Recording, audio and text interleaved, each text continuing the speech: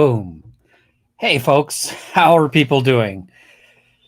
It's probably been a week for folks. It's probably been a while. And I'm just going to say the whole thing about day 3 and day 4, we had a little bit of fireworks, but we also had a lot of why, because it's starting to get very, very repetitive. So let's talk a little bit about multiple witness strategy, because this is something you have to consider in some of these situations where you have multiple witnesses.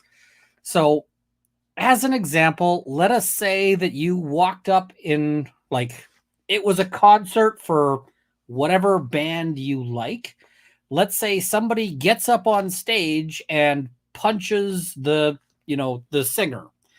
They punch the lead of the band that you're there to see.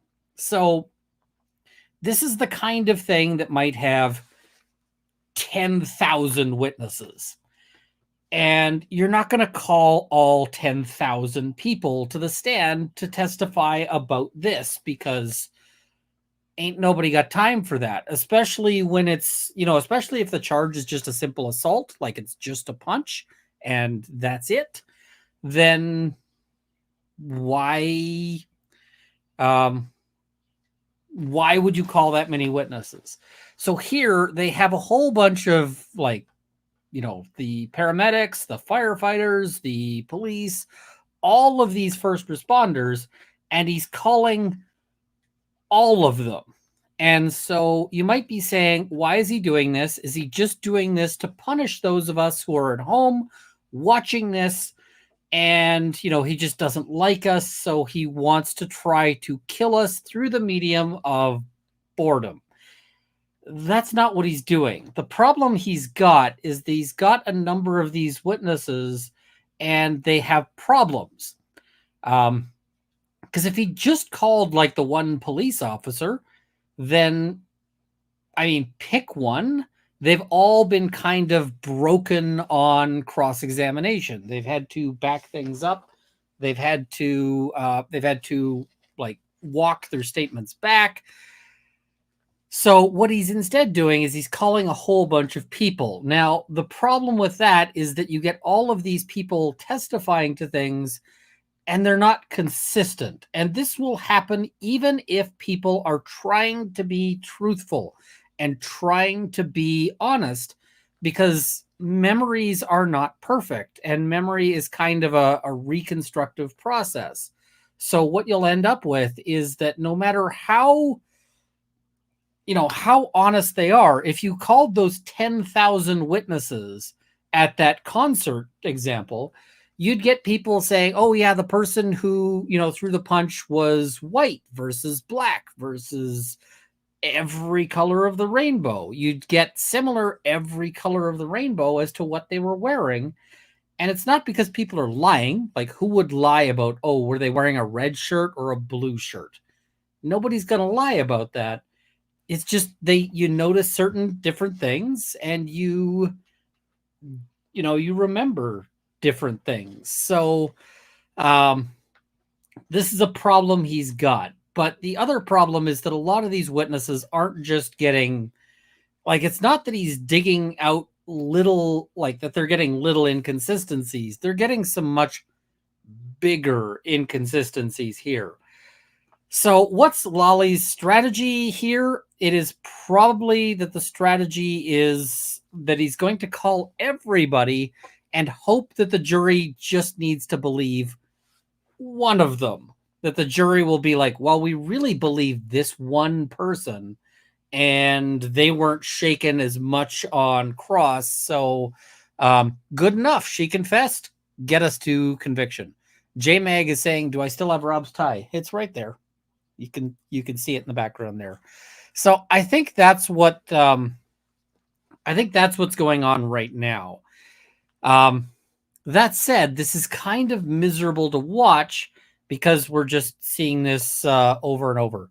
Somebody's saying, please close that door. I've got it open because Zora or Potter might want to take a peek in.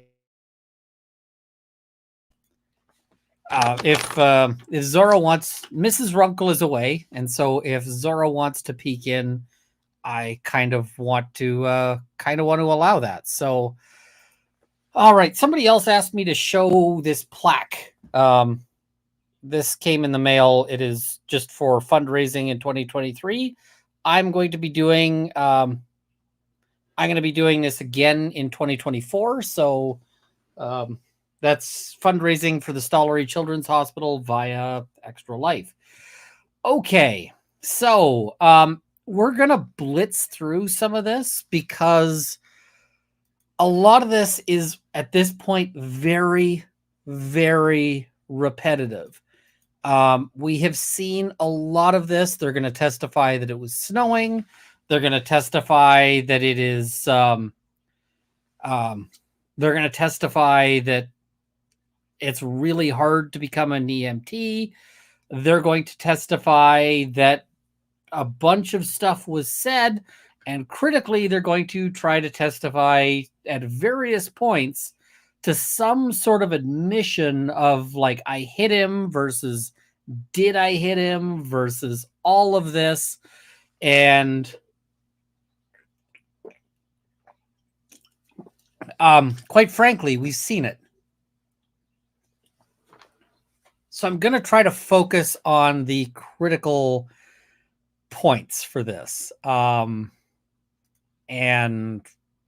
yeah. All right. So our first witness up is Anthony Flematti, and I'm going to pull this up on the screen here. Just let me share the screen.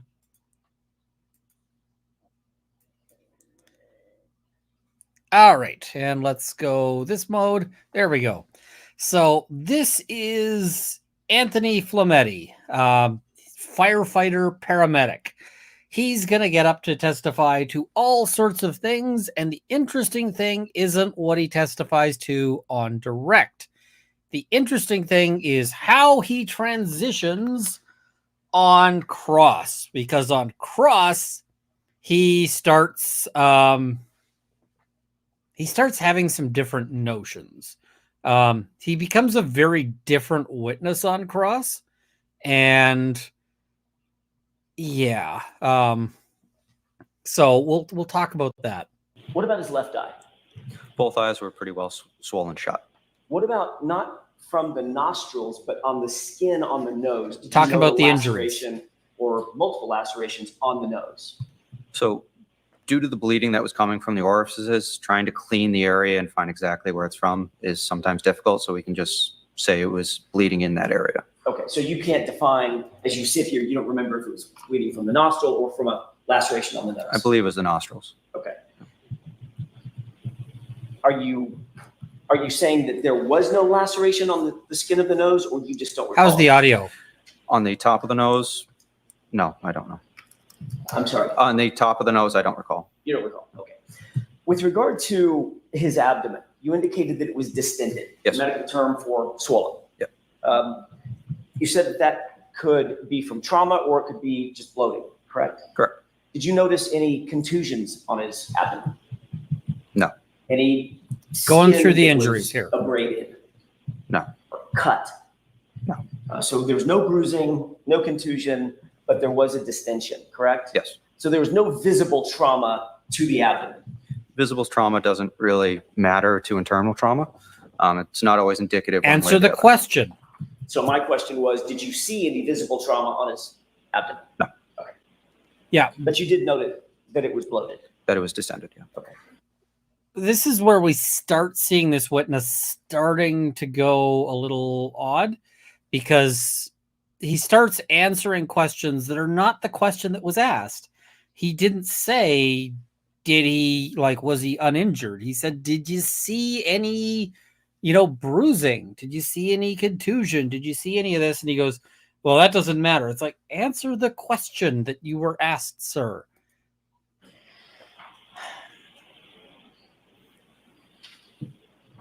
I want to talk to you for a second about, if I could shift gears, about the conversation that you indicated to Mr. Lowling that you had with Ms. Reed. You were also asked about that conversation at the grand jury when you testified, correct? Correct. You testified that the as the lead paramedic, you were specifically trying to get as much information from my client, Miss Reed, as you possibly could concerning the victim and how the victim ended up being there, correct? You notice how like everybody says they're the one that had this conversation, right? Everybody said they're the one who talked to Reed. And I'm like, it can't be all of you. It can't be all of you. Come on. It's like they all have the same story, but they all put themselves at the star of the story. Nobody is the like supporting character of this story, which kind of makes you wonder, did they talk about the story amongst themselves and figure out what the story is? And then they're all just putting themselves as like the hero of it. Because, I mean, you would think that one of these witnesses, like more than one of these witnesses, you'd think multiple of these witnesses would be sitting there saying, I didn't actually have a conversation with her. I just overheard some conversation as I was busy doing, you know, other medic stuff. And you'd think some of them would have said, like, I didn't have a conversation with her. There was a bunch of stuff said, but I was busy doing chest compressions, and they're getting all that information. I'm doing the chest compressions. I'm trying to do the life-saving thing at this particular second. I didn't pay attention to it. I didn't hear a dang thing. So you'd think that would be going on. You indicated in no particular order that you asked questions like, how do you know him? Correct? Correct. How did he get here? Correct. What happened? Correct. Is there any additional information you can give me about what happened to this person? Correct. Okay, so that was a conversation that you were personally engaged in with my client in order to gather as much data, if you will, about what you were dealing with, correct? Correct.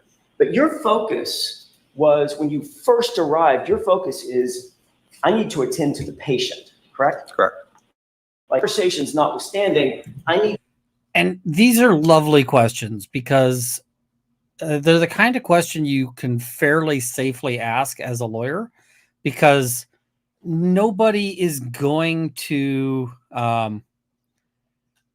nobody's going to say, no, I wasn't worried about saving the life of the patient. I was just like, no, of course they're going to say, yeah, I was worried about doing the life-saving thing. That was the priority. So you want to ask, as a defense lawyer, you want to ask safe questions. You want to ask questions where you are pretty sure you already know what the answer is going to be. And that is, that's what he's doing here. To deal with what's in front of me, which is an unconscious man in the snow. Correct. Dressed inappropriately. Correct. And possibly freezing to death. Correct. But you did say that you had enough of a conversation with Ms. Reed that she answered you and said something to the effect of, I hit him, oh my God, I hit him. Correct. So then you followed up on that conversation, correct? As much as I could, yes. As a matter of fact, The other thing to remember is that defense lawyers will often ask questions where they don't think the answer is true, because you're trying to pin the guy down on the lies and so forth. And Emily has a very good point here. Why is the state only trying to prove that there isn't a corruption and first responders have training versus showing us how Karen did the actual crime? The prosecution is really on their back heels here. The prosecution is really trying to respond to this whole corruption, conspiracy angle. And they're not really getting to the issue of, like, how do you prove that, that they actually did it? And that, I think, it may cause some problems, because right now, I don't have a whole lot of evidence to say she did anything other than, like, this supposed I hit him confession, which frankly, I'm not super wowed by at this stage. So, said that you asked her additional elaborating questions. Correct. Well, did you hit him in the face? Or did you kick him? Or did you hit him with your hand? Okay. So that's a conversation that you're having with Miss Reed face to face. Correct. You're talking to her, you're looking her in the eyes, she's looking you in the eyes, you're standing still, and you're attempting as best you can to converse with this woman so that you can gather as much information as you possibly can as you attend to the victim. Correct. You indicated that that conversation lasted long enough that the conversation was frustrated by the fact that you weren't getting information that was helpful to you. So you turned that conversation over to Katie McLaughlin. Objection? Sustained. Ask it a different. There's going to be a lot of sustained Did you objections have, in these 2 days, by the way. Was your conversation in some way in your mind, and when I use the word frustrated, I mean it was just. I'm also going to say the defense is very smooth about how they're dealing with the sustained objections, because each of these objections forces them to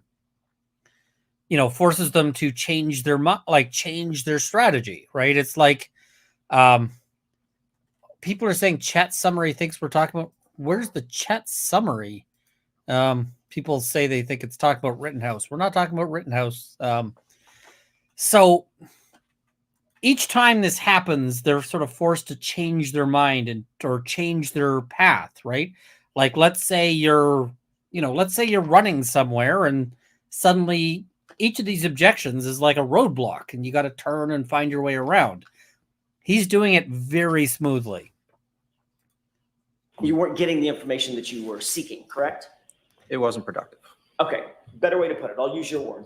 That conversation was unproductive enough that you then moved the conversation over to Miss McLaughlin, correct? Correct. Firefighter McLaughlin. And So- once Firefighter McLaughlin. You see, the point here is if you're saying it's unproductive, but you're also saying she confessed, which is it? Engaged Miss Reed, you then began to attend to the patient again. So the patient was already being treated by the other personnel on scene. Okay. I started the conversation, realized it wasn't going anywhere. I had other responsibilities. So regardless of how they ended there, they still needed treatment Of course. and transport. So that began my priority and moved her over to try and get as much information while treatment was being done. What part of the treatment were you responsible for? All of it. Sorry, that's a great answer to a very vague question. What physically were you doing with Mr. O'Keefe? I like the way he deals with this as well, because he's getting a stubborn answer, right? He's getting a, for lack of a better word, he's getting a bit of a cock block answer there, where he's asking the question. The guy says, all of it. Well, okay, cool. That's so unhelpful. And we actually teach witnesses, like part of witness prep is often teaching them to be this kind of unhelpful. If somebody asks you a question that you can answer with yes or no, answer it yes or no. So like if somebody comes up to you and says, do you know what time it is? You might say yes. And then they have to ask the follow-up question of what time is it? And you say, okay, here's the time. So somebody's saying, can I make myself bigger? A little bit. I'll have to juggle with all of these things. So, but he, like the lawyer here, has been sort of thwarted, and he's able to juggle along with that with a little joke. So, he's like, that was a great answer to a very bad question. In which particular moment?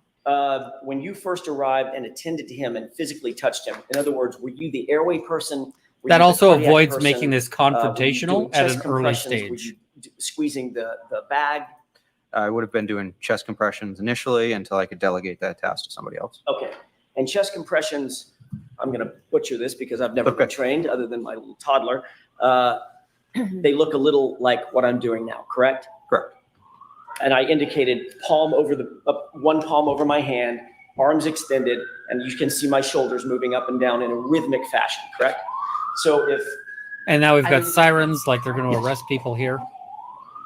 I'll wait till This courthouse needs some soundproofing in the worst way. I'm guessing now you might be saying, why are there so many sirens? Well, courthouses tend to be built in areas that are, next to police stations. And so that makes sense. What were you wearing? What are they wearing? My uniform. Didn't expect that one, did you? That was a different one. Heavy winter coat. Okay. Uniform. I also like you didn't expect that one, did you? What were you wearing? It's personable, right? It's like, hey, what were you wearing? You got to be careful because, like, what were you wearing is a question that can have different impacts depending on context and especially gender. It's a lot easier to ask, what were you wearing to a guy, like a male witness, than it is to a woman. So you got to be cautious about that. And there's also certain contexts where, at least in Canada, if you ask them, what were you wearing, you might get yelled at by the court. If it's a bad touching case and you ask, what were you wearing, the court is possibly going to rip you a new one. I mean, unless you've got a really good reason to ask the question, like, hey, pants versus skirt kind of thing, making it impossible to have happened the way somebody described kind of thing. So, yeah.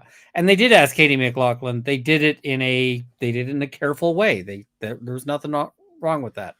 Do paramedics wear sometimes bright yellow for safety? Yes. Were you wearing a bright yellow heavy winter coat? I don't recall. I have a few different coats. The other one works. That Do you works remember what is Mr. another one McLaughlin bites was the wearing? dust.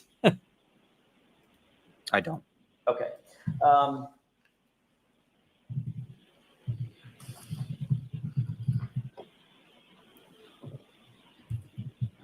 That conversation that you had with Ms. Reed at the scene, that had to have lasted, I'm not guessing it was very long, but it had to have lasted a minute At most, yeah.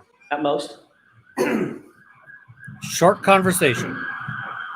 Once you finished your conversation with Ms. Reed, did you then start attending specifically to the chest compressions and the high-level CPR that we've heard so much about? Court is not really a place for humor.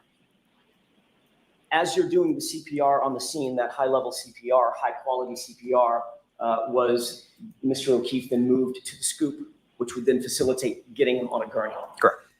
You can see here how he's, how he's sort of offering little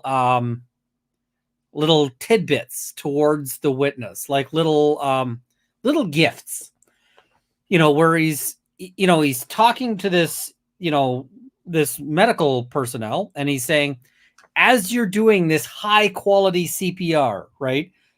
He's kind of doing little ego polishes as he goes. And that is like, he's trying to keep this witness on side right now before, and you want to keep the witness on your side before you start making, before you make the witness angry. Always, not always, but almost always, it's better to start light and go hard later. So, yeah. That gurney was then moved between a couple of patrol cars, cruisers, and into the ambulance, correct? Correct. Once you were in the ambulance, the first priority is to get this person warm. Is that right? First priority is always going to be CPR. The secondary would be getting them warmed up. Okay. So obviously when you got into the ambulance, you would shut the doors. There's a heater on in the ambulance. Yes. You never came back out of that ambulance after you got Mr. O'Keefe into the ambulance, did you? No. Okay. I mean, clearly he did come out of the ambulance at some point because he's not in the ambulance right now. Yeah,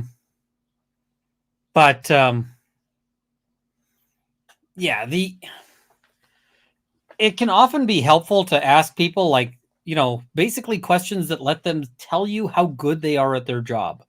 I once saw I had a police officer who was testifying, and I I Googled the officer and he'd won some sort of award for like good policing. And I asked him about it. I was like, "You're a good cop, aren't you?" And he went, "Well, I think so." And I went, "You've won an award, right? You got this policing award." And he went, "Yeah, I did." And I went, "And that was because you're excellent at your job, right?" And he says, "Yeah." And I said, "Okay, and you take good reports?" "Yes, I do." "You're diligent?" "Yes, I am." "You're thorough?" "You bet I am." "So you wouldn't have left this out, right?" Right? Yeah. Yeah. Yes, high quality CPR is a standard of care that is repeated ad nauseum during training videos, but that doesn't mean like the lawyer is repeating that here in order to sort of feed the ego and to help that out here. And you were in there with firefighter Nuttall at the time? Nuttall and Kelly. And firefighter McLaughlin was outside the ambulance doing whatever she was doing. Correct. Okay. Initially, and then she came in afterwards to Obviously. assist. Yeah. And did I hear you correctly when firefighter McLaughlin got in the ambulance, she took over the driving responsibilities? So there's two different compartments. They're not connected. There's a little window between the two. This is the kind I areas. might do. So she assisted with interventions in the back. And then after we had established everything we needed to on scene to begin transport, she then got out and then started driving. Got it. Thank you. I'd like to play, but first I'd like to have marked. All right, we're going to skip ahead a little bit. They're going to show them some video. We're going to skip ahead to here-ish. Can you focus your attention on that individual in the yellow jacket? Yes.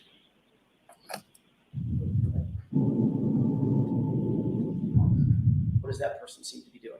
CPR. Which part of the CPR? Chest compressions. Oh, stop breathing into the mic. It's okay. Chest compressions. I want to make sure that Nancy can get down what we're both saying. So which part of the CPR? Chest compressions. Thank you. Is that you? I don't know. Okay. At this point, you have no idea whether or not you don't remember whether you were the one doing chest compressions when he was moved from the ground to the gurney? I don't recall. But you did earlier testify you were doing chest compressions. I did at some point during this call, yes. Okay. In the entire length of this video, do you see anybody else trade off from that person doing chest compressions from the time the person was on the ground? You see what's happening here? Suddenly the guy is like, I don't know if that's me doing the chest compressions in this video. It's like, and the lawyer's like, you'd agree no one else seems to be doing chest compressions here, and you said you were doing chest compressions, so could this possibly be you? This is where we're seeing this witness suddenly get this, like, he starts falling into, I can't remember anything. Down to the gurney, or is that the same person? It could be the same person. I'm not sure. Okay. Would you say that's probably you? Objection, Your Honor. Sustained. Okay, go ahead. Jurors disregard that. He can't even get the guy to admit who he is in this video. Pause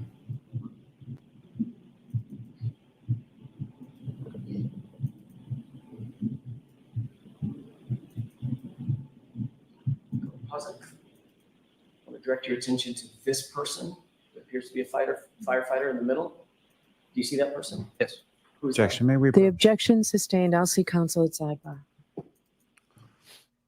Lots of sidebars in this one.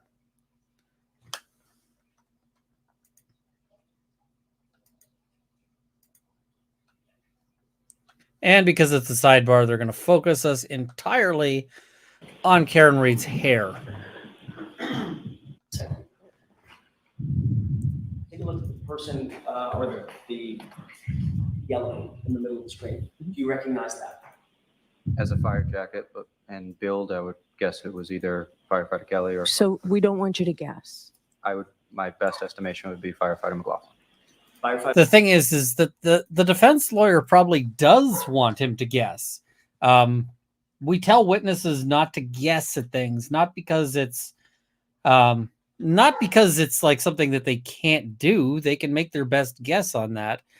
But Not, but also because it just tends to make a witness vulnerable to cross-examination if they start guessing at things that they might be wrong at.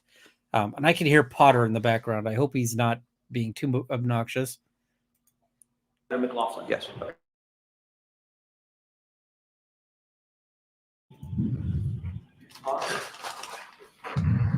Recognize the person in the yellow jacket to the right of who you just described as firefighter We're McLaughlin. getting all these wind noises, but No. the video's not playing. What is that person doing up here, apparently? My guess would be, I'm sorry, guess, Not even an estimate. Do you know? I don't. Next question. Go ahead and play. I don't think the judge should be stepping in there. Okay. Awesome. At that point, did you join your colleagues in placing Mr. O'Keefe into the ambulance? Yes. Okay. Based on that, did that appear to be you following the gurney in the yellow jacket over to the ambulance? Yes. Okay. And who is the lead firefighter? When I say lead, I mean Why the split screen? Because that's how the original video leading the gurney on recorded. the front side of the gurney. I'm not sure. Okay. One of your colleagues, though. Yes. What did you do once you left the frame? Where did you go? That would have been into the ambulance. And as you earlier indicated, shut the doors, correct? Correct. Okay. And you never came back out? No. Okay. He never I'd like came to draw back your out? How's attention he to sitting the here? lower video. Okay. And we're just going to let I that mean, play for a couple of minutes. And see That's if you just a minor recognize anything. peeve there. I'll ask you to pause it in just a second. Yeah, this is two different dash cams, so they shouldn't be joined together like that, but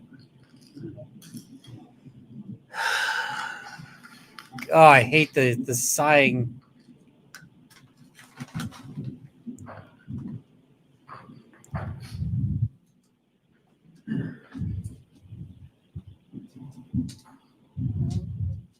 Pause it. I'm going to ask you to look up to the top video. You see what appears to be a person wearing yellow to the right? Yes. You recognize who that is? No. Go ahead and play.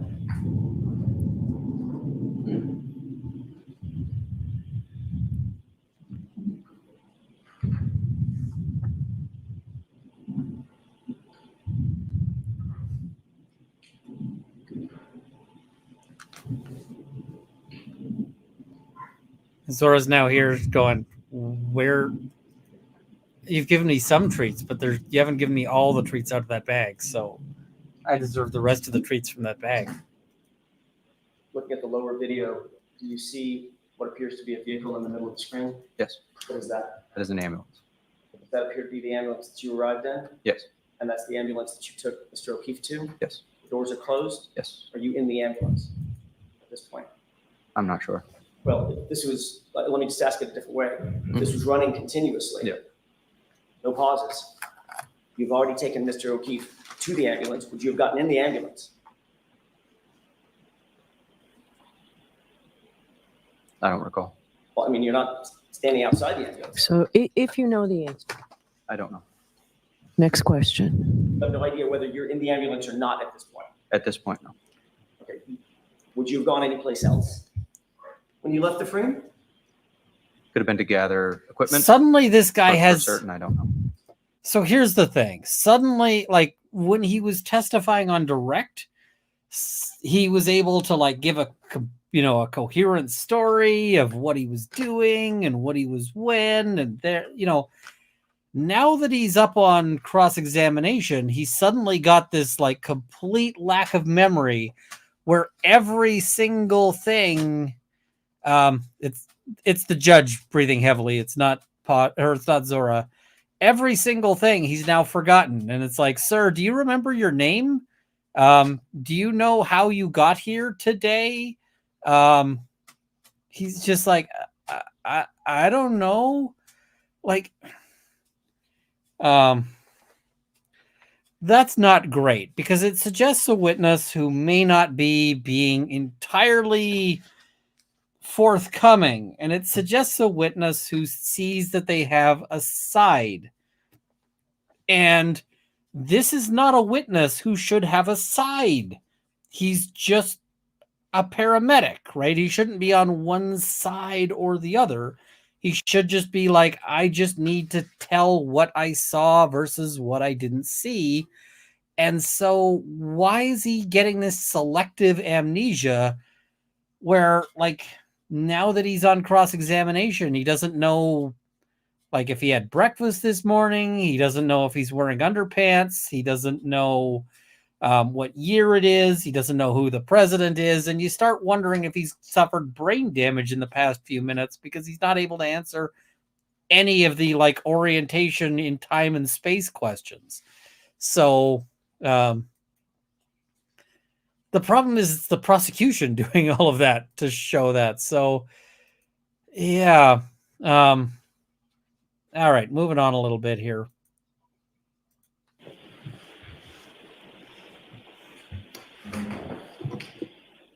That my client said, I hit him, correct? Correct. Not yet. We're You getting remember there. having that conversation with Sergeant Putnik?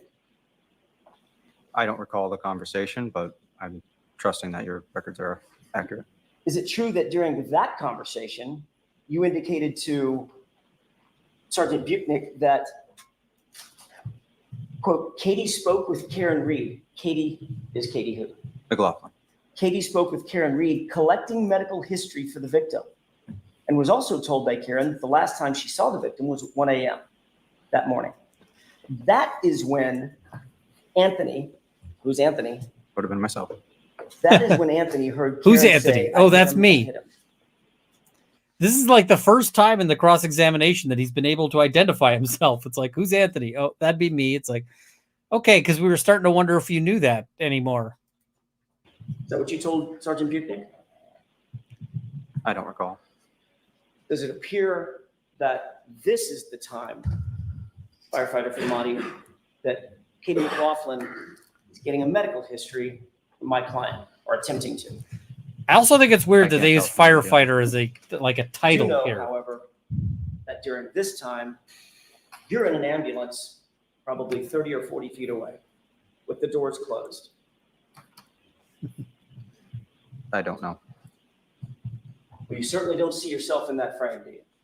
Doesn't appear to be. No.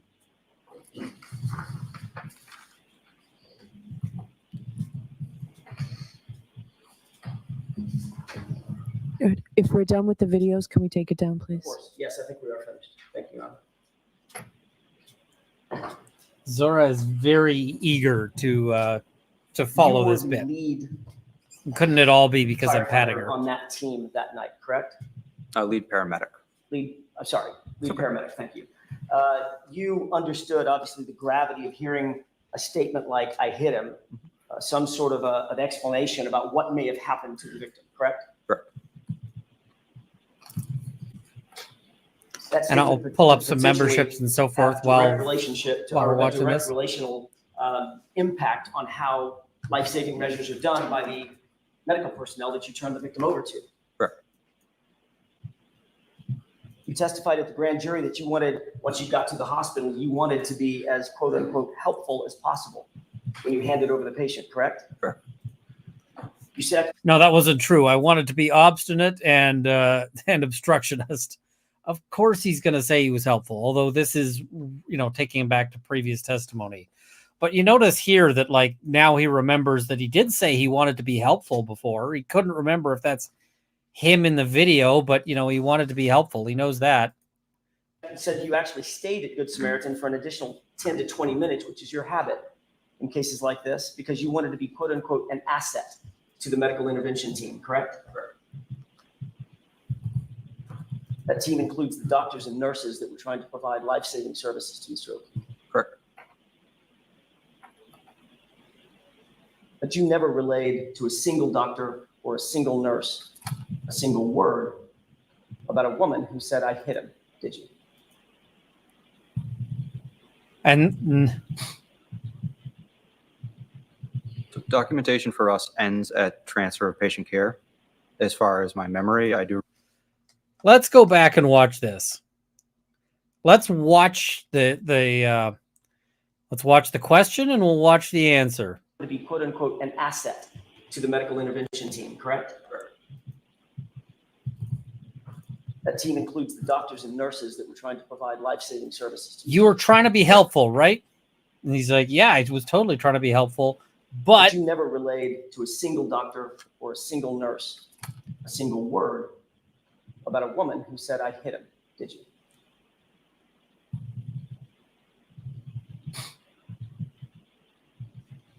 So documentation for us ends at transfer of patient care. As far as my memory, I do remember relaying that information to the doctors and nurses. takes him 6 seconds to give an answer that is not an answer to the question. That was a yes or no, dude.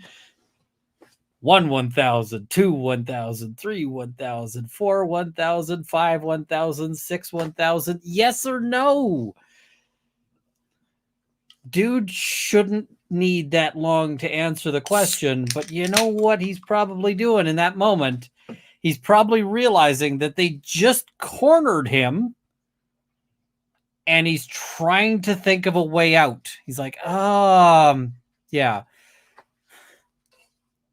This isn't behavioral analysis. This is just noting, like, this is witness credibility issues. If the guy, like, where behavioral analysis goes sideways isn't on just basic assessments of credibility. It's when they start making up all of these different things that are indicative of, you know, lying, etc. That are like special, like the liar's delight and all of that stuff that isn't backed up by science, isn't backed up by anything. But you can see that this guy is struggling to answer that. You know, this isn't like some special technique I'm noting here. It's just that we all see what, you know, what's going on.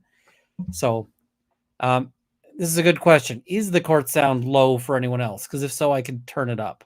So, yeah. But yeah, I mean, that it's just weird. You do. Yes. And he doesn't. You ever testified about that? Ever? The thing is sometimes people have a habit where they'll just pause, like they'll answer questions slowly and so forth. This is not that. This is him. Like, this is unusual. He doesn't actually do this for every other witness. He just does it for, like, or every other question. He just does it for this question. So that's why it sort of stands out, is because it's only for this question. Previous to this? Never been asked about that. Oh, nobody ever asked you, so you didn't tell anybody. In the court setting? No. Testified in front of a grand jury, didn't you? Yes. Mr. Lally asked you a bunch of questions. Yes. During the course of that conversation that was under oath. Do you love the tone there? Or, Mr. Lally asked you a bunch of questions, didn't he? Right? So, Did you ever disclose that you told the doctors and the nurses that you heard a woman say, I hit him? I recall telling the doctors and nurses that there's a question of that the patient was hit by a vehicle, or we don't know, is what I directly said to the doctors and nurses. You directly told the doctors and nurses that there was a question about whether or not he was hit by a vehicle, right? Yes. Have you ever said that in any context, either to the police or in a grand jury before today? I don't recall. You were asked a bunch of questions. Now he doesn't remember. The day before yesterday and this morning by Mr. Lally. Yes. Did you say it on your direct examination? I wasn't asked that question. So since Mr. Lally didn't ask you, you just left it out, that you told the doctors, the medical professionals, that in fact, you described that this patient was likely hit by a car. Objection, Your Honor. Sustained. that actually would have been objectionable had they asked him that. You wrote a report as well, correct? Yes. We talked a little bit about that report. There's an area in the report for a narrative. Yes. About your observations, your experiences with this patient, correct? Correct. Your job as a lead paramedic is to be as detailed as possible, correct? Correct. You want to provide and impart the most detail you possibly can about an incident to assist in medical intervention, correct? Correct. You want to give all these Take a look at details. page- Why isn't it in here, buddy? 3 of 5 of your report. Yes, You see that narrative area? I do. Can you point to that portion of your report where you indicate that my client said the words, "I hit him"? It doesn't say that. Can you point to your report, the portion of your report where you indicate that you told the doctors and nurses that she said, "I hit him"?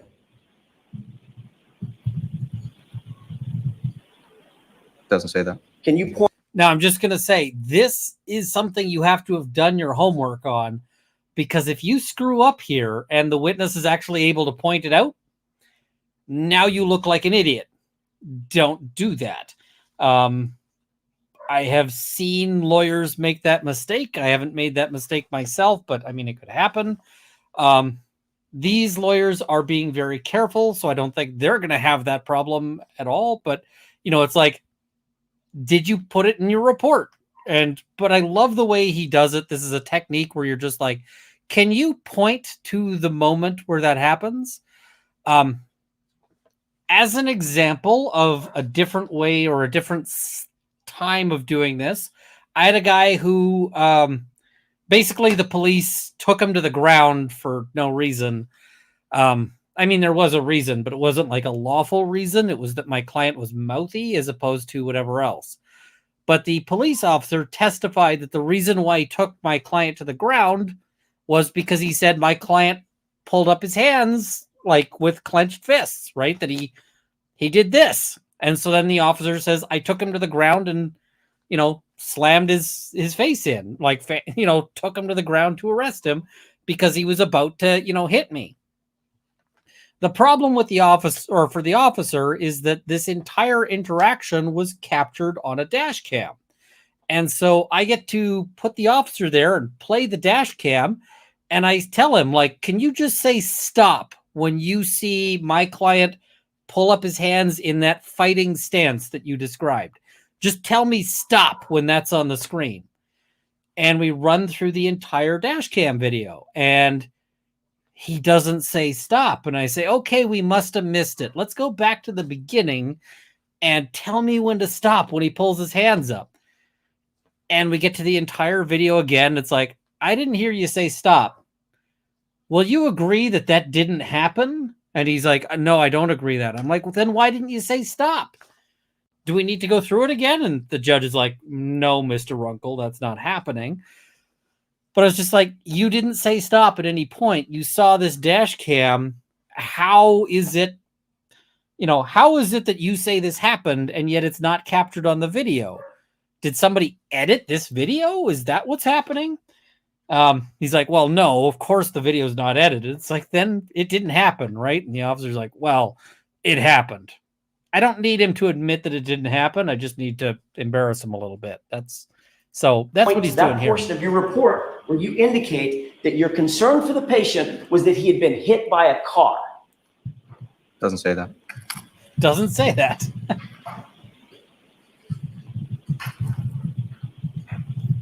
You indicated on direct examination that you were, quote unquote, looking for anything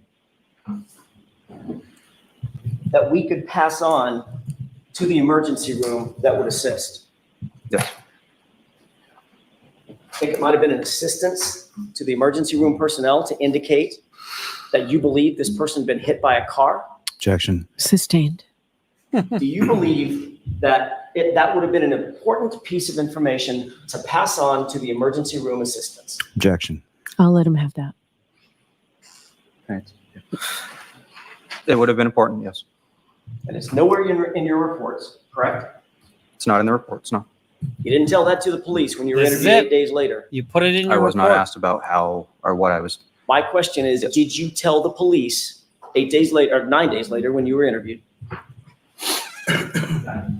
And you didn't tell the grand jury that, correct? No. And you didn't mention that on direct examination in front of these jurors, did you? No. See, now he's gotten him to being like, no, I didn't say that before. Before he was trying to weasel, the defense lawyer has boxed him in on the weaseling, and now he's getting the straight answers, right? Now he's getting the now he's getting the straight answers on that one. This is a good question. Don't they need to say why they are objecting? The judge knows why the objections are being made. A lot of these are sort of self-evident objections, and they don't want to have that discussion in front of the jury. So if they want to get into the details about what the objection is, they go up to have a sidebar. So sometimes you'll see like the prosecution will say objection and it's sustained, and the defense goes, may we approach? It's because he wants to argue the objection, and you don't do that in front of the jury. That's why that's going on like that. Can I have a moment, Your Honor? Yes. That's all I have, Your Honor. Thank you. Okay, Ms. Delali?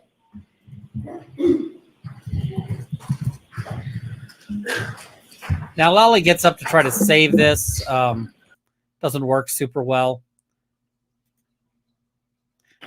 That your response Yep. was, did you hit him with your hand, right? Yes. Did you kick him? Yes. Did you punch him? Yes. That's what you previously testified to, correct? Yes. Nowhere in that. This one's kind of interesting. Did you see my client bite the man's ear off? No. So how can you be so sure my client did it? Well, I saw him spit it out. You can't be sure he's the one who bit it off. He might have picked it up off the ground and stuck it in his mouth. I mean, it's maybe not the most likely conclusion, but it is possible. Nowhere in that conversation did you ever suggest, did you hit him with your car? I don't recall if I asked her specifically about that. So now you don't recall about that either. Objection, Your Honor. Sustained. And for the first time in any forum, you're telling this jury that you then thought, based on that conversation that was attended to the video that we just watched, you believed that Mr. O'Keefe had been hit by a car and that she said she did it. I did not say that. So what, am I allowed to respond? Yes. So I left it open-ended to the staff of the hospital that these are both possibilities of what happened to the patient. And of course, if you had said that to the staff of the hospital, the staff of the hospital would certainly put it in some of the medical reports, correct? They don't have to. It's really up to them. And you're aware that none of those have that statement. I'm not aware. All set? All right, you are all set, firefighter Flematti, or paramedic Flematti. Thank you. Who is? This is really the I'm done with this guy kind of moment, right? So that's him.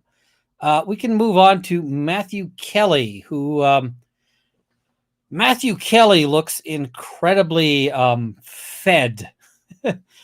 Like if this guy shows up at You solemnly swear to demonstrate to the court and jury in the case that I'm hearing to the truth, the whole truth, and nothing but the truth, so help you God. I do. Morning. So you consider stand however you're comfortable. Just bring. Perfect. Thank you.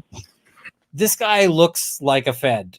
If I was selling a gun privately and this guy showed up, I'd be like, you know what? I changed my mind. Changed my mind, officer. It's just sort of his build and his haircut. All right, Mr. Lally, whenever you're ready. Thank you. Good morning, sir. Good morning. Could you please state your name and spell your last name for the record? Sure. Matthew Kelly, Kelly. And what is it that you do for work, sir? I'm a firefighter paramedic for Canton Fire. And how long have you been a firefighter paramedic with Canton Fire? Approximately 2.5 years. And This guy, by the way, looks terrified, right? This guy looks like somebody has got a rifle on him the whole time. Like as in federal agent. I don't know why anybody got food out of that. This guy looks like he's super anxious, does not want to be here, does not anything. And here's the thing. I actually like this witness. This is one of the few witnesses where his cross-examination isn't it true you're a lying sack of crap? His cross-examination is basically, isn't it true you have been honest, sir? Aren't you the only honest man in this room? And he's like, I guess, yeah. Like,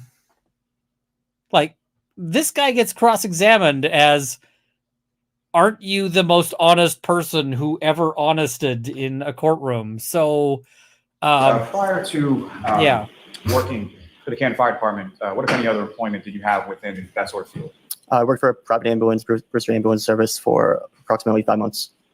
And sort of geographically, where was that located? Boston. Now, we've got him at 1.25, but I will just say I saw him blink so fast that I thought he might be like a butterfly trying to take flight.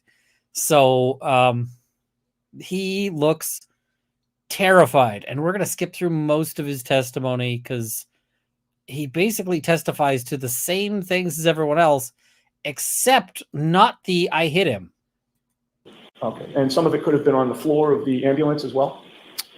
Potentially. And then once the ambulance arrives at the Chloe is hospital, also a Fed. what Yep. is the protocol regarding the clothing that had been cut? It gets transferred over to the RN in charge of the patient and usually stays in their room. Usually they'll put it in some sort of bag. Okay, and is the clothing put in the bag? Does somebody meet you out at the ambulance in order to collect the clothing, or do you bring?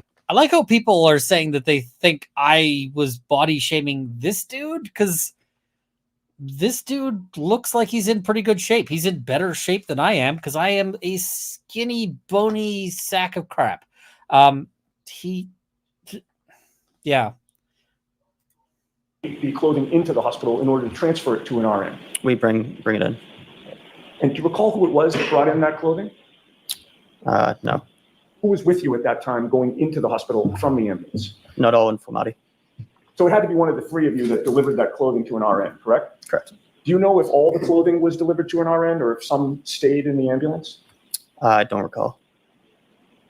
And once you give the clothing to the RN, do you see where she takes it? I don't recall. Did you go into the treatment room wherever John O'Keefe was brought once he was at the hospital? Yes. And you had previously testified that you believed the clothing would have been brought in with him, correct? Correct. And You for have the a person who memory tagged of me on seeing Twitter, that thank you. clothing within that treatment room at the hospital. I don't recall. Do you recall seeing the clothing on the floor? I don't recall. Okay. Now let's get back to when you first arrived on scene. And actually, but before I get to that, I did want to ask you a couple of questions about where you were at in terms of your career on January 28th, 29th. You were a fairly new firefighter, Correct. and you were conscious, you had been trained not long before January 29th, right? It was within several months? 2 months, yeah. Oh, within 2 months, okay. And your priority as a new firefighter was to follow your training, correct? Correct. It was fresh in your mind. Correct. You wanted to do things the right way, correct? Correct. And particularly at the beginning of your career, you don't want to develop any bad habits, correct? Correct. And you were following protocol once you got to the scene as best you could, correct? Correct. I believe you testified on direct examination that when the ambulance got to 34 Fairview, as soon as it was parked, you and Anthony Flematti went straight to the body, correct? I don't recall saying that. I wasn't sure who went. Here's the thing. This guy also has a lot of I don't recall, but you know what? This guy had a bunch of I don't recall when he was on direct, not just on cross. You know, the last witness had all sorts of details and all sorts of information right up until he was being cross-examined. This guy, he's just got a memory that isn't perfect. And the thing is, lots of witnesses have memories that are crap because, well, quite frankly, it's hard to remember stuff that happened like 2 years ago. It's a long time. So I've had things like guy was robbed at a liquor store and the prosecution asks, do you recognize the guy who robbed you in court today? And he says, I don't know. And the prosecution's like, what do you mean you don't know? And he says, I don't know. It could be that guy, pointing to the accused, but I don't remember. And the prosecution's like, is there any reason you don't remember? And he says, well, I've been robbed 4 times in the last year. And then the prosecution is like, oh, I guess we're done here. Because he couldn't identify the guy, right? It was just like, did this guy steal the booze? Maybe, maybe not. Nobody could remember. But yeah, I actually don't think this guy is a lying sack of crap. I think this guy just doesn't remember stuff because it's hard to remember things sometimes. Straight to the body. I said some of us got some supplies. Okay. I thought your testimony, correct me if I'm wrong, but I thought your testimony was that you may have gotten some supplies, but then you and Flematti went straight to the body. Also, this guy does not like being on the stand at all, right? He doesn't want to be here. Yeah, so we did, me and Nuttall. Got supplies? Me and Nuttall went to the body. All right. Where was? But we didn't go straight there. We got supplies first and then went to the body. Or I got supplies first and then went to the body. Okay. How long did it take you to get supplies? Probably within a minute, I would say. Okay. And where was Flematti when you were getting supplies? I don't recall. Once you got to the body, who assisted you with regard to treating John O'Keefe? I believe it would be the people who were on scene with me. Who would that have been? He's Flematti, like, Nuttall, it Walsh, would have been the McLaughlin, guy, the people with Woodbury, me, I and guess. Woodbury. Okay. So is it your testimony that your memory is that 5, 6, however many people were there with you, all were hovered over John O'Keefe doing treatment on him? Not treatment, but getting supplies, getting the stretcher. So basically, he is just terrified of all of this and trying to figure out how to deal with it. So, Been the inside of that ambulance, correct? Correct. So it wasn't that he was put on the stretcher and then there was some detour in terms of where he was taken. You or whoever took him, made a beeline for the back of that ambulance in order to get him warm, correct? Correct. And once he's in the ambulance, I the priority really at like that the point defense would be lawyers. to close the doors of the ambulance, correct? Correct. Because if you leave the doors open, there's a blizzard outside, correct? Objection. Sustained. Let's go ahead, Ms. Fiona. Keep moving forward, please. So that objection was basically like, we've heard this. Stop hammering on this point. Move on, right? Because you can't just keep hitting the same point over and over. Once you've got an answer, you got to move on. So, yeah. So the doors were closed to the ambulance, correct? At some point, yes. All right. And inside the doors of that ambulance, as you testified, was at least, not naming everybody, but at least you and Nuttall and Flematti, correct? Correct. And once those doors were closed to the ambulance, none of you left the ambulance, correct? None of us, meaning I'm not talking specifically about you and Nuttall and Flematti. I don't believe so. No. You would have remained in the ambulance all the way to the hospital. I'm pretty sure the dead guy also didn't get up and walk out. And that's the point in which the doors would be open, correct? Correct. All right. Now, I'd like to ask you some questions about the scene that you came upon in terms of the people who were there when you arrived, sir. You had previously testified that you saw, I believe you testified that you saw 2 women and a law enforcement officer already on scene, correct? Correct. One of those women appeared to have blood around her mouth, correct? Correct. It was something red, but you assumed that it was blood, correct? Correct. And that led you to also. I mean, it believe probably that, wasn't Kool-Aid, she had but yeah. rendered or tried to render CPR, correct? Objection. Is that what you thought? Yes. Okay.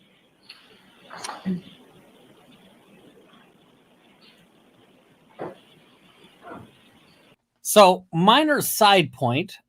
This is why, like my car first aid kit includes a little CPR mask, because if I want to, if I want to perform CPR on somebody, I don't necessarily want to end up with blood all over my face, especially if this is somebody I don't know.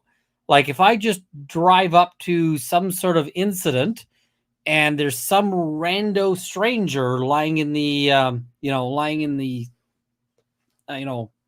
in the ditch or something, I probably don't want to get their blood all up in my face. So having that, or people are pointing out that could be vomit as well. Also an excellent point, because I don't want those things in my mouth. I don't know where that dude has been. I don't know what his mouth has been on. I don't know, any of this stuff. So yeah, and people say, what is it? Aren't you not supposed to do mouth to mouth anymore? Here's the thing. The reason why they took the mouth to mouth out is partially because it's less critical. But the other thing is that a lot of people were refusing to do CPR because they didn't want to do the breathing. They didn't want to do the rescue breathing. And so that's a major part of why people would just not do CPR at all, because it's like, hey, this person is, this person could be riddled with sores, or, could literally have just been licking a corpse or something like that you don't want to put your mouth on, right? They could literally be patient zero for some new variety of super tuberculosis, right? So people were going, I don't want to put my mouth on that.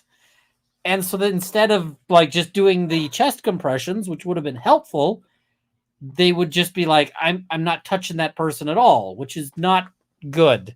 So it's good to have the valve mask. So, And while you were on scene, it was the woman who had the blood around her mouth who appeared to be most upset, correct? Correct. She was really upset, correct? Yes. Would you go so far as to say she was distraught, Yes. hysterical, Yes. frantic? Yes. And you heard her say, he's dead, he's fucking dead, something like that, correct? Correct. And she didn't say it in the tone of voice that I just said it, correct? Correct. She was screaming when she said that, correct? Correct. It was very easy for you to discern that her words were, he's dead, he's fucking dead, correct? Correct. And she did you hear that? It was very easy for you to discern that. He's basically saying you heard this very clearly, right? He's really emphasizing this is a witness that is good for the defense, and so they're really emphasizing his evidence as much as they can. He repeated it more than once, correct? Correct. And it's fair to say that at no point in time did you ever hear her say, I hit him, I hit him, I hit him, correct? Correct. And you would agree with me, sir, that you have been extremely consistent in terms of your memory of what she said, correct? Correct. You've been asked these questions not for the first time by Mr. Lally or me in court today. There have been other occasions where people have asked you, what did the woman with the blood on her mouth say when she was on scene, correct? Correct. This is probably something they could have objected to. But, you would agree that you've been an extremely honest witness, right? You would agree that you are the best witness here, right? You would agree that you are the person the jury should trust. He's really trying to puff up this witness in front of the jury to get them this is the defense saying, if you're going to believe any of these things, then you should believe any of these, officers, then you should believe this guy. Ms. Smith, I am sorry. I'm sorry. My bad. So yeah, that's what the defense is saying is if they're looking for an honest officer, we want the jury to be like, this guy, this is the guy. You were asked that by Trooper Proctor on February 9th of 2022, correct? I don't recall. It's probably unfair of me to say the date, but you do recall speaking to a state trooper not long after these incidents, correct? Correct. And to that He state caught trooper, himself and realized what you the problem was there. told him that what she said was, he's dead, he's fucking dead, correct? I don't recall. You don't recall saying anything differently than that, do you? I remember saying a lot differently, but I might have also said that. I just don't recall. Well, let me rephrase that. You don't recall changing her words at all. You've always said he's dead, he's fucking dead, correct? Correct. That was not only to the state police on February 9th, but then in April of 2022, you were in a grand jury setting, correct? Correct. There was no defense attorney there on that day, correct? I don't believe so. You don't remember? There's no defense attorney. So if you think, jury, if you think that I am some Svengali who's like mesmerizing these witnesses to get them to say exactly what I want, this guy, this wonderful dude here, when there was no defense lawyer, he just told the straight up truth. See me there. No, I didn't see that. Mr. Lally was asking the questions, correct? Correct. And there, you also said that what the woman with the blood on her mouth said was, he's dead, he's fucking You dead. bet I correct? am. Correct. And you've testified to that today. Yes, sir. You've never changed that story, correct? Correct. And that is because the truth does not change, correct? Correct. And that is because the truth does not change, correct? That question, it's a legitimate question. Like, it's not unfair. But that question was pure argument. That question was purely an argument. He's just saying, like, this guy has been super consistent, and that's because the truth doesn't change. What about all those other people whose evidence has changed over time? Those people are not telling the truth. That's what he's doing here. It's such a good line, and it's so skilled. This is like watching these defense lawyers is just fantastic. Love it. Just wonderful. All right, now we get to this next guy. The truth will help you God.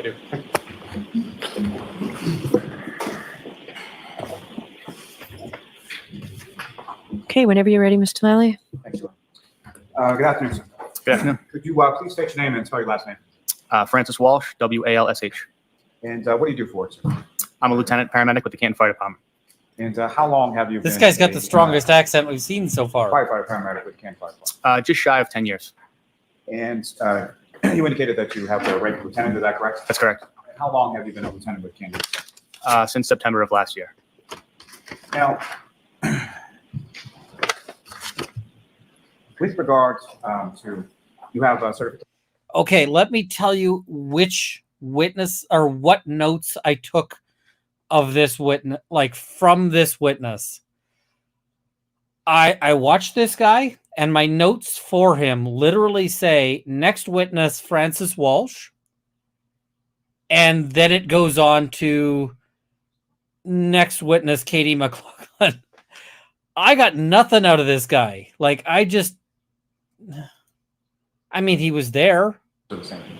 Saline is just to increase blood volume.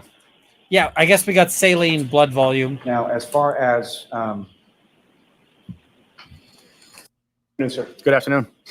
I think the cross-examination of this guy is like I 8 just want to ask you about seconds. the woman that you saw on scene who appeared to be screaming and crying. Would you agree with me that she stood out to you because she appeared to be the most upset Yeah, I would agree with that. Yes. and the loudest? Yes. She appeared to be crying more than others, Yes. and she was screaming, right? Yes.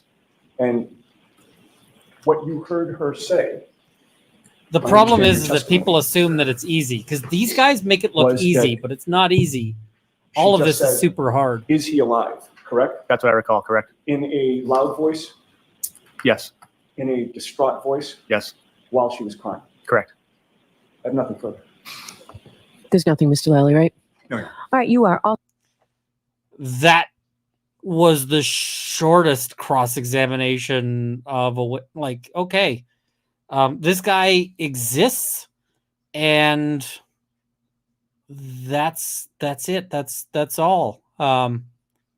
That's everything for the cross-examination. So, moving on, we're going to get to Katie McLaughlin. Okay, whenever you're ready, Mr. Lally. Thank you. Good afternoon. Could you please state your name and spell your last name, please? It's Katie McLaughlin, McLaughlin. And what do you do for it? I'm a firefighter paramedic for the town of Canton. And how long have you been a firefighter paramedic in the town? Probably about 7 years at this point. And prior to working for the Canton Fire Department, what, if any, other work did you do sort of within that general field? I worked as an EMT basic for Brewster Ambulance. Went to paramedic school. I eventually became a paramedic for Brewster Ambulance, and I worked there for a few years before getting on the fire department. And just briefly, but prior to becoming a paramedic or working as a paramedic, what, if any, sort of training did you receive in regard, or certification did you receive in regard to being a paramedic? So it's a 2-year schooling where you have about a year of didactic. There's a lecture portion for about a year. And then after that, there's about a year to a year and a half of clinical training that's done in an ER and then done in an ambulance. So that whole period is around 2 years. And prior to working at the Canton Fire Department, you received certification from the state or some other sources being a paramedic, correct? Yes, it's through the state and through a national registry. And both those certifications to the state and the national registry, are those granted sort of forever, or is there like a continuing educational component in a recertification process? So you recertify every 2 years. You have to take continuing education classes in that 2-year period. And that's just on a 2-year cycle, you recertify. And your certification is up to date at this point, is that correct? Yes. Ma'am, if I could turn your attention to the dates of January 28, 2022 into January 29, 2022. Do you recall those dates? Yes. All right, we're going to skip ahead a little bit here.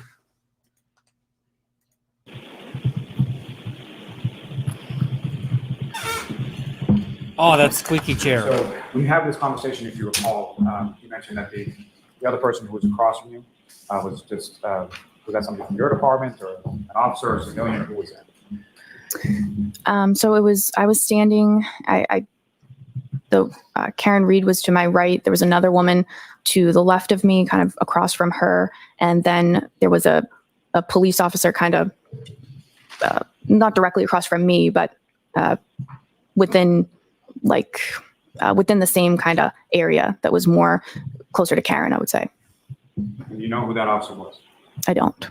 You know who the female or civilian person that was across from you? Do you know what that person's name is? No.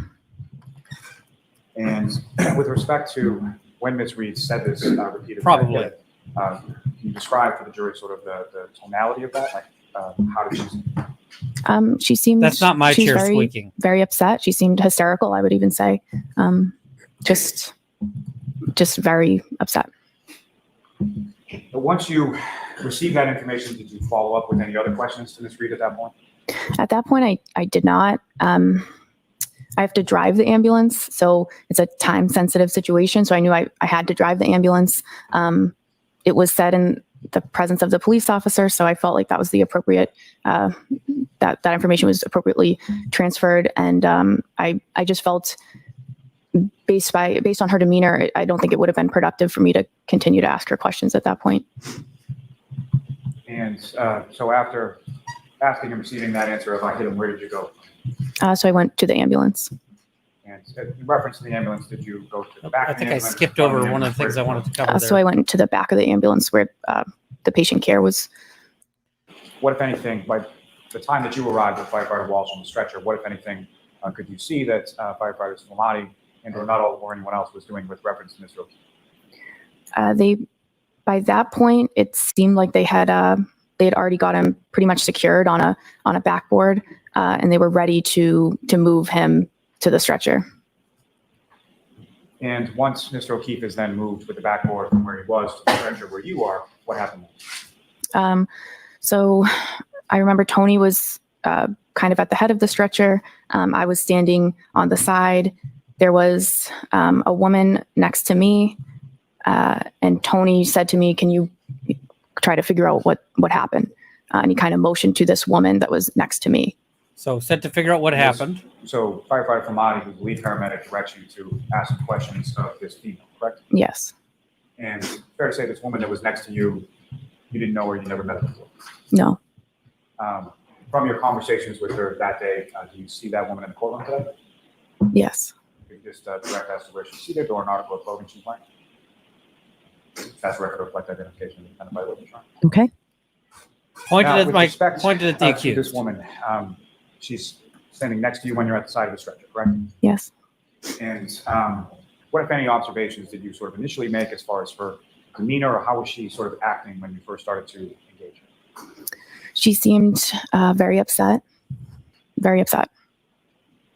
And when you say she seemed very upset, what about her did you observe that made you say that? Just her facial expressions. She was just visibly distraught. And so as far as your questions, what type of questions are you asking, or what type of information are you looking for from this person? So just basic demographic info, who the patient is, his name, his date of birth. And then as far as any more questioning, you're trying to gather information that would basically help explain how this person ended up in the scenario that they're in. So did he have any medical problems? Does he take any medications daily? Does he have any allergies to medications? I was asking those questions. And as you're asking those questions, what, if anything, is the defendant doing while you're asking those questions? What, if anything, is she doing? Like, obviously she's doing something, right? I mean, even doing nothing is doing something, right? Because, like, what am I doing right now? Well, I'm staring into space. I'm non-responsive, right?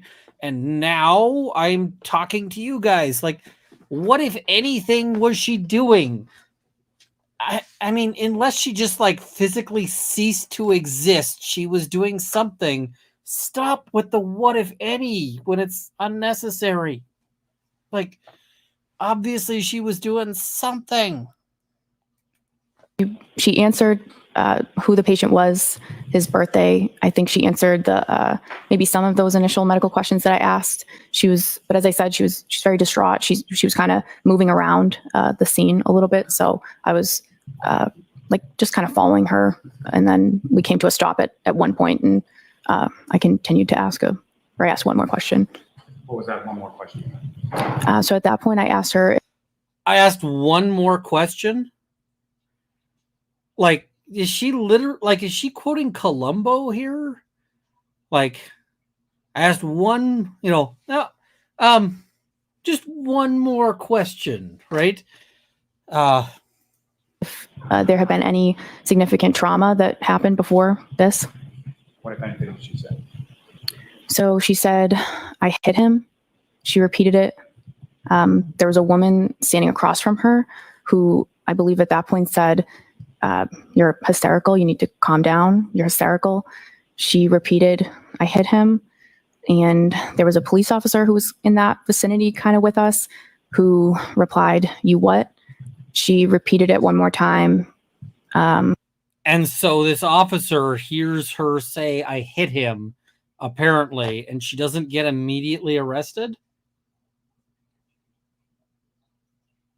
Really?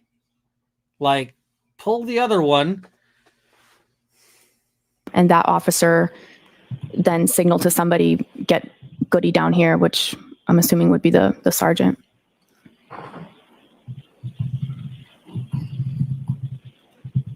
Maybe we'd have to hear from Karen for that. It's possible. So when you have this conversation, if you recall, you mentioned that the other person who was across from you was just, was that somebody from your department or an officer or a civilian? Who was that?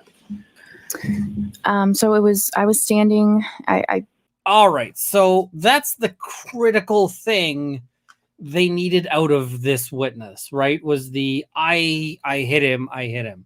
And I'm just going, this story doesn't make sense to me. But anyway, not long after that, they wrap up for the day and they tell us that the next day they are going to be taking us to taking the jurors, not us, on a field trip. Yay! Everyone likes field trips.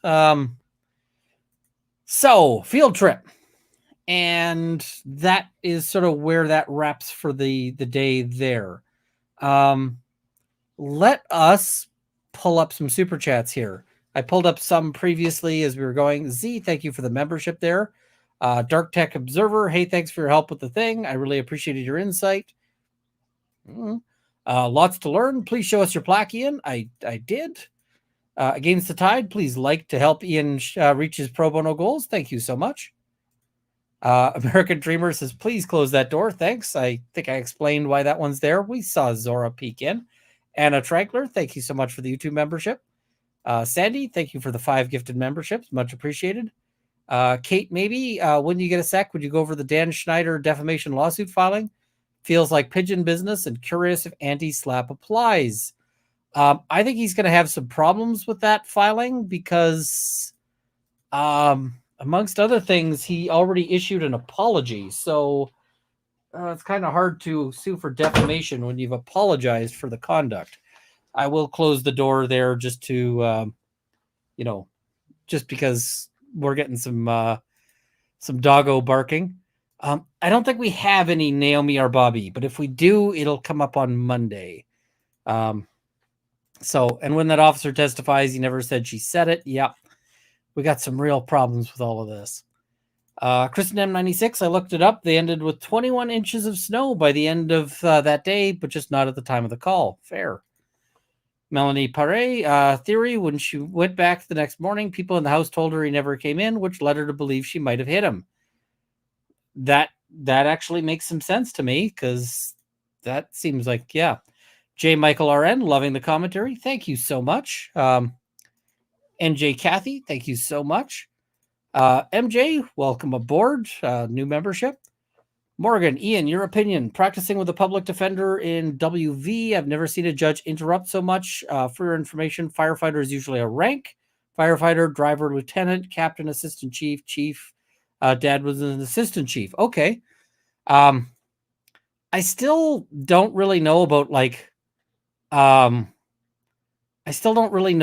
the use of, now I'm getting people saying, open the door again so that we can maybe see Zora again. Okay, 1 second.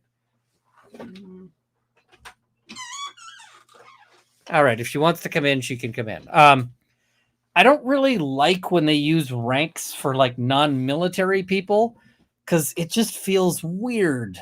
Civilian ranks don't really hit the same. So it's kind of like somebody coming in and being and insisting on being referred to as assistant to the general manager or whatever. So, yeah. Anna Juice, Zora and Potter Treats / Defense Fund. Thank you so much. Roro, thank you for the 5 gifted memberships. Why is the judge not allowing grounds even? They make the objection. The judge either understands the objection or doesn't. And if there's an issue, they go up to sidebar. So they're trying to do this to avoid having those fights in front of the jury. Eva Ristev, I'm getting that wrong, I'm sure, but it says 8 months, but I've been here since Depp be heard. Thank you so much. Jada Distel, thank you for the new membership there.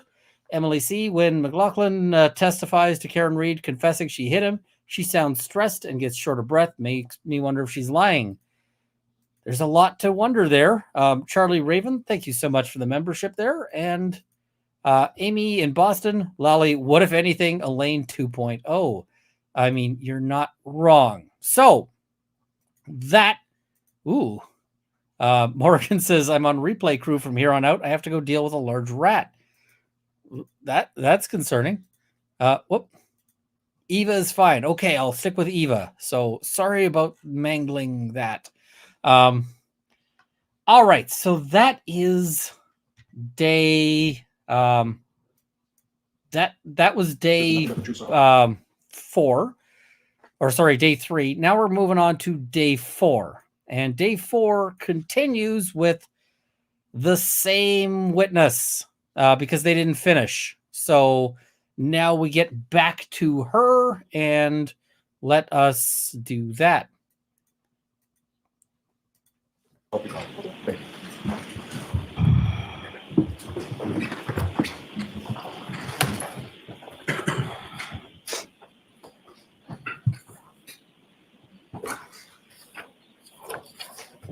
Whenever you're ready, Mr. Lally. Take it on.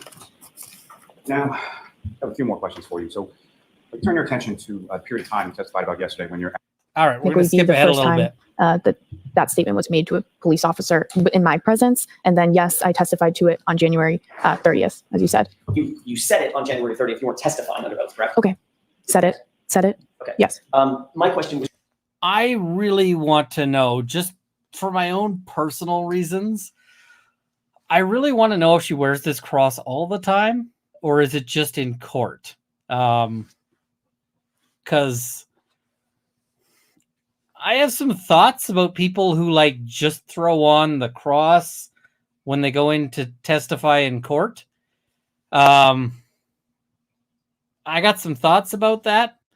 In the same way, I've got thoughts about like military officers who show up in their military clothing when they're getting, facing charges. I'm like,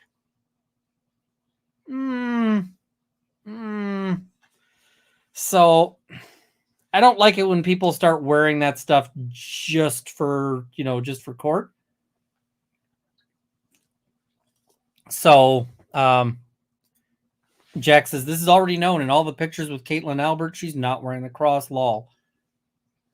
I mean, in those pictures, wasn't that a picture that's like at the beach? I could see why you might leave the cross off at the beach. But I want to know, like, if she's going out, like, if she goes out to a nice dinner, is she wearing the cross? If she goes out to, whatever. So, yeah.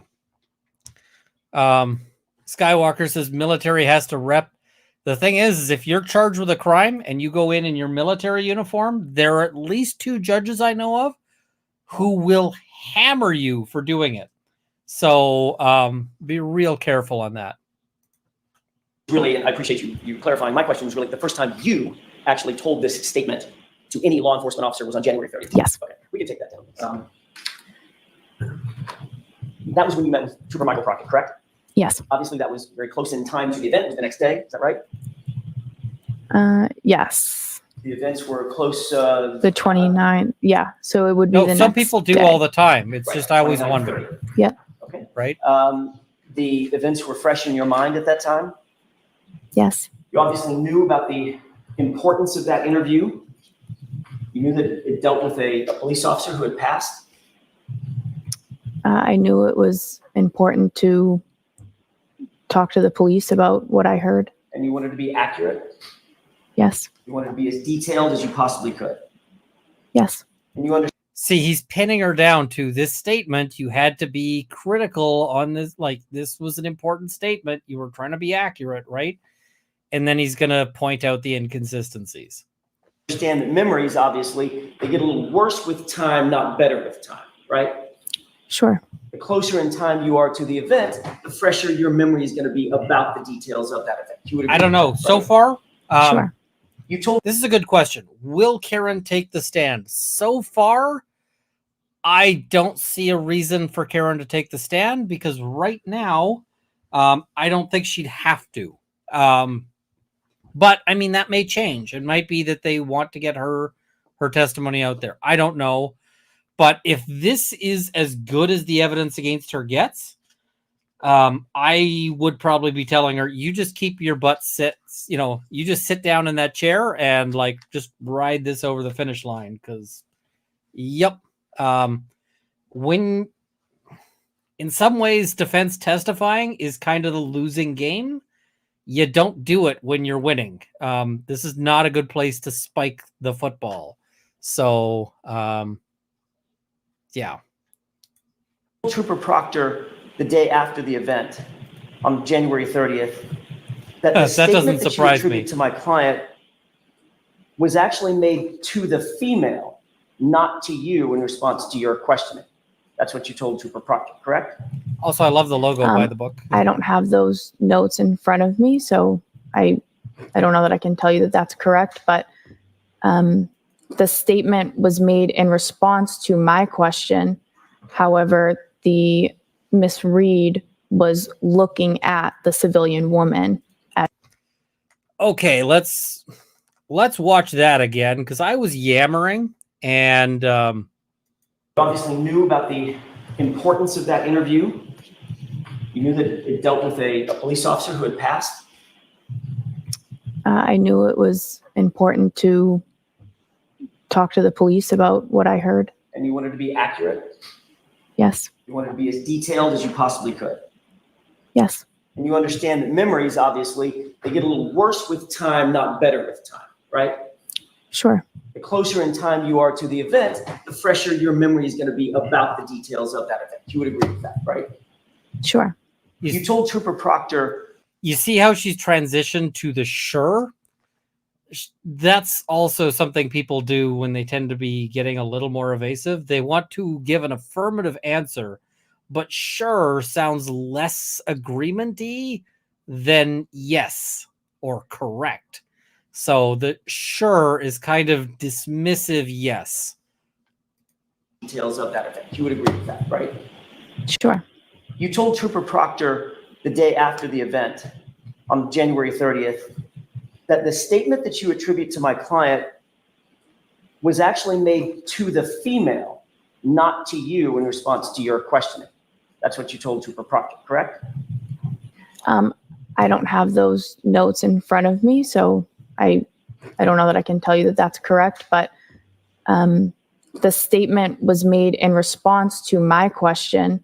However, the Miss Reed was looking at the civilian woman as she said that.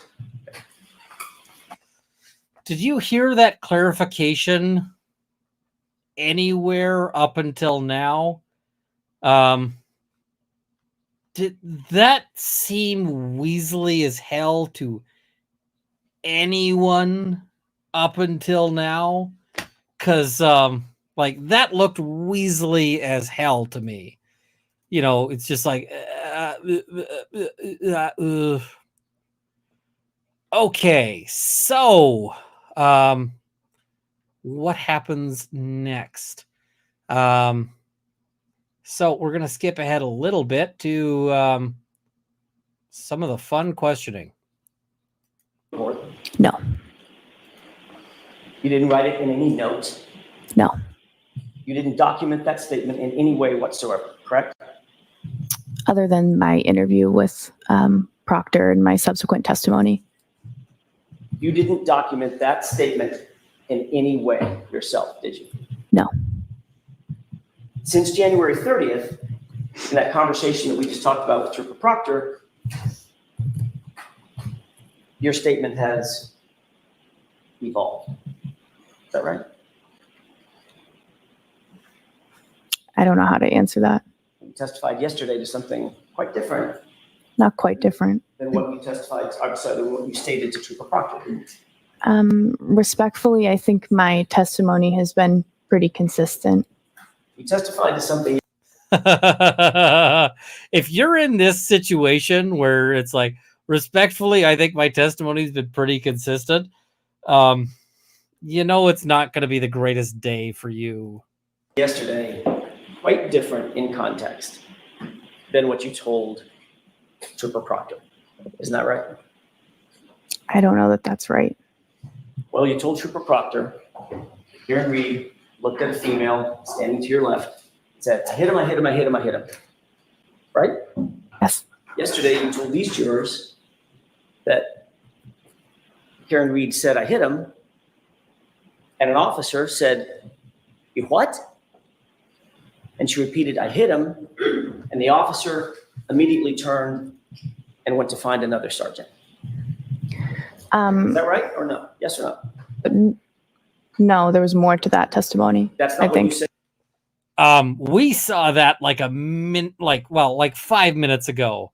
So yeah, that's exactly what happened. He was, she's just not happy that he's pinning her down to the fact that her testimony is getting all sorts of fuzzy. Yesterday? I think I said more than that, than what you just repeated. Is what I said consistent with what you said yesterday? There's a lot of things that you said. More of. I'm asking, is that the sum and substance of what you told these jurors yesterday? Yes. So you would agree that from that time till yesterday, your story has evolved. It's changed. Would I agree with that? I don't know that I agree with that. You think the story that you told Trooper Proctor is exactly the same? I understand what you're saying. So I understand what you're saying. So has your story evolved? Okay. Yes. Okay. He pins her down as, on this one. This is a good question that I want to address here.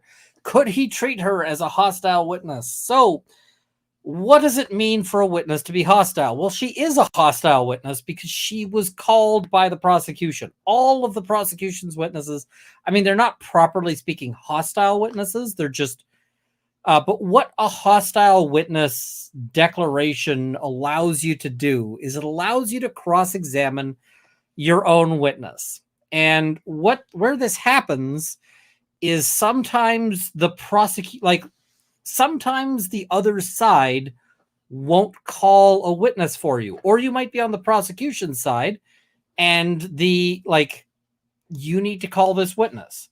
So as an example, I once needed to call my client's ex-boyfriend to suggest that the gun that was found in the car belonged to him and not to her, not to my client. And so the prosecution said, I'm not calling this witness. It's up to you if you want to call him. So I'm like, okay, I have to call this witness.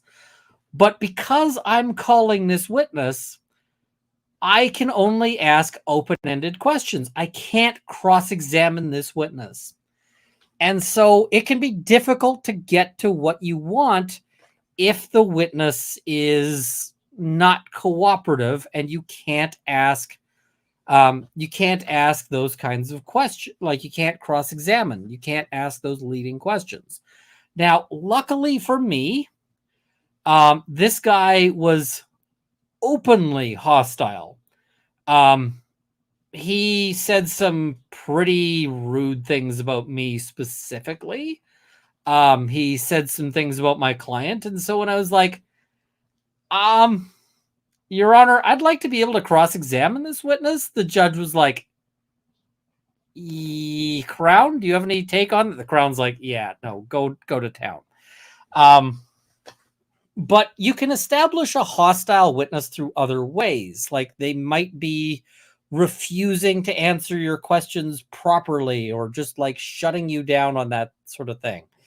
Like, a lot of the time you will ask things like, and then what happened, right? And so let's say I've got a witness that I've called, and let's say it's my client's old boss and they left on bad terms. And so I am asking it's, and then what happened? And then what happened? I'm asking those kinds of questions because that's what you do on when you're on direct. And so it's like, and if I say, and then what happened? The guy's like, I took another step. And you're like, and then what happened? It's like, I took another step. And he's obviously being that kind of obstructionist. Then eventually the court is going to be like, no, you can cross-examine. That's fine. So go to town. So that's what a hostile witness is when you get that permission to cross-examine your own witness. But it's not really something that is relevant here. She's adverse because she was called by the prosecution, so they don't have to do that. So.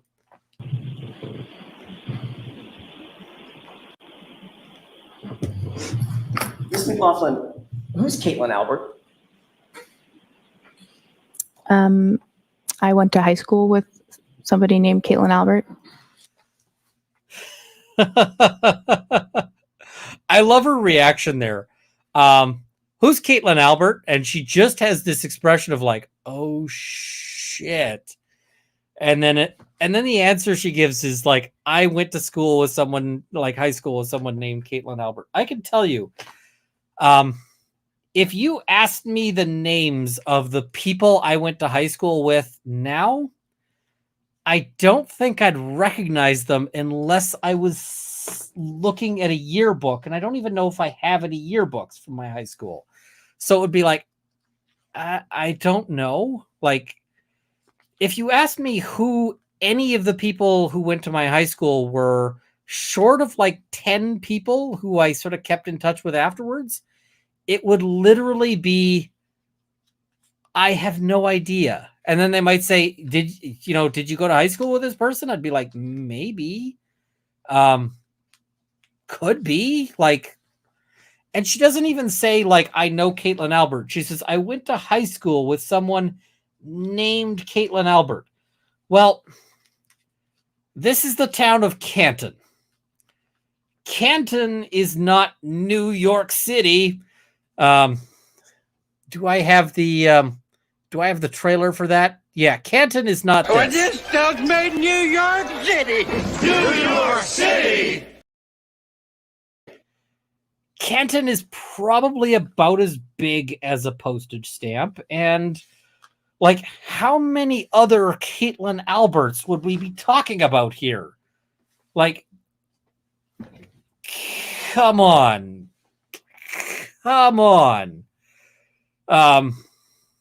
This answer is already making me go, and that's before we get to like how she deals with this. So, yeah. With somebody named Caitlin Albert. I went to high school with somebody named Caitlin Albert. So do you know Caitlin Albert? I do. You're friends with Caitlin Albert? I would say more acquaintances, not close friends. How do you describe an acquaintance? I mean, the thing is this is potentially fair, right? There's people who are friends. There's people who are acquaintances. You know, if you ask me about, and sometimes it can be hard to say, like, there's some lawyers I really like hanging out with, but I never really see them unless they're at an event, right? So it's like, are those friends? Are those acquaintances? There's other people who I like, but I don't, or who I just, I don't even like necessarily. I just see them when I see other people, like that kind of thing. That's a thing. But just answer the questions. Say that we have mutual friends, so we might see each other occasionally because of mutual friends, but we don't have a one-on-one friendship or hang out regularly.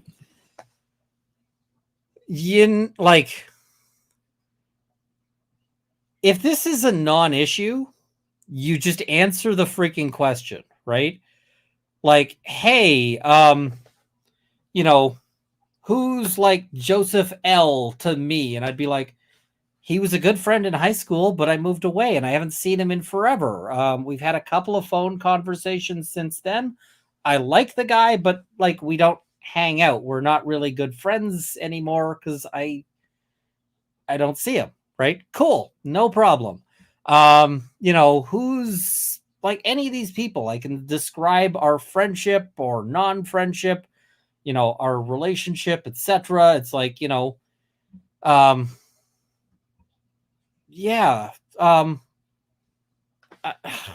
she's like, you could tell that she knows that this is a landmine and she's trying to step around the landmines.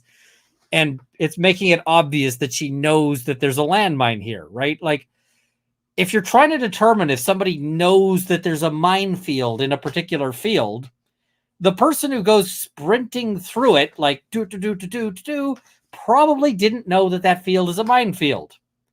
Whereas the person who is, like, tiptoeing through and making the face every time they take a step probably knows it's a minefield. She is making the tiptoeing expressions here as we go, if that makes sense. Who's her dad? I don't know. You don't know who her dad is? Do you know who her family is? Objection. Sustained. May we approach her? Yes. There's an objection to who her family is? I mean, I guess it's because she says she doesn't know this person, but like, could it be the Alberts? Like, who else would that be? I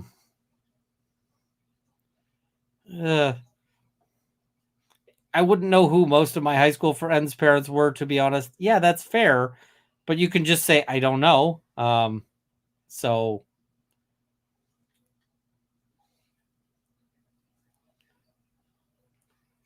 but like, are her family not the Alberts? Oh, time to zoom in. Let's see if we can get right up her nostrils as they slowly zoom in. Can we get like some creepy music as we do this? Is that a doable thing? All right, we might.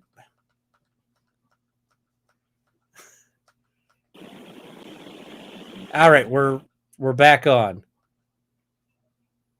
Yeah, and they're back looking at her. Because of course they are. Miss McLaughlin, I'm going to let you step out for a few minutes, show them what you have, and let a court officer know when you're ready for me to come back out. All rise for the court, please. All right, so she's stepping out for a few minutes. We get the fan. Everybody loves fan, right? I will say, I love that Court TV did this to stop the fan. Thank you, Court TV. Thank you so much. We really appreciate it. So yeah, I hate the fan. I love that they've replaced this. So did we get the... Oh, I must have skipped over the jury view discussion. No, this says... No, this is not the jury view. They just prepared this knowing that they'd have a jury view. So they're not to be put up on the screen. First in order would be Items okay. that you...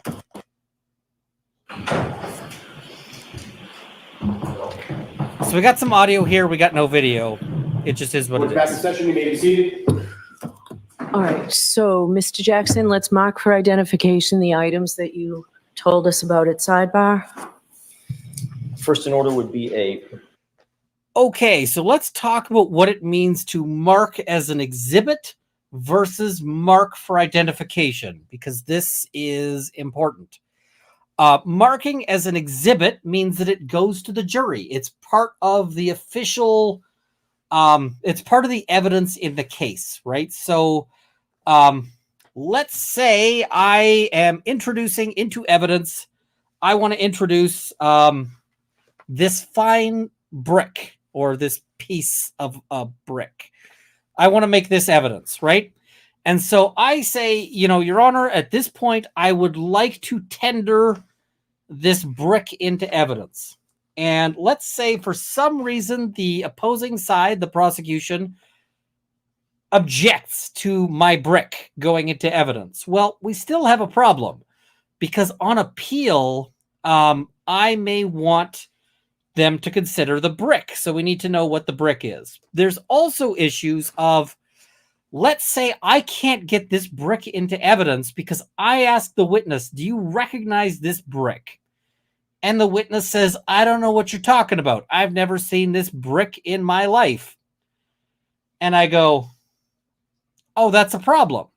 But I think I can get this brick into evidence through some other witness. I think that there's another person there. I'm going to go over and bring up this brick to another witness. I'm being told I have to check out Law and Crime for this, so I guess I will try to pull up the Law and Crime stream for this for a bit. I hate the Law and Crime. I don't hate Law and Crime as a thing. I just hate the way they do their streams because they put so much garbage on them. So let me see if I can find their video for this. So day 4, okay. So let's back to what I was saying before I got so distracted, and I was going to say so rudely distracted, but so let's say I've got a second witness who's going to be called later, And that later witness, I want to suggest that this is the key brick, that it should be in evidence. But one of the problems is I need to establish that the brick that witness number 2 is talking about is the same brick that witness number 1 was talking about, right? Because otherwise, having witness number 2 confirm that they know what this brick is doesn't matter. Who cares, right? Because it's not necessarily the same brick. So that's why you'll mark things as for identification. That's sort of the distinction there, is that if we mark this brick for identification purposes, then we get to the thing of, okay, we've identified that this is not just any brick, but this is a specific brick that is, that we have referred to in this case. Now, usually it won't be like a brick. It'll be a video recording, an audio recording, a picture, these kinds of things. Wonder Bucket, why do you keep a brick on your desk? I used it in a video, and I haven't gotten rid of the brick. I might end up auctioning the brick because for charity, because we did that with a rock before. So it might be that this brick ends. Is that going to be a thing now? Maybe it's going to be a thing. So, yeah. All right. Let's try this. I'm going to crank up the volume. I'm going to embiggen. I'm going to pull this up. Let's see if we can. I'm going to pull it up even bigger. Let's see if we can see this. All right. So, Mr. Jackson, let's mark for identification the items that you told us about at Sidebar. First in order would be do you want me to describe them for the record, Your Honor? No. So they're not to be put up on the screen. These are 4 items. Well played. One Well of them- played. So don't describe them. I need to see them. So let's bring them up, mark them for identification, Madam Clerk. Then you'll get them back. But I need these marked for identification, and I need to see them.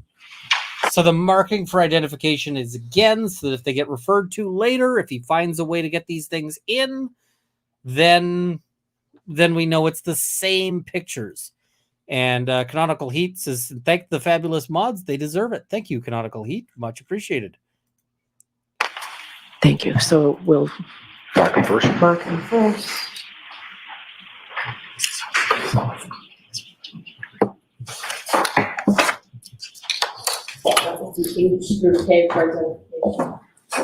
I hate the scrolling garbage at the bottom.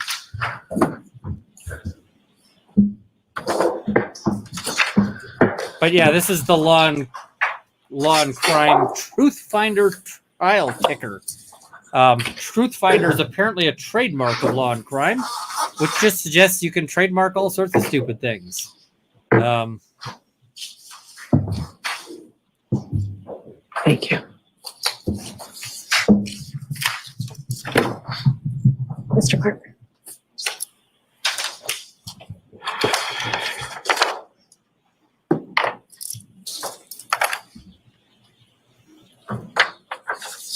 I'm just going to comment a little bit on this. Hope all those people like one another. That's tight. It is very tight confines. And I'm just going to say, with them having to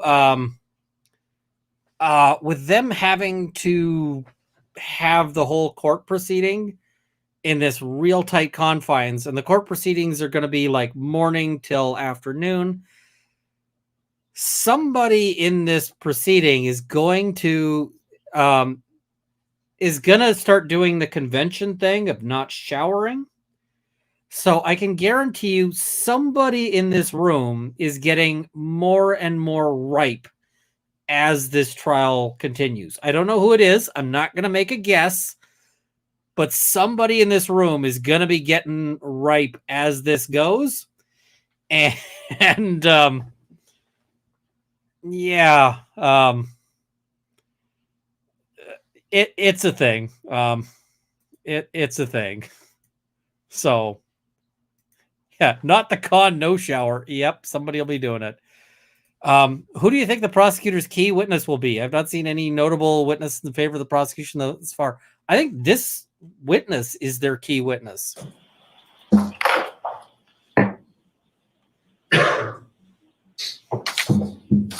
Okay, so we have four pieces of paper marked for identification that appear, you got these off of. This is a good question. If this goes on appeal, how will the appellate court be able to deal with the non-objection objections and what basis the judge ruled on?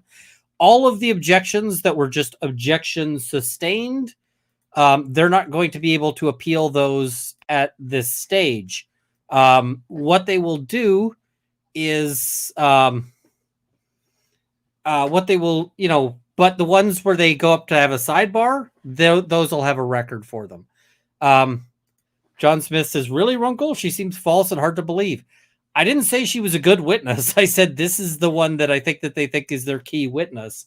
I just don't think she did well. Just because she's a key witness for the prosecution doesn't mean she's a good witness, if that makes sense. So, yeah. Social media sites, Mr. Jackson? That's correct. Okay. When did you get these? I couldn't tell you the exact date, but we've probably had them for between 6 months and a year. All right. Okay, so let's talk about why this is an issue. An objection has been raised to these issues, right? Or to these to this picture going in.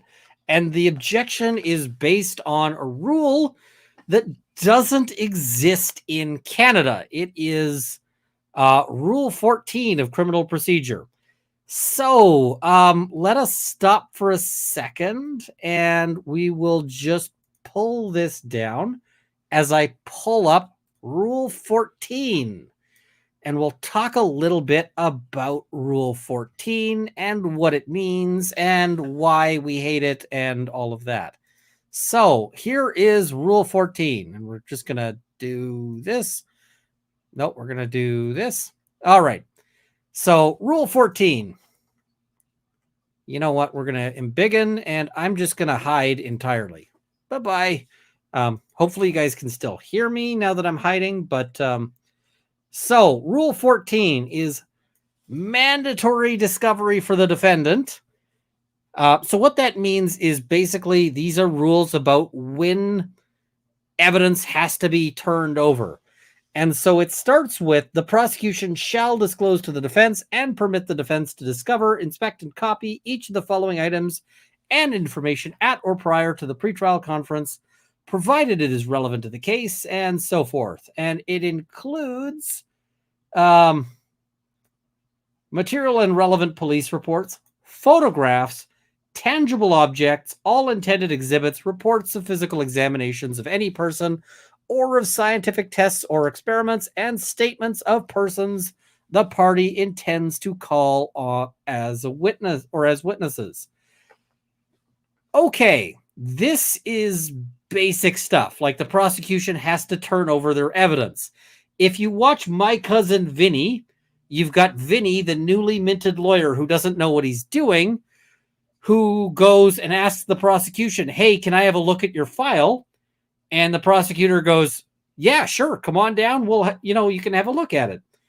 And he goes, yeah, I totally tricked him. I'm getting to look at his file. And his girlfriend goes, he's got to give you that, right? Like, that's required, right? That's what this is. He's got to the prosecution's got to turn this over. Nellie, I'm getting to that. I'm getting to this. So let me get there. Now, the defense has reciprocal discovery obligations. And this is just Massachusetts, right? This is just Massachusetts.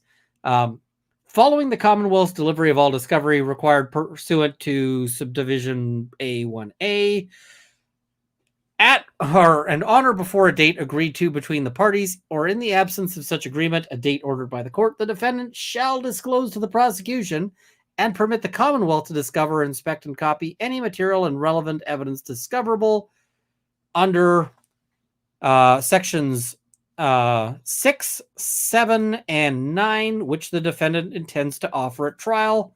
So 6 is the expert evidence, but 7 is that bit we just noted that includes photographs. So after the prosecution has turned over their evidence, then the defense has to turn over some of their evidence. And you note that it's sequential, right? Prosecution discloses first, defense discloses after that. Now, let's talk about whether this is covered or not.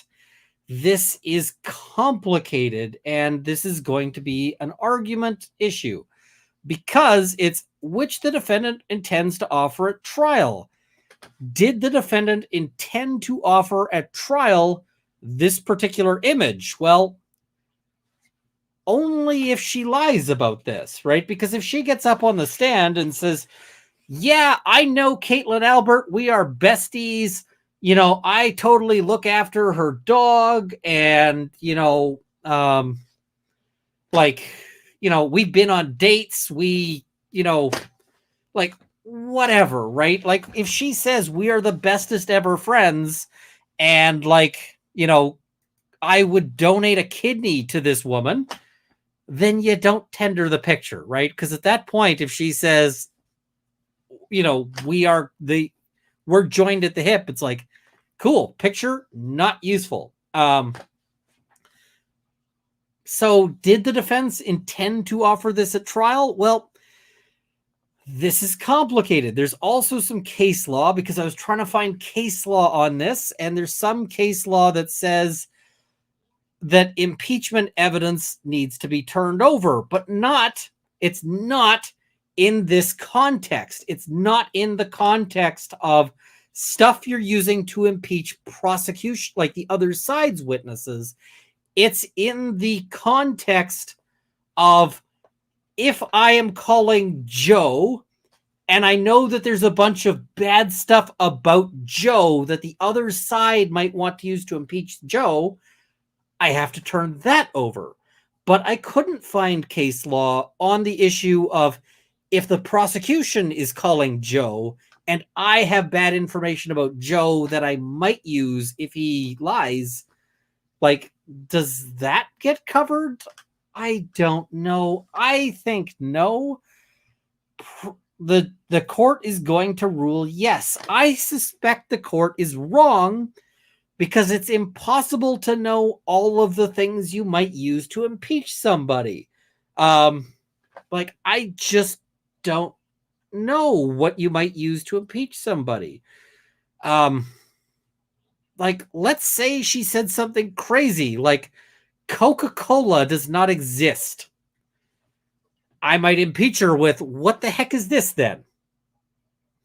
And I imagine she would have a hard time answering that question.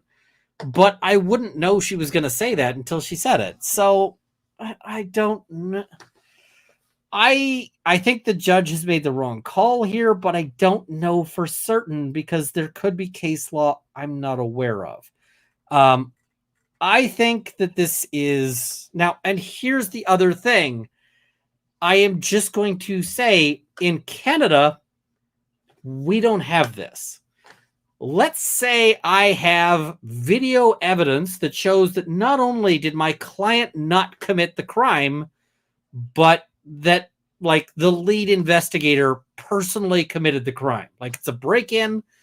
I happen to have video, and it shows that the officer, like, that my client is not there, but that the officer is breaking into that place.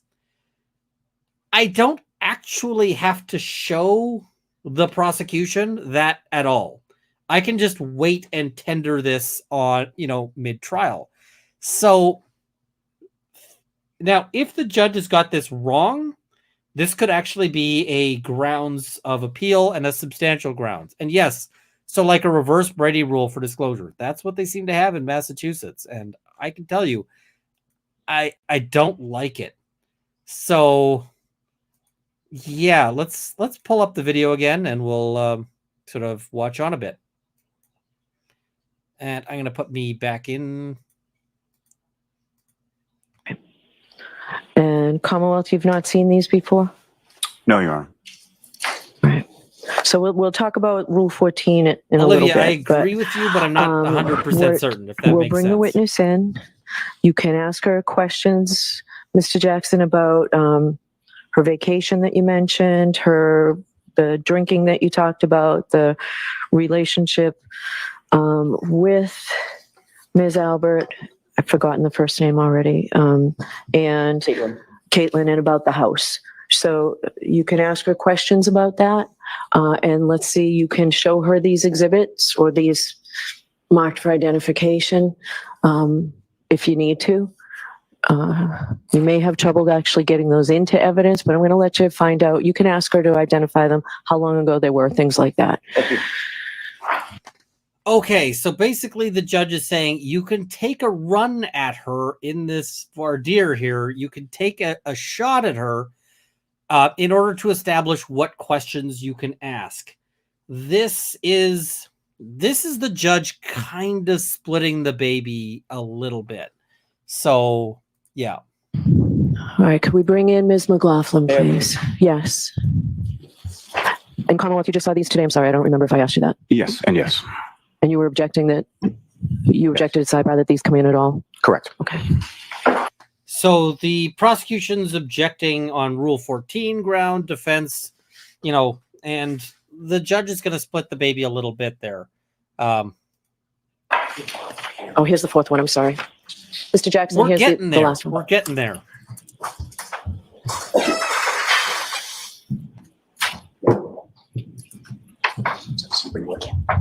All right, so Ms. McLaughlin, Mr. Jackson's going to be allowed to ask you questions outside the presence of the jury, and you're still under oath and you have to answer them truthfully, okay?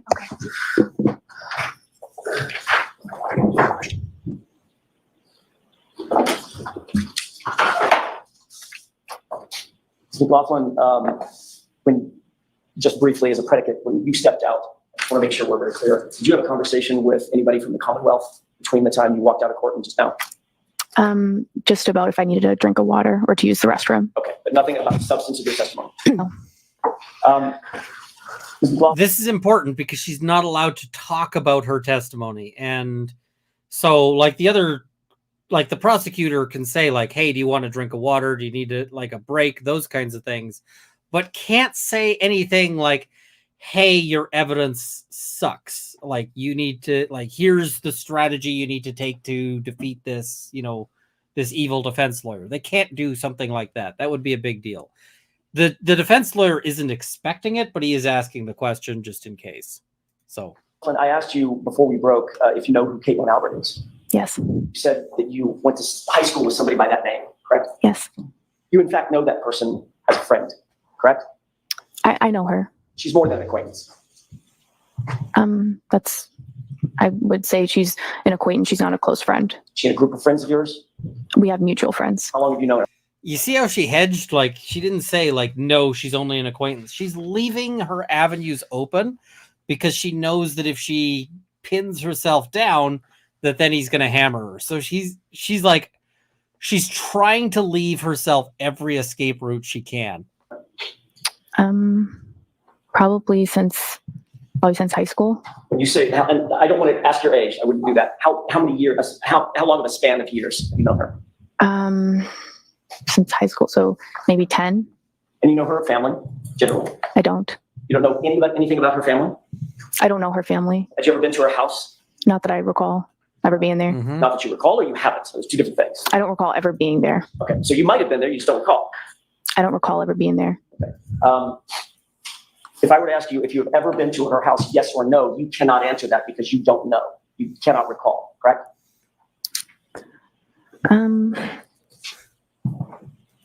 She's like, I don't know what the answer that doesn't screw me is here, because she just said she doesn't remember if she's ever been to the house, and now she's like, it's like, I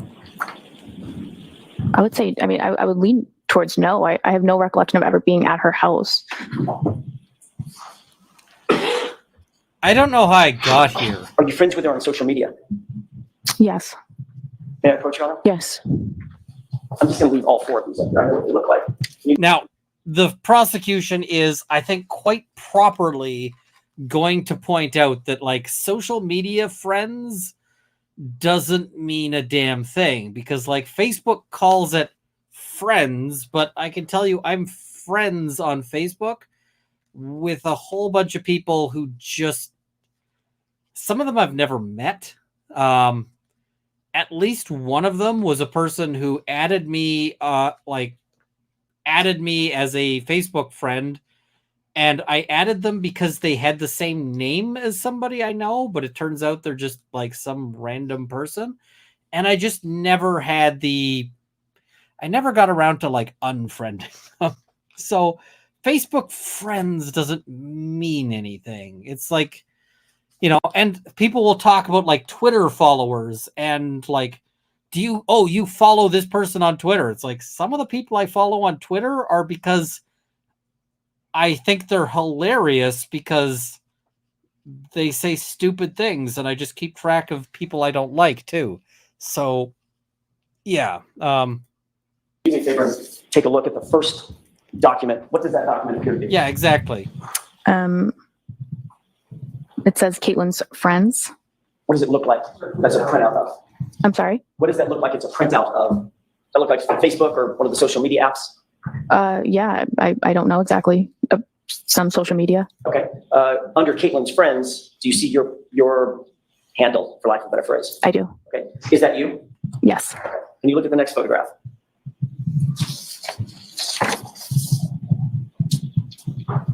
Before we talk about that next photograph, which is, I should go in order for the record, Your Honor. The first one was H.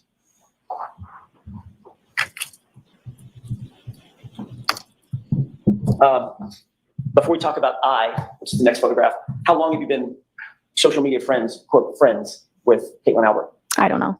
More than 5 years? Probably. More than 8 years? I don't know. Here's the other thing. I have some people who are Facebook friends who I used to be friends with, and don't know anymore, right? So especially if they like don't post anything to Facebook, then I just never think to remove them. So the second photograph, or the second document, appears to be a photograph. It's I, is that right? Yes. Do you see yourself in that photograph? I do. You see Caitlin in that photograph?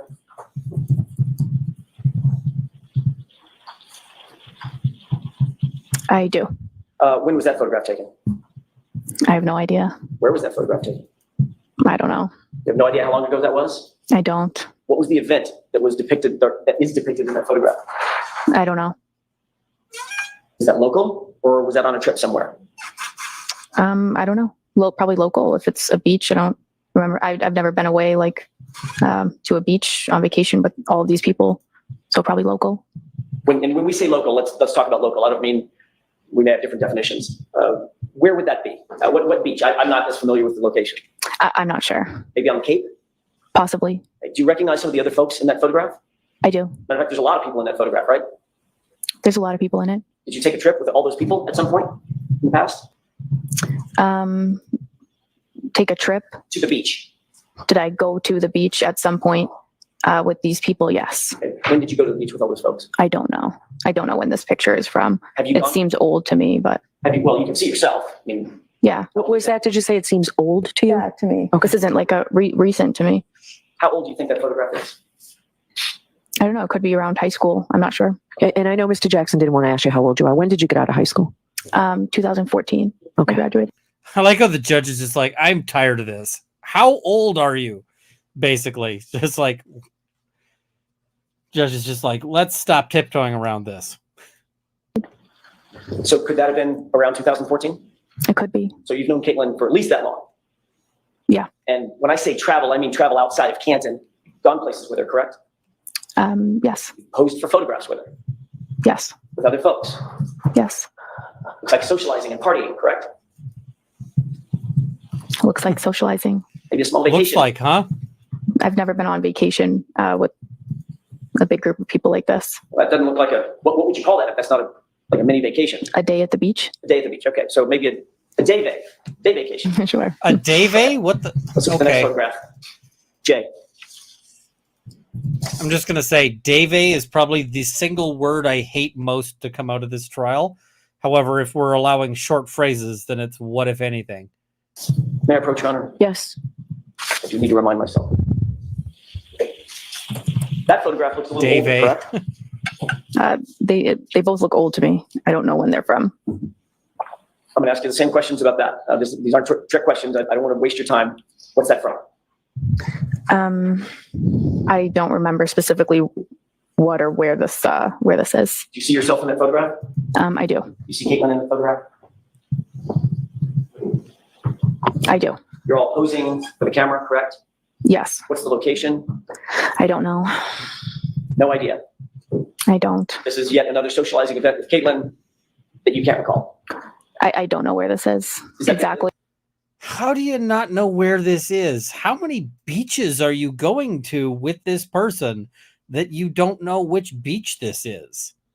Right? Like, you would think that you would know where. Like, she's just like, I don't know. It's like, if I take a picture with somebody, especially if it's like somebody I don't see a lot, I'm like, yeah. And somebody's saying, can the jury see the pictures? No, the jury does not get to see the pictures at all. Like, I don't believe her at all. I'm sorry, I didn't mean to step on your words. Go ahead. I don't know where this is exactly. So you've had so many I love the defense response here. socializing events with Caitlin and other folks that you can't pinpoint this one as opposed to any of the others that you've had. No, I'm saying I can't. These. Once she gets called on that, like, how can you not know? Has there been so many? She's like, now she's got to backpedal that. Photos are old. I don't know. I don't remember where these were or the circumstances around them. That's what I'm saying. You see how you're dressed in that photo? Yes. You see how you see the other friends that are there with you? Yeah. How many people would you estimate are in that photo? Do you want me to count how many people? Give me it. I don't have the photo in front of me, so just give me it. Is it more than 5? 12. 12 people. Ish. Do you recognize those dozen people? I do. Did you go on a day trip with those dozen people? Yeah, possibly. When? I don't know. Where? I'm sorry. I don't know. You go on a trip with 12 specific people and you don't know where that trip was. Like, you don't remember that trip. I don't see that. I don't think, were they entered as exhibits? It sounds like the judge excluded them. So I don't think the jury will get to see the pictures. In fact, when he starts describing the pictures to the jury, there's an objection that gets sustained. I don't remember. How many times have you gone on day trips with those dozen people? I don't know. How about turning back to photograph I? How many times have you gone on day trips and socialized with those number of people? So it's like probably double that, 20 or 25 people. I don't know. That's a big group of friends of yours that includes Caitlin Albert, right? A big group of mutual friends. So it's not. So, she's had the experience of getting pinned down on some of the things she's saying. So now she's trying to say nothing at all in order to be evasive. Just that she's a mutual friend. She's a friend. Is that right? As I said before, she doesn't want to agree to this. I would consider myself more of an acquaintance. We have mutual friends. I wouldn't consider her a close friend, but yeah, I mean, that would be my answer. Basically grew up with her. Just a went to high school with her. I didn't grow up with her. I went to high school with her. When I say grow up with her, I mean you grew up in the same town as her, right? Grew up in the same town. Went to the same high school as she did. Yes. Socialized with the same friends as she did. Yes. Went on day trips with her. Yes. And apparently have all the same friend group. Right? I don't know that we have all the same friend group. These are people that we're both friends with. But you don't consider her anything more than just an acquaintance. I think I described it to you. The answer to my question is you don't consider her to be anything more than an acquaintance. I wouldn't consider her to be a close friend. Now let's take a look at the last photograph. Answer the questions. Like, she's just weaseling. Describe what's in that photograph. It's a picture of me Caitlin is in it, and there's seems to be other people in it as well. May I approach? Yes.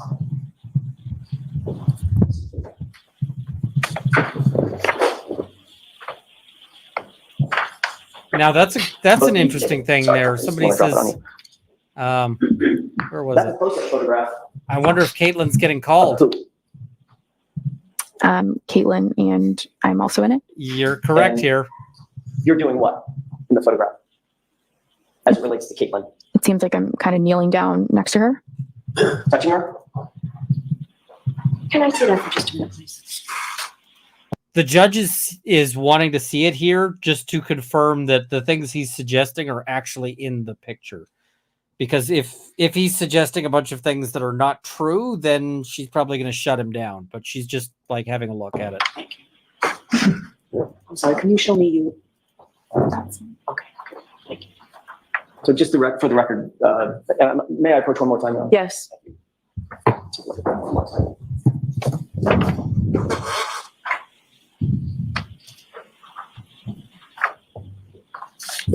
You're sort of just behind Caitlin in that photograph? Yes. Caitlin's the one drinking the beer? Yes. You got your right arm around her? All right. I'm going to see at this point, I'm going to pull this down. I'm going to see if we can, I think this is the point where we have the better coverage available. So I'm going to try to take us over to that because the ticker at the bottom is just so obnoxious. Near the time. I don't know how anyone can 29th watch of that. January. No.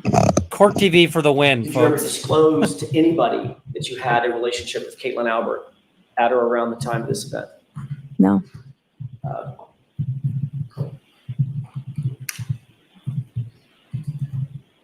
When you went to 34 Fairview, you knew that that was the Albert family home, correct?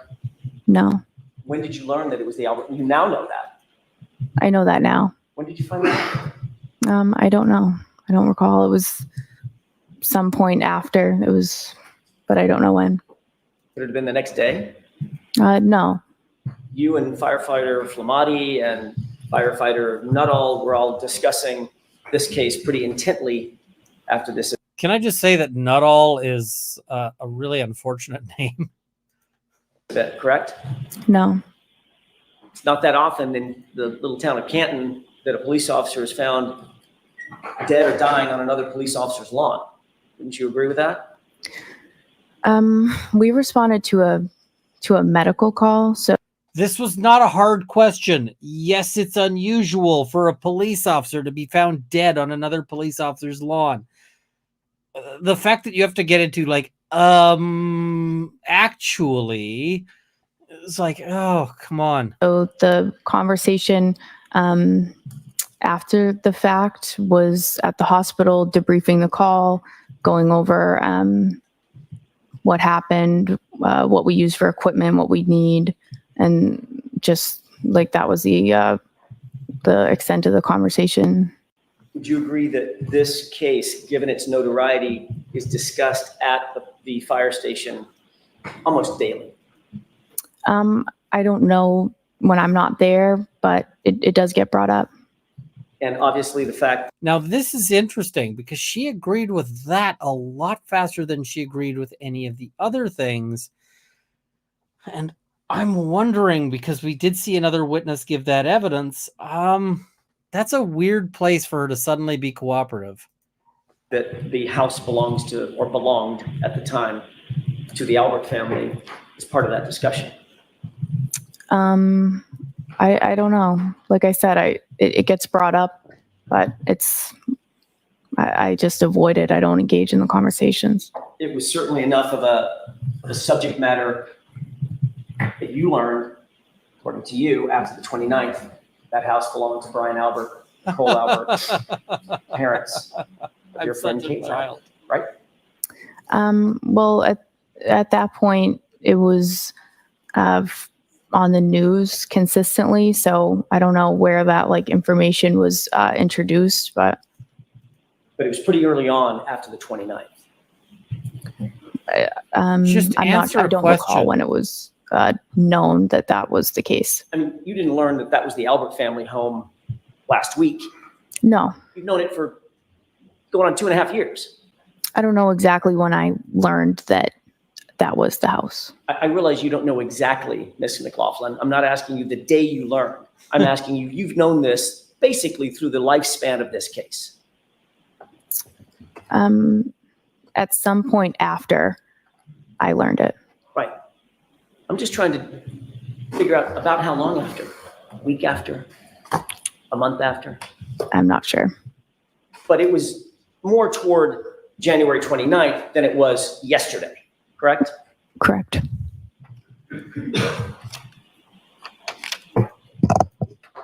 Have just a moment, Your Honor. Yes.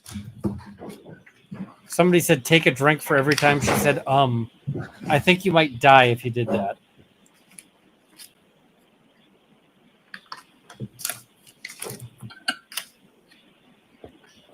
Oh, okay. I don't normally like when they zoom in on her, but I'm kind of liking this expression. This expression is a whole mood, isn't it, folks?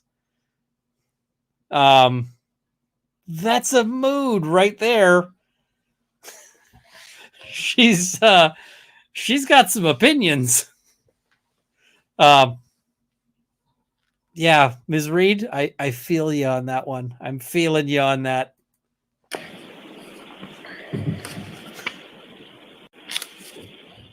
She's just like, you. A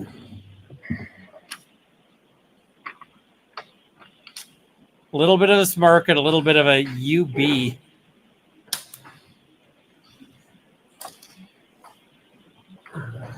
One other, just a couple of brief questions. Do you know any of Caitlin's siblings? No, You don't know Brian Albert Jr.? no, Do you know of any of her extended family that might be a little closer in age to you, like Colin Albert? no, You ever met any of them? not that I recall. Not that you recall, or no? I don't remember meeting any of them. Your Honor, that's all I have right now. All right, Mr. Lally, any questions? Sure. Just a few, Your Honor.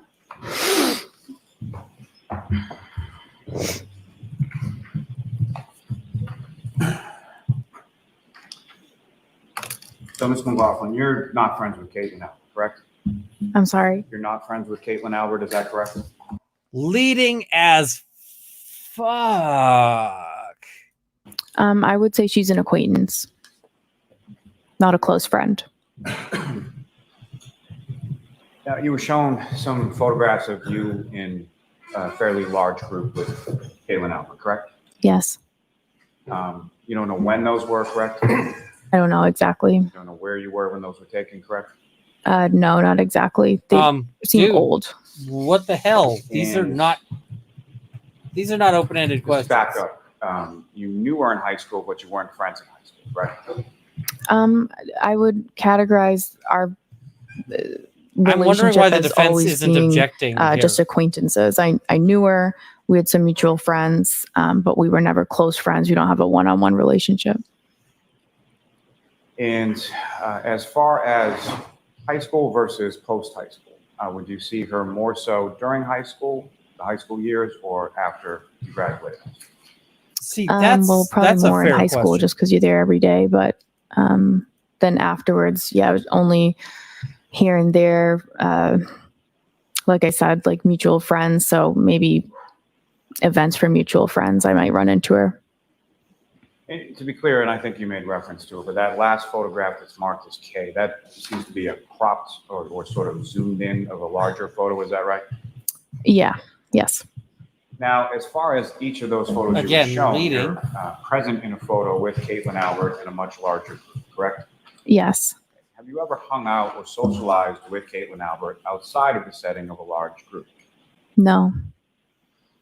Not unless you have pictures. You've never been to her house before that date of January 29th that you know, correct? Correct. She's never been to This your is house not in that front you of the know jury. correct? This is out of the Correct. view of the jury. The jury's not in the room.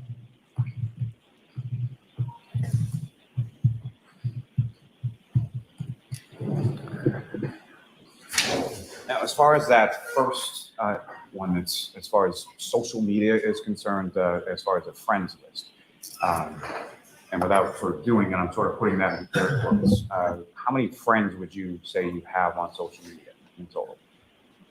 I don't know, maybe over 500. I don't know. And That's of the those point where you're 500 like people, pulling how up. many of those 500 people would you consider actual friends? Much less than that. Less than 10. That's the point where you like pull up their All right, Facebook why don't we just to wrap see if this up, it's Mr. actually. Wiley? Just She's like, "Are you going somewhere with this?" when it comes to that day that you responded, you're working with the fire department, you responded to a call on January 29th. Jury is not seeing any of Home, As you this. say, to somewhere on the side The of the jury road. is out of the Do you have room. any idea whose house that was adjacent to where the treatment was concerned with regard to your patient, Ms. Rose? No. I'm not. Okay.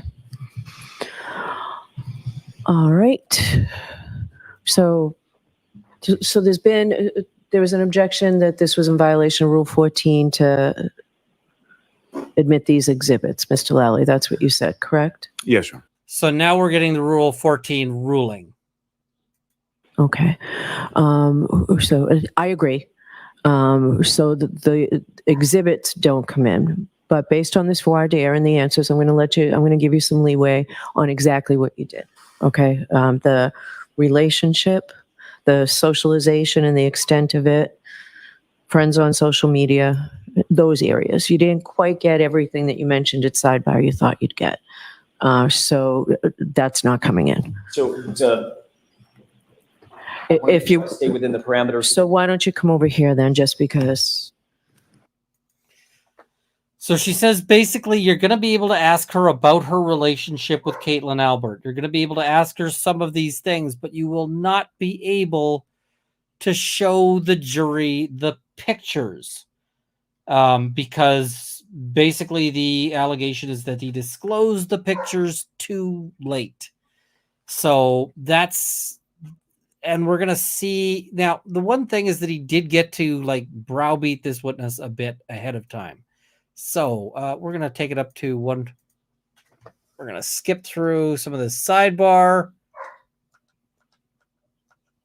Potter needs to chill out.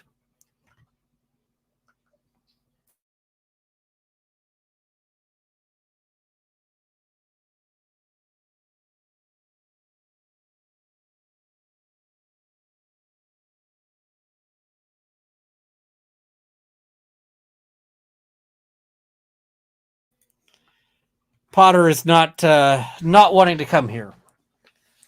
So Potter Bear. Oh, Zora's coming. There's the Zora face. There's the Zora. There's the Zora.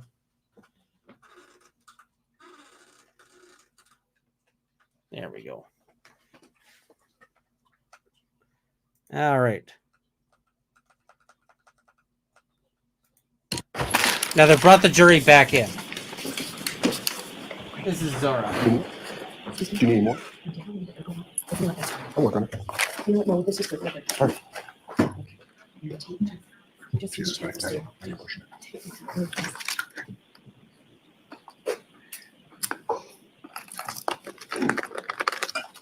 Awesome, thank you.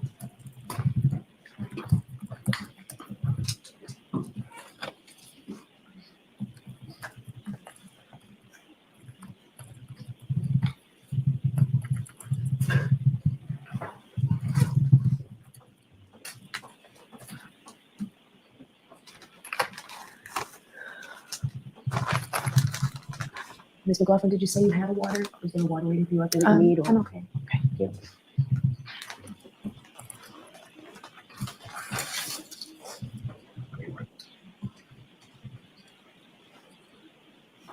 yeah. She's not feeling it. She's like, just treats, no up.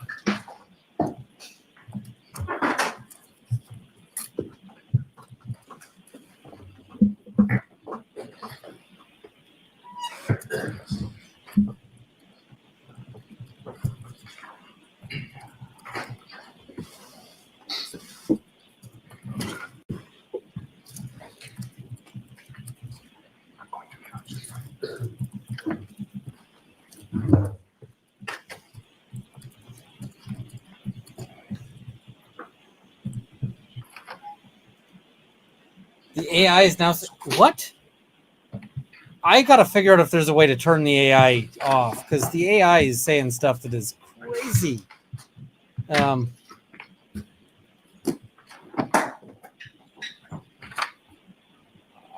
not a big fan of that.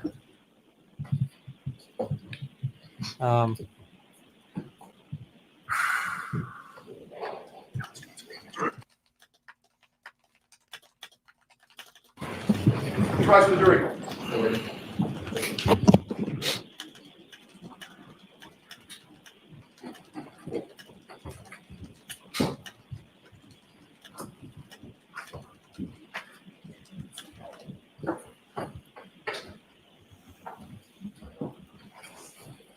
Yeah, I don't know how to turn the AI off. People are saying that. Oh, somebody's like, "Can I please give it Zora another?" This court is in session. Please be seated. So jurors, from time to time, there are things that I need to discuss with the lawyers, as you saw. We try and do it as quickly as we can. It's in an effort to make sure that what you see in here in this case is appropriate for you to see in here. So sometimes we spend a little time now that will save us a lot of time later. So we do appreciate your patience. Mayor, Your Honor? Yes. Thank you. Ms. McLaughlin, thank you for your patience. When we last left off, I was asking you about your relationship with Caitlin Albert. You recall that? Yes. I want to ask you a few more questions about that. You and Caitlin Albert have known each other for how long? Since high school. Which is, give me a span of time. So Now, here's the thing about this. Here's the here is sort of the wrinkles on this. He has had a preview of what her testimony and her weaseling is going to be like. She's had a preview of the of what a cross-examination would look like. So this exchange is going to be different based on that. probably about 10 years. You have traveled with Caitlin Albert and friends. When I say traveled, I don't mean to exotic locations. I mean day trips, etc. Yes. You have a group of mutual friends together, correct? We have mutual friends. Correct. Those mutual friends have gone on day trips with you and Caitlin Albert involved?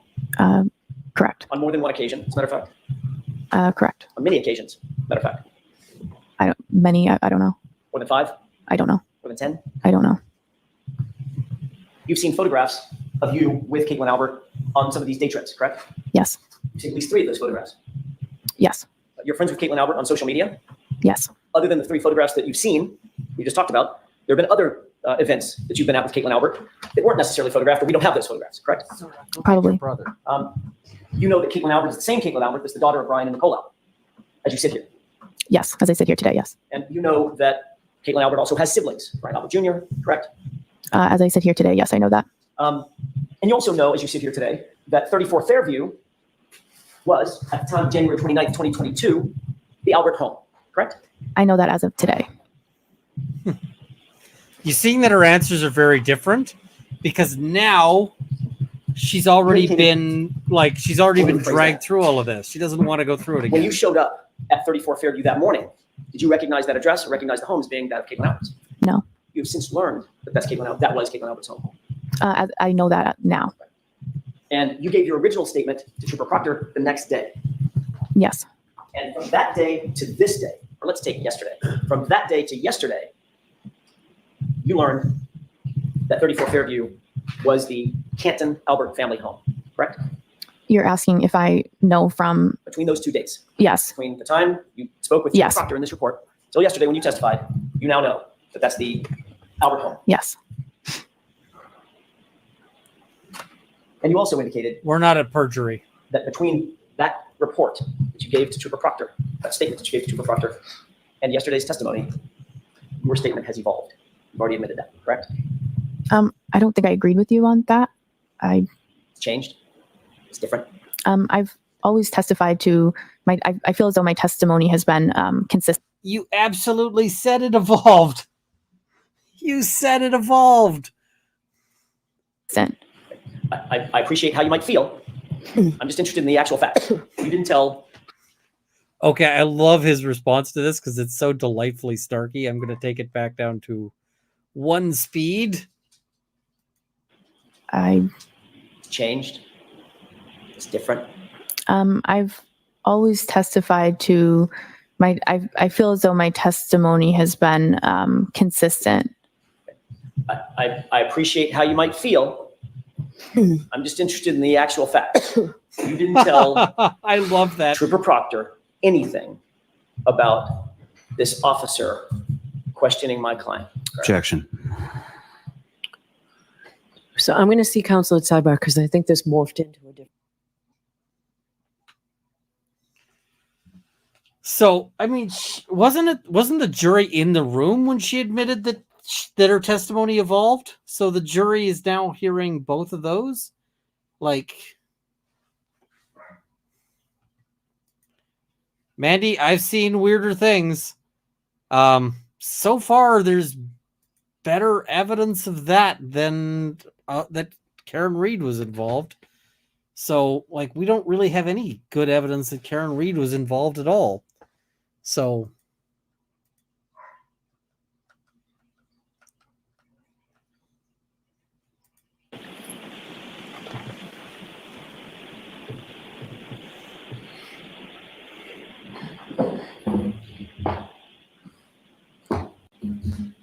yes, they absolutely can. Jury can decide credibility based on, based on what they see. A couple of other questions. When you did make this statement to Trooper Proctor, your visit to Canton PD was coordinated by another officer to put you and Trooper Proctor together for the interview, correct? I don't recall that. Do you recall being contacted by a completely different officer to say, hey, Trooper Proctor wants to talk to you, come on into Canton PD, let's have an interview? I don't remember exactly how the interview was set up. So that was my next question. You may have just told me this. Do you have any recollection who set that interview up? I don't. His name Kevin Albert sound familiar? No, You know Kevin Albert? no, You know him to be a police officer at Canton PD? no, You know him to be the brother of Brian Albert? Objection. no. The objection sustained. The objection is she said she didn't know That's all I who have. Brian. Okay. Allow Like- you to redirect. When she says she doesn't know who Kevin Albert is, then defense can't keep asking, do you know him to be the brother of Brian Albert? Because she said she doesn't know who he is. So that's verging into the defense testifying. They're not asking questions. Yes, sir.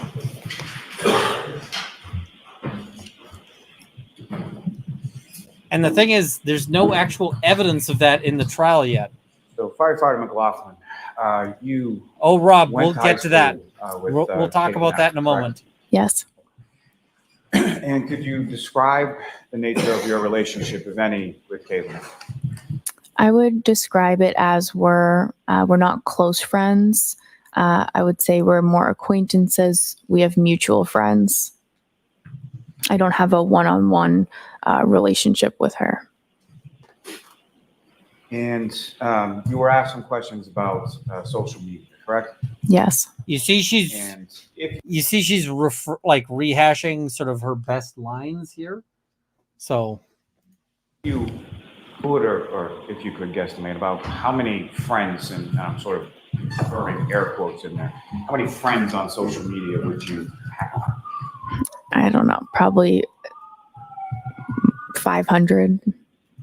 And of those probably 500 friends on social media, how many of those are actual friends that you talk to, interact with beyond social media? Much less than that.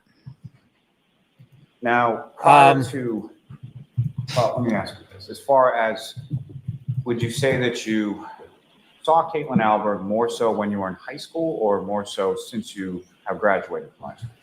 there's I would 2 say days. probably She's wearing a more white in shirt high on school one because we were day, there every day. So the skin colored on the other. And about what year or so was it that you graduated from high school? 2014. And as far as any sort of photographs that were referenced to you, have you seen those photographs? Here today, I saw them. Do you have any idea where or when those photographs were taken? I don't remember. And of those photographs, it's not just you and Caitlin Albert in a photograph. Is that correct? Correct. So a larger group of people, is that correct? Correct. When you were asked about sort of these day trips, they were sort of trips specifically on a day to a beach, it looks like, correct? Correct. And to a beach with a larger group of people, is that correct? Correct. And with reference to Caitlin Albert specifically, have you ever socialized with her in any setting beyond a setting that contained a large group of people? No. Now, with respect to, you went to, when you say high school, you graduated from Canton High School, correct? Correct. And you grew up in Canton, is that correct? Yes. And did you know Caitlin Albert before you attended Canton? Taking it up to 1.5. No, that's probably when we first really interacted was high school. And essentially, you live within the Thing town. is, they were told that they can't show I'm them. sorry, you work within the town that you grew up in, correct? Correct. And is that abnormal from a civil service perspective? No, from a civil service perspective, you're given more points for residency. So it's actually, I would say, preferred, or you're placed higher on the list if you have residency in that town. It's actually preferred and more common than uncommon as far as growing up in a town and then working in that same town in a civil service position like a firefighter. Yes. Now, during the course of the time that you've been on the Canton Fire Department, have you received calls to residencies or other places or even patients that you either knew or were familiar with? Yes. Would that be a reason for you to not go on a call? No. And you have an obligation, wouldn't you say, to respond to a call when a call is made and you're on duty in that station, correct? Yes. The objection sustained. Ask the question differently. As far as when you're on duty as a firefighter at a particular station That's house, when you get a leading. call, what, if any, choice do you have to respond to any particular That was the issue there. I don't have a choice. I just have to respond to the call. And then prior to that date of January 29th, had you ever been over through socialization or otherwise Caitlin Albert's house? Not that I ever remember. Has she ever been over your house? No. And again, had you ever socialized with her outside of a large group of people? No. When you responded on that morning, just after 6 a.m., the house of 34 Fairview Road, did you know who lived there? No. During the time since January 29th of 2022, have you ever spoken to Caitlin Albert about what happened that morning in front of 34 Fairview Road? No. Now, you were asked some questions on cross-examination about knowing sort of Caitlin Albert's parents' names or siblings' names or things of that, correct? Right. And prior to January 29th, you didn't know any of those names, is that correct? No. You learned of them subsequently, is that correct? Yes. May we approach this briefly? Okay. Yep. Off to another sidebar.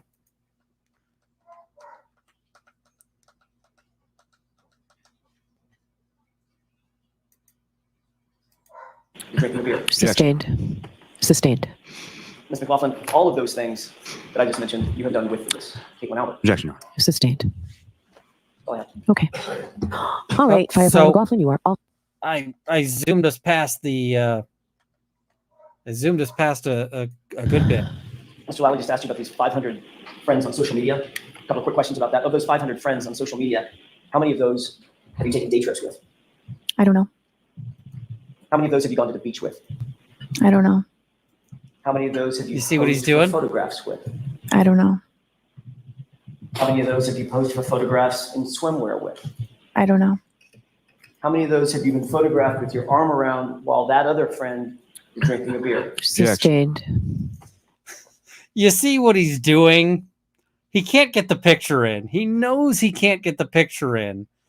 So what's he doing? Well, he's very, very much like telling what's in the picture without actually showing the picture. So it's like, dude, you had to know that was going to get objected to. I'm surprised the prosecutor didn't object sooner, because that was objectionable. Like that was a problem. So I appreciate his hustle, but that was definitely an issue. So Sustained. Ms. McLaughlin, all of those and you could hear the judge is like sustained in like the, come on, defense counsel, like seriously. things that I just mentioned, you have done with this Caitlin Albert. Objection, Your Honor. Sustained. That's all I have. Okay. All right, Firefighter McLaughlin, you are all set.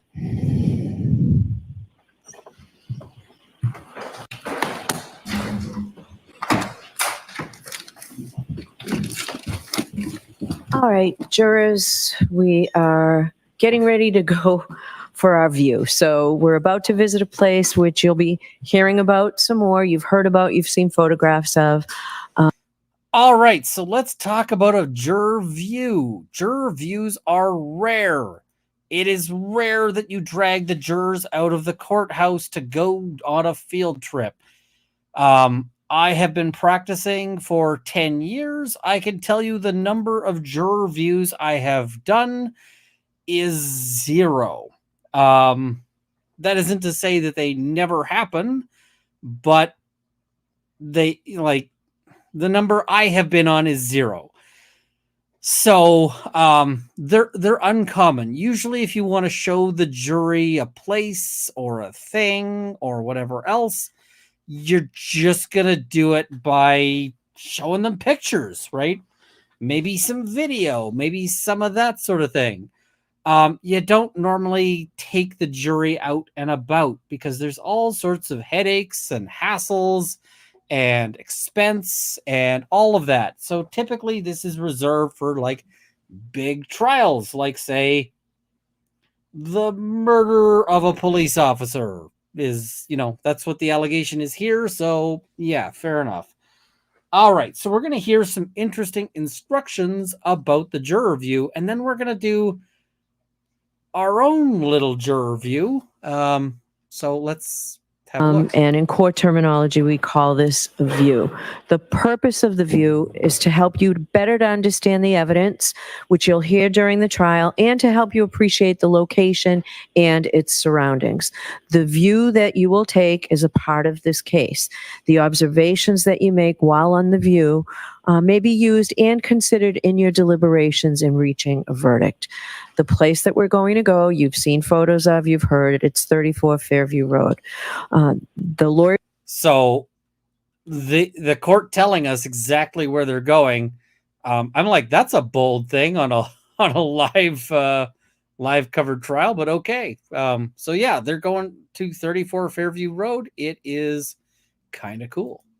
And I will accompany you on the bus. The attorneys may point out to you when she says bus, I'm pretty sure they have a rented bus. They're not talking about you're going to pay your fare and you're going to be on the bus with random members of the public. So yeah. Arrangement of the scene and items that they want you to pay guys special with note guns. of. That's but how. Otherwise, they cannot discuss anything in this case in regard to this case. And they can't talk to you. All right. They'll be able to do an opening here and they'll be able to point these things out. While you're on. So this is important. On the view, the lawyers and the judge are there to see if anything happens, but they're not allowed to say anything. They're not allowed to do anything. They're not allowed to go right there. They're not allowed to any of that stuff because that could be a problem. So instead, they just get to come along and see it, but they get to give them some advance notice here of here are things we want you to pay attention to while you're there, which is cool. On the view, it's very important that you can't take notes and you certainly can't use your phones and take photographs. All right. It's really just for you to see. You cannot conduct any independent investigation while we're there or at any time during the trial, as you've been told. You're not to return to the scene or ask anyone else to do it for you until the case is over. So this is your opportunity to take a look when we go. This is also important. If you didn't see something today, you don't get to go back on your own. So pay attention now, because if you go back on your own, that we will have an issue. What you are to do on the view may be best summarized in 2 very familiar words, which is stop and look. Okay. Your responsibility is to see the place, to observe it carefully, and to remember what you see. So during your trip to and from the place that we're going to view, you're not to discuss this case or anything about it among yourselves or with anyone, and you are not to permit anyone to talk with you about the case. You'll be under the turn to court unless the court officers direct you otherwise. And just so that you know, because some of this came up during our jury selection process. Spectators, if there are any, and all members of the press have been ordered to stay 100 yards away from you. All right, so you can go and you can. Why would there be spectators? Well, because this is a big trial, right? And they're like, there might be some, people there. They have to leave you alone.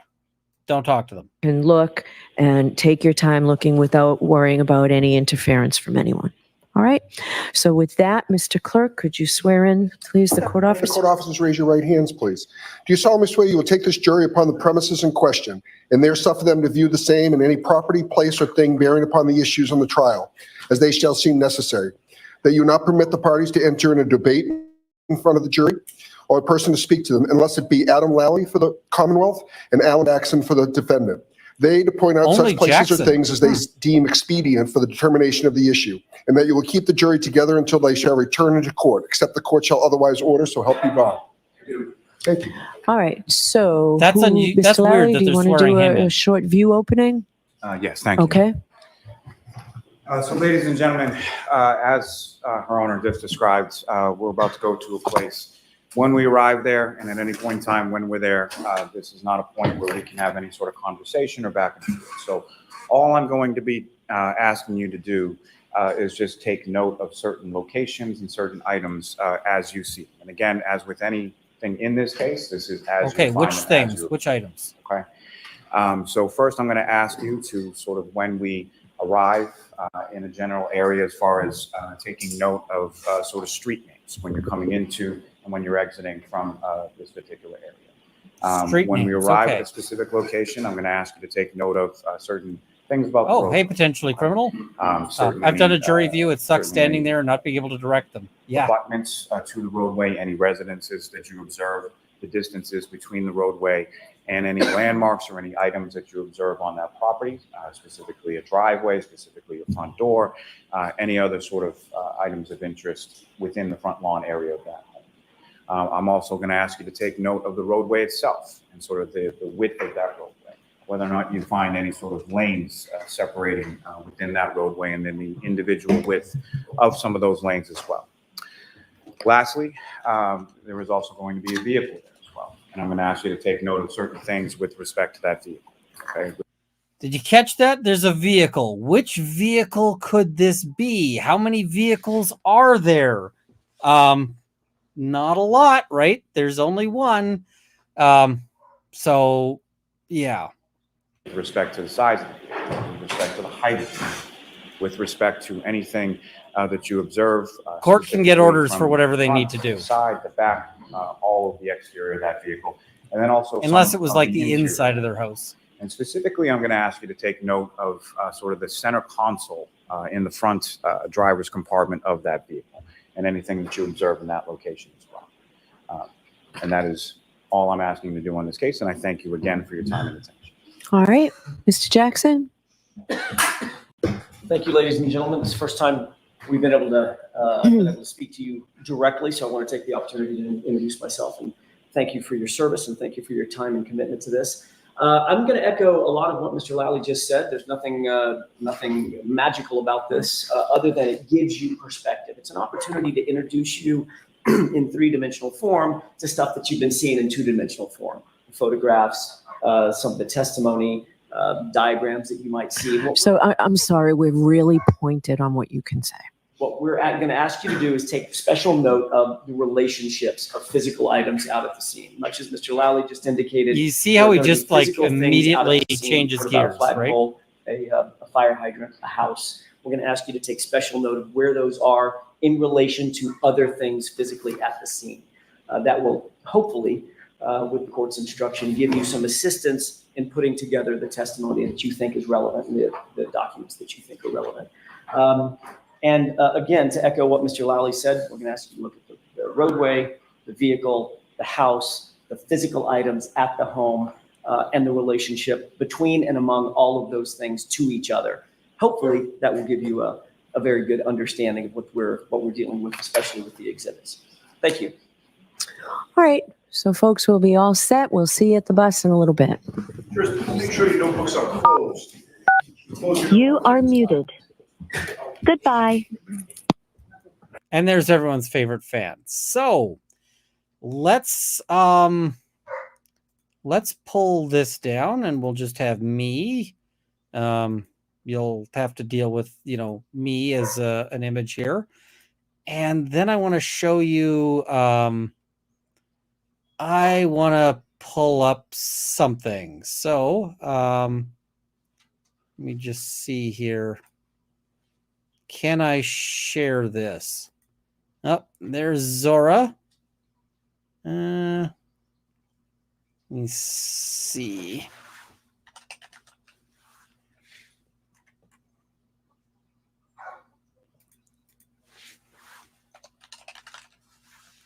Give me 1 second here.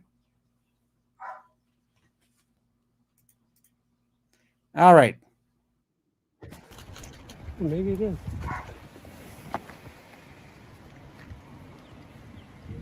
So now we're doing our own little juror review. This was a video that was posted to Twitter. I think Potter badly wants out. I will have to see about doing that. I might have to go and do that in a second here, but we can see here. Now, I'm just looking at this. This is apparently Ms. Reed's car, and I'm just noting here, I'm not seeing a headlight, like a tail light that looks like it was broken. I'm seeing a tail light that looks like it was entirely removed.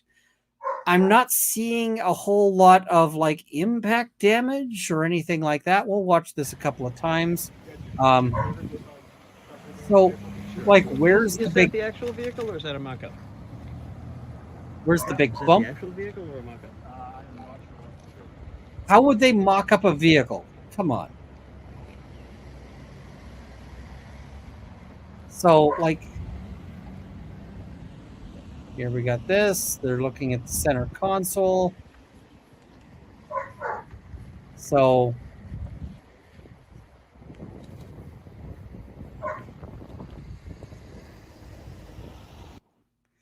I'm like, I don't see any dents on this.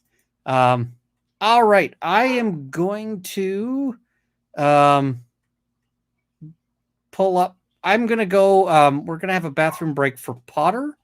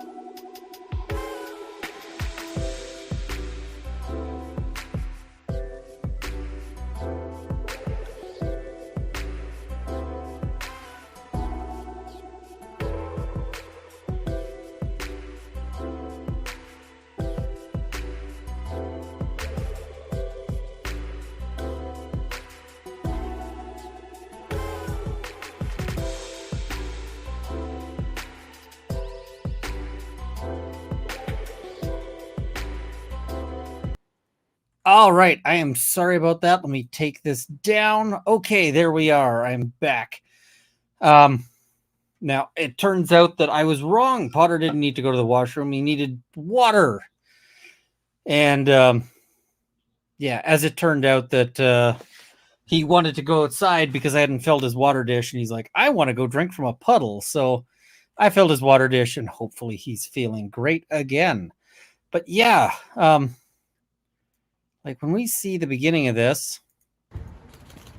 Maybe it is. Move, guys, and I see a little bit of what could be damage up by the window, but I'm not seeing. It doesn't look like anybody hit somebody at speed with this thing. So I'm just like, this is not making me feel super confident about the prosecution's case. So I don't know. Yeah. And the other thing is there are pictures out there that people have shown that, seem to depict that in fact that the whole, essentially that afterwards that light housing was still there. So all of this is suspicious. We're going to see evidence about that later. I'm not going to show that right now, but that seems to be sort of where that's going. All right. Let's embiggen me. Let's pull this back up. Let's put this to full size. Let's skip over the jury view, and we'll go back to our next witness. Next witness. This is Gregory Woodbury, Lieutenant Gregory Woodbury. And we're going to see the judge starting to get annoyed too. Because there's some stuff that's been annoying me. We'll see this. What is it? Jesse noting, I accidentally backed my van into an F-150 truck in a parking lot. Wasn't going fast at all and completely smashed the back of my van. Had to have my rear gate replaced. There's no way that hit anything. So, this is going to sound bad. I don't want to call out anybody. Somebody was driving my car. It wasn't me. Well, we'll just go with my car. And they hit something at low speed and it totaled the vehicle. So, yeah, that totaled the vehicle. So I'm like, they're saying that this was, yeah.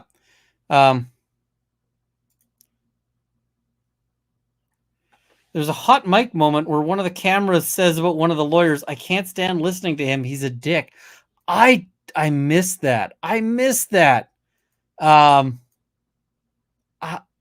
If somebody has the timestamp on that one, let me know.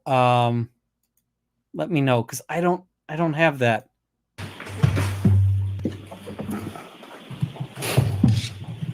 All right, Mr. Lally, whenever you're ready. Thank you, ma'am. Good afternoon, sir. Good afternoon. Could you please state your name and spell your last name?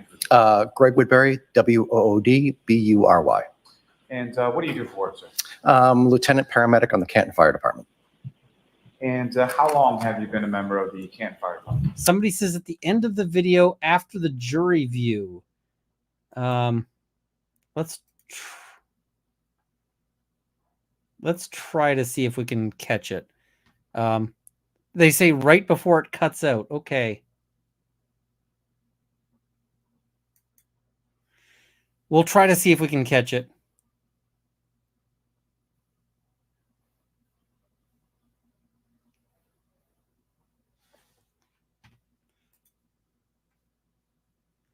Oh, the guy's talking about a content creator.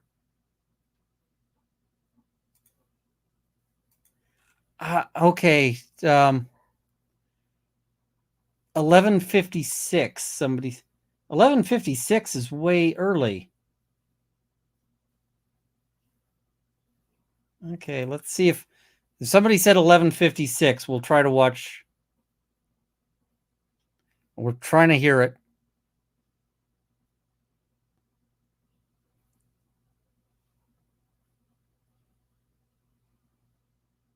Okay, I'm not hearing it at 11:56.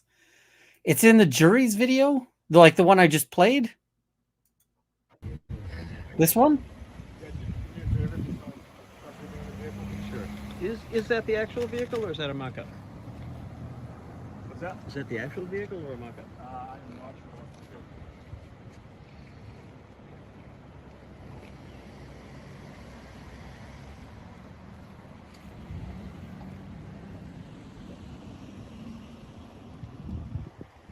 People are telling me it's there. I haven't seen it. I don't know where it is.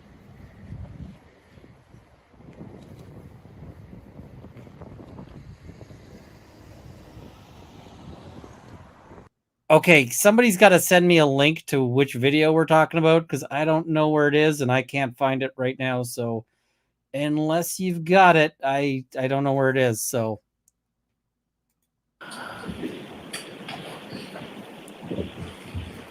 I don't know which video you're talking about, guys. Because I just played that entire clip.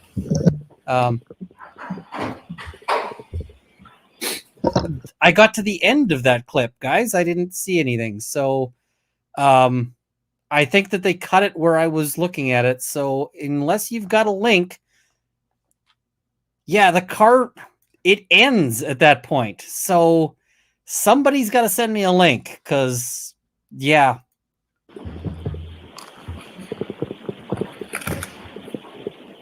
Please be seated. This court is in session. All right. So, jurors, I want to remind you of the instructions that I gave you before we went on the view, and then I have a caution for you. So, I'm going to see if I can find it. We took a view today, the purpose of which was to help you to better understand the evidence, which you'll hear during the course of the trial, and to help you appreciate the location and its surroundings. The view that you took is part of this case, and the observations that you made while on the view may be used and considered in your deliberations. Remember that I told you that what you were to do on that view is best summarized as simply stop and look. Your responsibility was to see the place, observe it carefully, and remember what you saw. You were cautioned that while on the view, you were not to take any notes or photographs, and that you were not to conduct any independent investigation while we were there or at any time during the trial. So independent investigation includes, but is not limited to, any measurements that you may have taken or attempted to take. So to the extent that any of you did that, you must totally disregard it, because you must find the facts from the evidence presented to you in this courtroom. Okay? So with that, Mr. Lally, do you have a witness for us? Yes, Your Honor. The Commonwealth will call Mr. Gregory Woodbury to the stand. Yeah, they're not allowed to take measurements.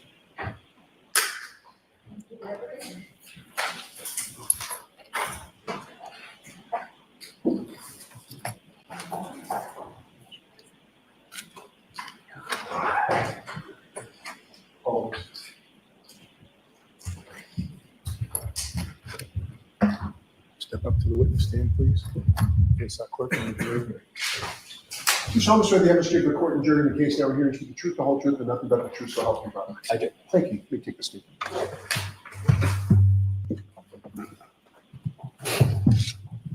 All right, Mr. Lally, whenever you're ready. Thank you, Your Honor. Good afternoon, sir. Good afternoon. Could you please state your name and spell your last name, please? Greg Woodbury, Woodbury. And what do you do for work, sir? Lieutenant paramedic on the Canton Fire Department. And how long have you been a member of the Canton Fire Department? I'm not pulling About up Emily's 24 screen, years so- now. How long have you had the rank of lieutenant within the Canton Fire Department? That's been 8 years now. Now, prior to working with Canton Fire Department, what, if any, other work did you have within that same sort of field? Prior to being on Canton Fire, I was an EMT paramedic in the North Shore area. And if you could just, with regard to your working as a paramedic and a firefighter, specifically as far as being a paramedic, what, if any, sort of specialized training did you receive? Now we're watching this. We're watching this just so that we can see the judge losing a bit of patience with Lolly. Certifications did you receive in regard to being a paramedic? So after I got my EMT, when I went to paramedic school, I went to Northeastern University. It was a 1-year full-time program. And following, you successfully completed that program, is that correct? Yes. And is there any sort of continuing educational component or recertification component in regard to your paramedic certification? Yeah, every 2 years, paramedics have to recertify. We're required to get so many hours of continuing education to recertify every 2 years.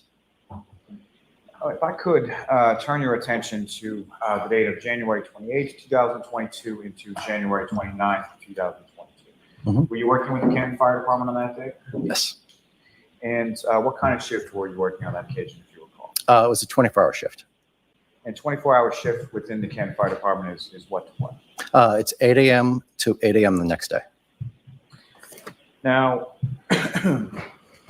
turning your attention to the 29th, at what point do you sort of get up and start to begin your day at the fire station? So a normal day, sorry, was that my beginning of the shift you're talking about or the end of the shift? Okay.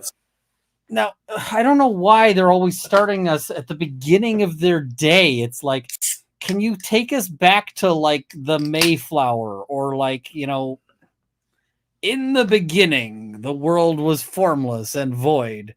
So, and the judge is losing patience with it. We're going to hear the judge losing patience with it. So the second part of the shift, normally we get up at 6 for the officers, but I got up a little earlier then because we had the snowstorm coming in. So I had to make sure everything was shoveled. I think I got up about maybe 5, check the apron of the area in front of the station, and make sure the walkways were clear. And when you got up to check that, what, if anything, did you? It had been snowing. There was blizzard type conditions coming in. So it was a decent level of snowfall there. Let me see, maybe 2-3 inches on the ground at that time. And as far as with reference to that, what, if anything, did you do to?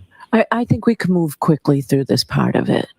Yeah. The cleaning the apron. I wasn't getting to that. Okay. Okay.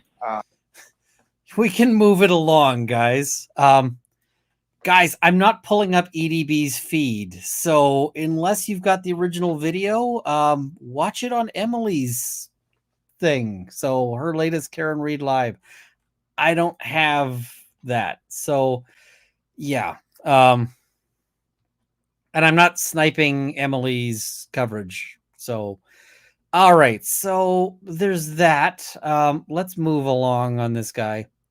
Stretcher, and brought the stretcher over to the ambulance and loaded him in there. You mentioned at some point upon your sort of initial arrival at the patient that different people were tasked with different things. Correct? Yes. And someone was tasked with trying to get sort of what you termed a backstory. Is that Closed correct? captions are unavailable Why at the is moment. that important? So when you have someone unconscious, unresponsive, you want to know when they were last well, the last breathing, last seen, trying to figure out why someone is on the ground. You know, there are different reasons of why they could be there, trying to figure that out. Normal people don't lay down in the snow. So trying to evaluate the reason the person was unconscious. And so you're able to get him on, Mr. O'Keefe, onto a stretcher into the back of the ambulance, correct? Yes. Fair to say that the lighting in the back of the ambulance is better than it was outside. Correct. And when you're in the back of the ambulance, are you able to then do or participate in that secondary survey? Yeah, we started doing a secondary survey after we started getting good compressions going.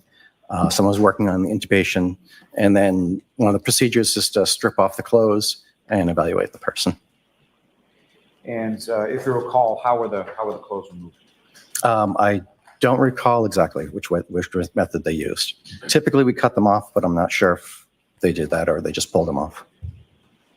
And what, if anything? Really? You're not sure if they might have pulled them off the frozen dude? Okay.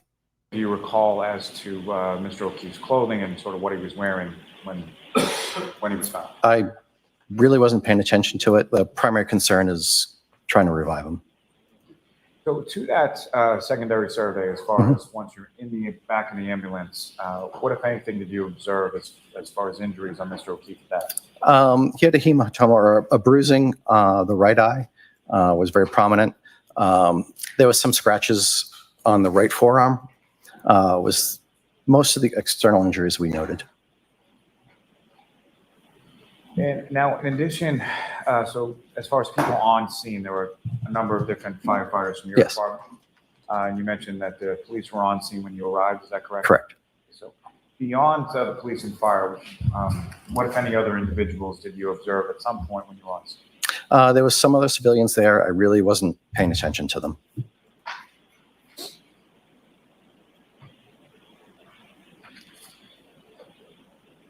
Now, with reference to that backstory that you were talking about, at any point in time, either outside of the ambulance or inside of the ambulance, who, if anyone, was tasked by you or anyone else to try and obtain that backstory? I think Katie McLaughlin was the one that obtained the backstory. And if you know, was there any other conversation that you were present for between any of your other firefighters and any of those civilians? That was primarily when she relayed to us the information that she had obtained. We were trying to figure out the scenario of why he was found unconscious and We're getting unresponsive. to the injuries here. Let me ask That's you what this we're way. looking So at as here. far as arrival at the patient when he's on the ground, Yep. Who gets there first? You and the other individuals in the engine, or the firefighters in the ambulance? We both respond from the same station at the same time. The engine's in the front, the ambulance usually in the rear. So I believe we pulled over, the ambulance pulled over at the same time as us. I believe C5 went as well, which is the captain.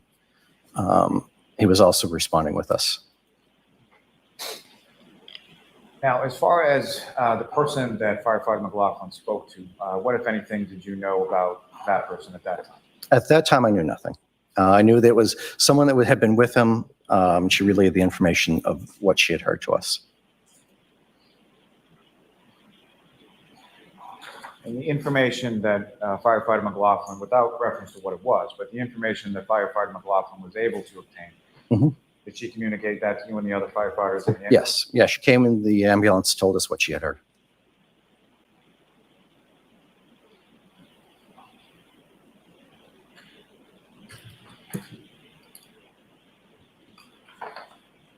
As far as the information that firefighter McLaughlin provided, did that comport with what you were observing as far as injuries to Mr. O'Keefe? Objection. Sustained. That was asking for an Can lay opinion. a foundation. Now, as far as, again, the injuries that you observed to Mr. O'Keefe in the back of the ambulance were what? It was the bruising of the right eye and the scratches on the forearm. And what, if anything, did firefighter McLaughlin indicate to you had been told to her? That someone said she had hit him, and he was last seen. Objection. Move to strike. Sustained. That will be That was hearsay. stricken. That was the issue there. Okay.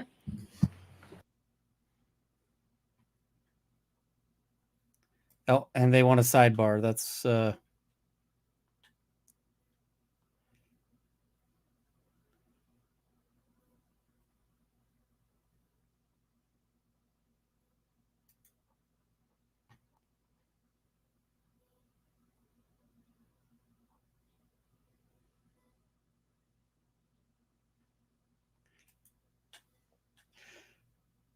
no, I don't know if you guys can hear it, but there's a car alarm going off in my neighborhood. So that's fun. All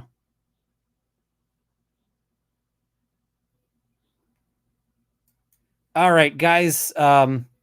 Apparently you guys say I can see it in this. So I'm going to pause this. I'm going to try to see if we can see it in the Law and Crime feed, because that's what you guys are telling me is where we find this. So let's try to see if we've got the hot mic moment, because Yeah.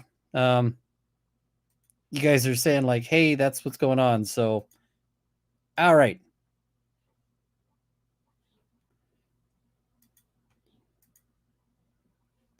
One second. I'm just going to make sure we got our audio loud. There we go.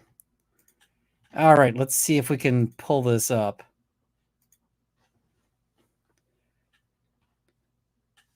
People are saying here it's somebody's saying they may have cut it. We'll see. So this is the house.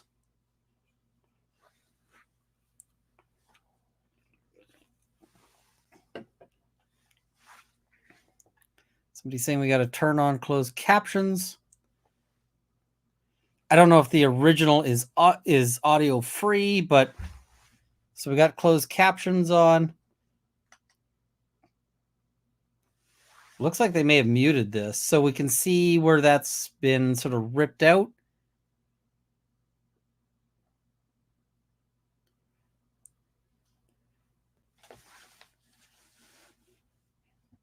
All right, so this is a bit of a better jury view angle there.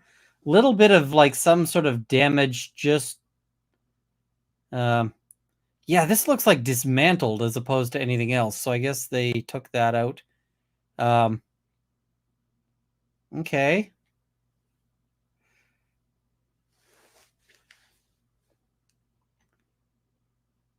I'm not seeing any damage to the bumper. I see dirt, but I mean, that doesn't tell us anything.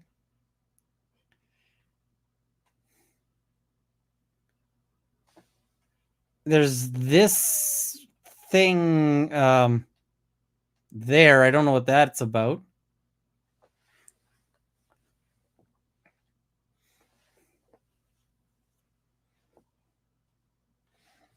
Okay, so that's the vehicle in front of the house.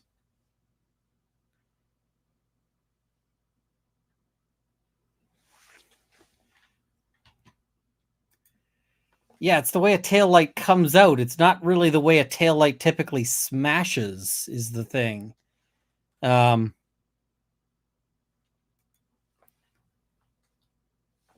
so there we've got... Why have they set the camera in the dirt?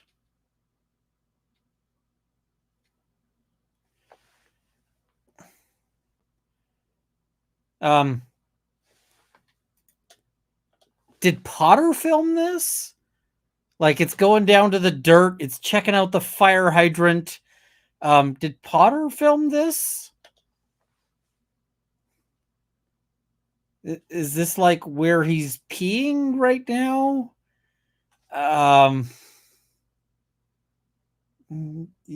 Okay.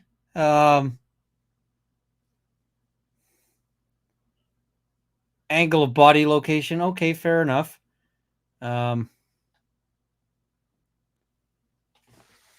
just like, yeah, that's where the body was. Okay. Still, it's like fire hydrant. Wee.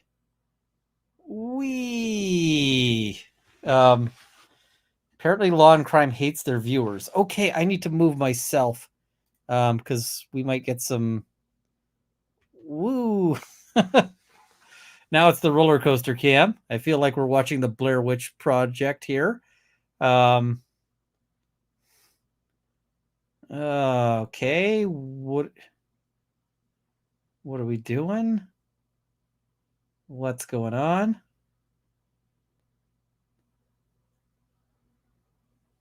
All right, so now we got a zoom or a view there.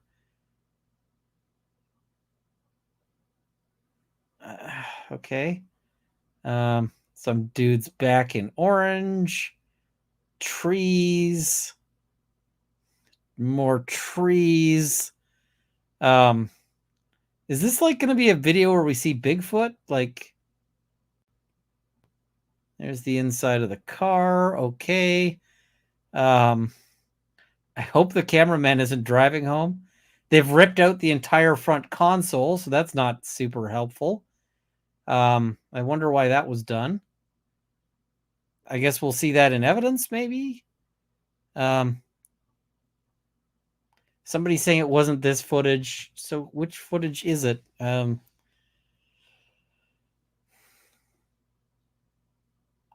Yeah, it looks like they ripped out the entire console there. Yeah, the prosecutor said to pay special attention to the center console. I don't know what we're looking at there. I see applause. I don't know why the closed captioning is giving us applause. 2 little bits of tape. Those might be, I don't know who put those there. Something to do, right? Yeah, exactly. Let me get a guy's full.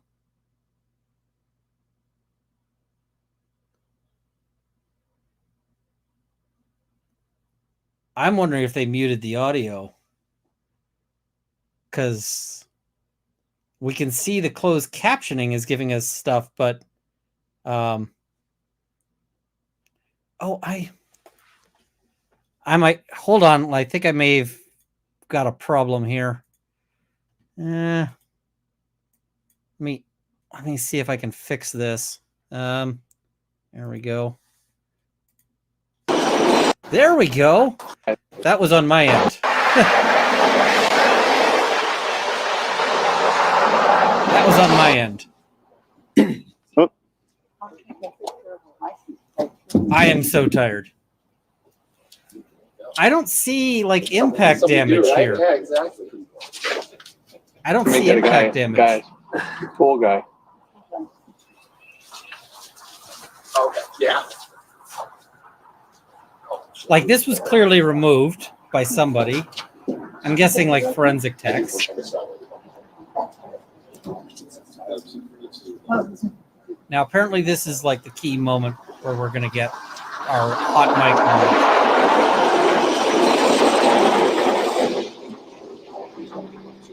Yeah, I wouldn't touch it. You're right.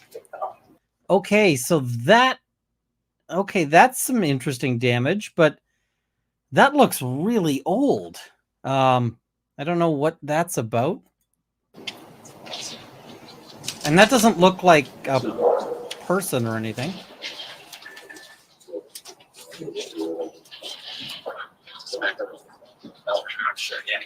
Yeah, definitely.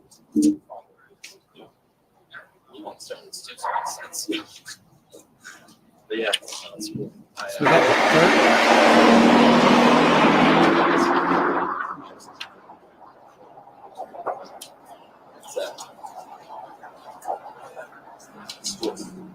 Yeah, that's my thing. That's what I say. It's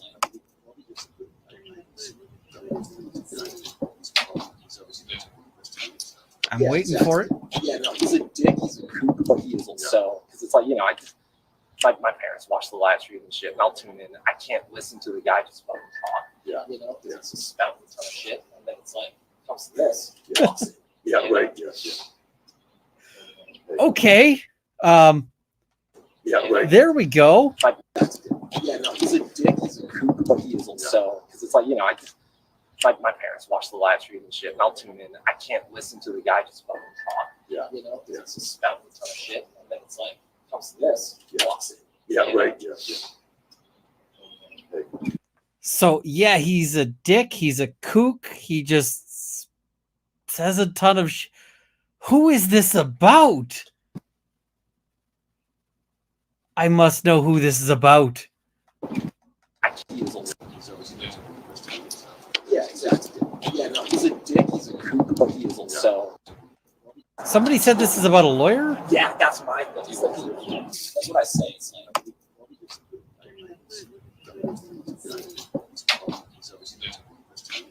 yeah, exactly. Yeah, no, he's a dick. He's a kook, but he is also because it's like like my parents watch the live stream and shit, and I'll tune in. I can't listen to the guy just fucking talk. Yeah, you know, it's just spouting a ton of shit, and then it's like comes to this. Yeah, right. Yeah. Huh. that is interesting because it might be that they're talking about like one of the council. It might be that they're talking about, I've seen some people say Turtle Boy. It might be that they're talking about one of the lawyers talking about it.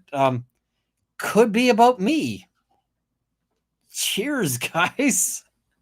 It might be a YouTuber. It might be so. That's exciting. That. All right. Thank you guys for pointing me to that. So yeah. Yeah. All right. So yeah, I just don't know. Maybe it's, who knows? I don't know. I'm not going to speculate too much. So they said it's a live stream. So I guess not me. Yeah, they probably would have mocked my hair. So I don't know who else is live streaming it. Because it's not Emily or Alita, because they wouldn't be saying he's a dick. So who else is live streaming it? Your lunch is here before we take a break. I'm told that it is. So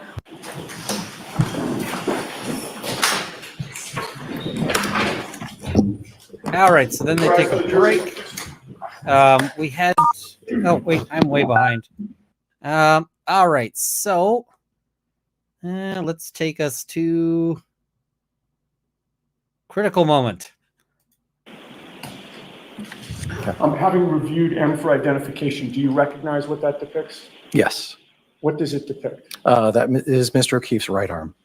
All right, this is key. Does that photograph appear to be a fair and accurate representation of the scratch marks that you observed on January 29th of 2022, sir? Yes. I would offer that, Your Honor. okay. That will be our next exhibit. And It might again, be. we'll have to I don't know. maybe renumber. Counsel, before you leave today, we have to figure out how to keep everything straight. Understood.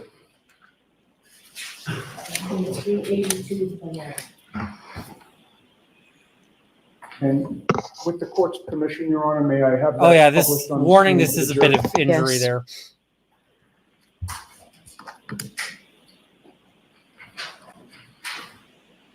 I'm Now, wanting to know who that was about on now. direct examination, Lieutenant, hang on.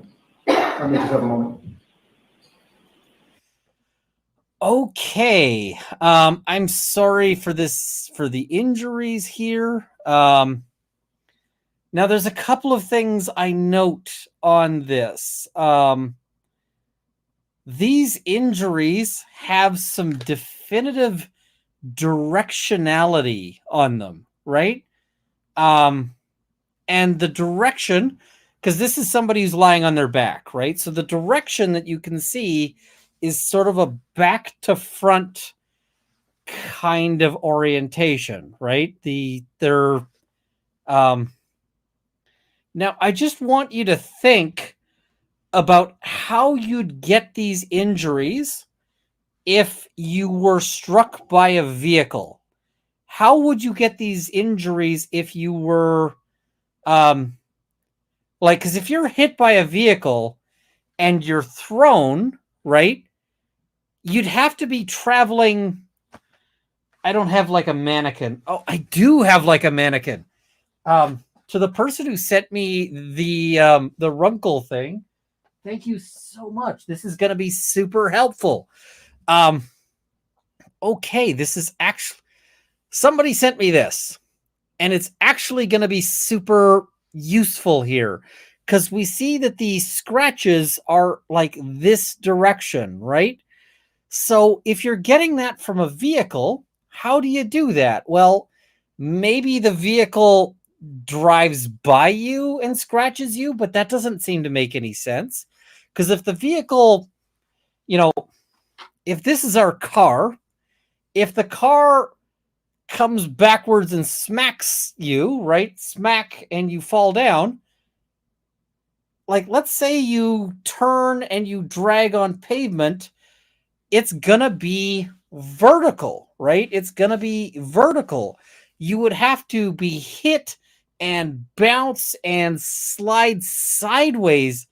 Like you'd have to end up sliding sideways to get that. I don't understand how you'd get those kinds of injuries from the car impact, right? And the other thing here is that when we, I'm going to minimize myself. When we, these are fairly small, but you can see that some of them are very,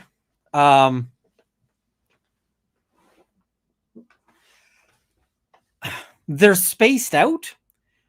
Whereas when you see pavement sliding injuries, right? If you are sliding over pavement, it tends not to create scratches like this. It tends to create like skin scraped off, right? And there's a few of these that look really distinctive to me. Look here at this portion, sort of the elbow there. You see, and especially I'm going to call attention to this one right here. Can you see my mouse cursor moving? That teardrop shape looks to me like a dog tooth, or a fang or something. Like a hit and drag is what that looks like to me. And you can see that these look like this looks to me like dog, not looking to me like I'm just trying to see how you'd get this any other way. I just don't. Now somebody says maybe bar glass, maybe, but I'm just trying to see how you get this directionality on it. In that circumstance. And yeah, this is, I think, a good comment. Claw marks on upper and forearm, bite on the elbow. I want to see, I want to see some sort of forensic expert tell me how this can happen from a car, right? Because I'm looking at this and I'm going, I don't see car damage here. This looks much more like, animal attack or claw attack or something like that. This looks like werewolf to me, not like car. So unless the car is like, I just don't see how this is car. So, like, is the prosecution going to bring us a forensic expert? The other thing is, why is it that this is coming out? Why is it that these pictures are coming out on cross-examination? You know how weird it is? How strange it is to have... how strange it is to have the defense showing us the injuries instead of the prosecution. I've never heard of that. Now, what I see, what my guess is on this, what I see on this one. So we see on the right side here, we see those straight slashes, right? And on the left side, we see similar straight slashes. In the middle, we see these kind of teardrop shaped things. You know what that looks like to me? What this looks like a lot to me? This looks a lot like dog approaching dude, and dude swings arm out to block from dog, and dog bite. This is, and I mean, this is my guess, right? This is my... When I'm watching this, I'm just like, this is what I'm thinking, looking at this. Dog bite in the center at the elbow.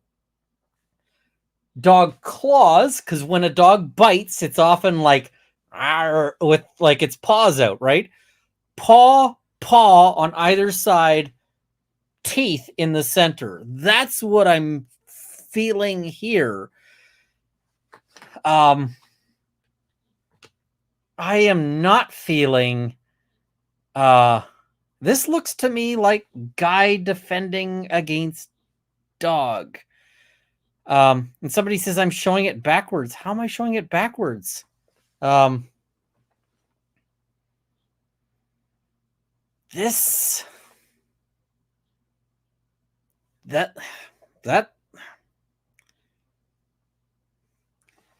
I see most trained bite dogs wouldn't have paws up like this. I don't think this is a trained bite dog because this does not look like a trained police dog bite, because a trained police dog bite will grab and hold, right? Grab, hold, pull.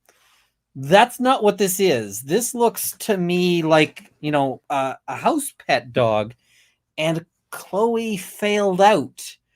So I don't know if Chloe got to the point of learning the grab, bite, hold, pull thing that, so I don't know. This is what this feels like to me, is dude blocking dog and getting bit and whatever else. And I mean, the other possibility is, I don't know. And this is on his right arm. Was he right-handed or left-handed? Because if he was right-handed, then again, that seems like the thing you do with a defensive. Yeah. Good point. I'm going to try to get out of your way so everybody can see. With regard to the injuries that you described on direct examination, Lieutenant, I believe you would mainly concentrate. I'm sorry, I need to, please take this down for me. I need to concentrate. Yeah, this is not a cat. Somebody said this is a cat, and I'm like, nope, not a cat.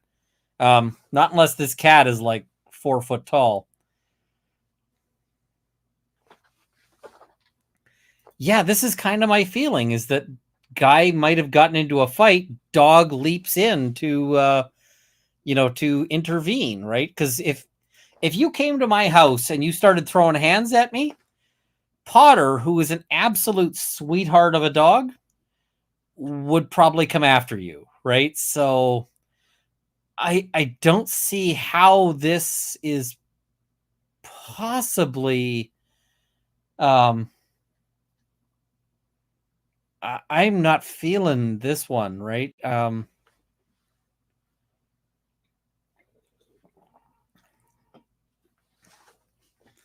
I wonder how the family members are feeling sitting there watching this and just going like, what is going on here? I really feel bad for the family members, because whatever did happen in this case is an absolute tragedy for them. And like, I can't imagine what's going through their head. I just can't imagine.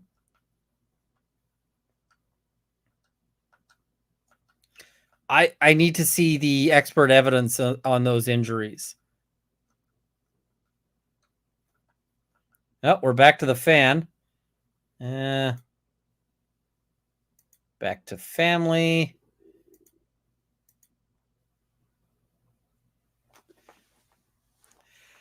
I just don't know what it could be other than not a car.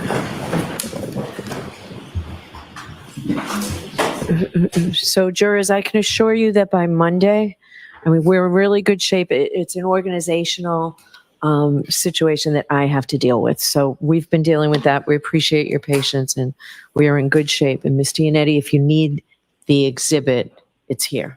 Terrific. May I have it published again on the camera? Yes. Did they say they're coming back on Monday, or when's the next court date for this? So I don't know. Now, Lieutenant, with regard to the injuries that you observed, did you notice any lividity on the body when you were looking at John O'Keefe? Being hypothermic, he was very pale overall. So the skin wasn't pinked up yet. So it's hard to really judge the rest of the skin that way until it's warmed up and much later into the scene. You are familiar with the term Yep. lividity, though? Yes. And could you just explain that to the jury? That's like bruising. Bruising. So the pooling of blood in lower sections. So for like a cardiac arrest That's patient, why he's purple when there. they have lividity, it looks like bruising on the underside where all the blood has pooled. And we did not really notice that. runkleofthebailey@gmail.com. Injury, it's just the blood being Settling down. It's the same thing, yes. One at a time, please. Yep, sorry. It appears like bruising, and bruising is basically pooling of blood under the skin. So lividity is just gravity-fed pooling of blood under the skin. And it usually happens what is the section of the body that is lowest. Now, this guy's a paramedic. Why are they asking him about lividity? Because this is not what he should be testifying about. Okay, let's move on to our next paramedic. This is paramedic Daniel Whitley. Why do we hear from Mr. Whitley? Progress in the snow or something to that regard. So we knew that was a fairly serious call that Station 1 had gone to. Okay, so this guy, we end up hearing from him because basically he's there to talk about how she got taken to the mental hospital, which isn't super exciting, but yeah, we do get one. The defense gets one detail out here, and I think that the detail that they get out is to generate sympathy for that. And I just ask you to look at it silently by yourself. Okay. And then look up at me when you're done. Okay.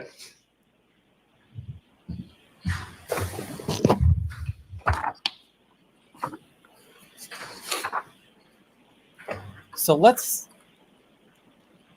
they're showing him the medical report for Ms. Reed.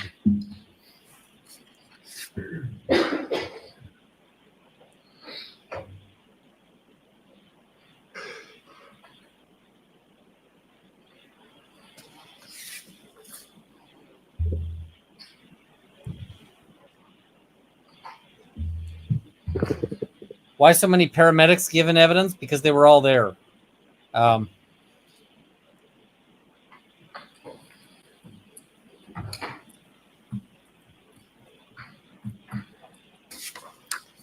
Yeah, but that should be expert evidence. That's going to collect that from you if you don't mind. The first report was the NFIRS report from my lieutenant.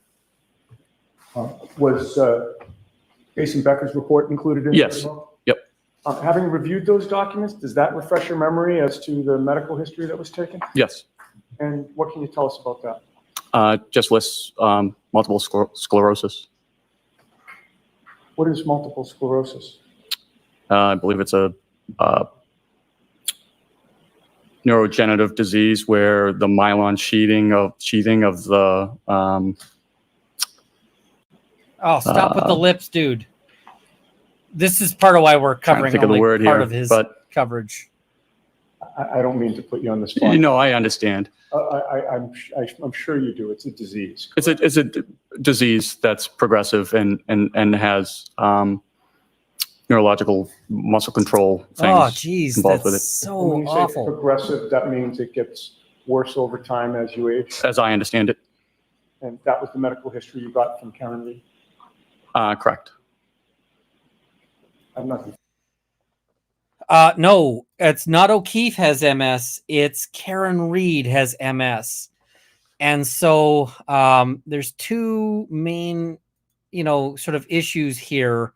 Why did you skip over this last witness? Partially because his testimony is largely just that she was distraught and they take her to a mental hospital. That's really what he says. Also, he spends a lot of time making mouth noises, and those mouth noises are really unpleasant. So we're moving through him just to cover the one detail that they really focus, or that really is interesting there. And yeah, no, MS does not always get worse. There's good medication now that can slow or stop the progression of MS, but now they've gotten out that Karen Reed has MS, which can have two things. One, it can create some sympathy with the jury. Two, the whole thing about like who's going to take care of the kids, I can't take care of the kids, might be because she's got a degenerative condition. There might also be a backup plan of if she hit the guy, maybe she did so because of MS, but I don't think that's where they're going with that. Somebody asked me about that, and I was like, I don't think so. So I thought it was really interesting that they get out that she's got MS through this witness. So, okay, now we'll move on past him because so much lip noises, I just can't. Now we're going to go on to Jason Becker. Him as her husband as well. Yes. And this guy this also conversation looks that you very had sort of at the feddy. side of the SUV, is that through the door, through the window? From what I recall, it was through the window. And at some point, does the conversation move to the ambulance? Correct. About how long was the conversation at the vehicle before the conversation shifted to the ambulance? 5 to 10 minutes. And as far as your dispatch for a psych or a section 12, correct? Correct. Can you explain to the jury sort of that process, just in general terms first, as far as what does that process entail? And when we get on scene? Yes. For a section? Yes, please. We go on scene, we kind of look at the environment, see what the environment's like, see if the patient's cooperative, uncooperative, what their demeanor is, if there's any obvious self-harm. If there's none, we kind of go up and talk to them, get a report, and ask them some basic triage questions. So this is basically she gets taken off to the mental hospital, and then she talks to this guy in part.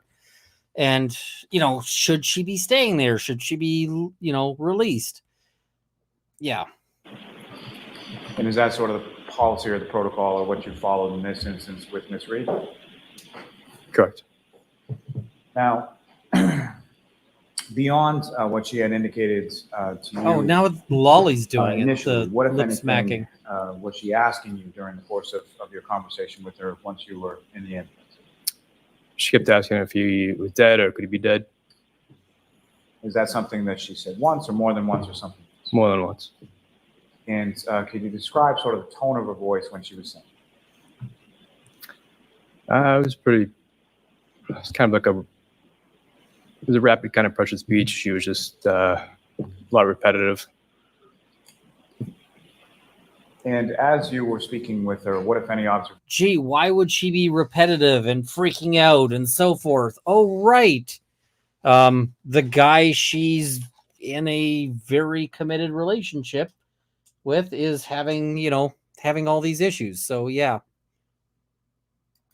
Observations did you make of her facial area? She had blood on her face and her neck and her chin. It's really easy to convince people you're and sane when your face is covered in blood. Somebody else's blood. With regard to sort of any earlier suicidal statements, what, if anything, did she say in relation to that? She said she made him because she just went through a traumatic event, seeing her husband dead, and she had no plan on acting on it. Okay, so, why would you say something like, I can't live without this person after, or I just want to die if they're gone, that kind of thing. Oh, right, because that's the kind of stuff people say in the immediate aftermath of losing a loved one. That is totally the kind of thing people say. So, yeah, that does not surprise me that she'd be like, yeah, I'm not actually going to do it. Why am I in the mental hospital? I asked if she had taken any drugs or alcohol, and she denied it at that point. She said that she had not, correct? Correct.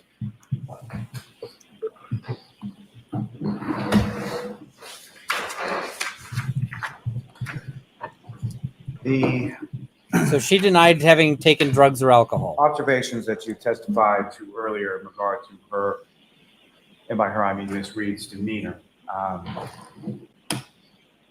Did that change at all during the course of your interaction with her, or was that consistent as well? Demeanor as in... It's a poorly phrased question. Let me try and rephrase it. So with regard to her demeanor, throughout the course of your interaction with her, how would you describe that? She was cooperative. Then she'd be calm, and then eventually she would kind of get a little agitated and repetitive questions. But she seemed distraught. Now, with respect surprise. to the person she indicated was her husband, what, if any, questions did she ask either you or firefighter Whitley or both in relation to him? She was asking if he was dead, or could he be dead? Could he be dead? And she said, could I have hit him?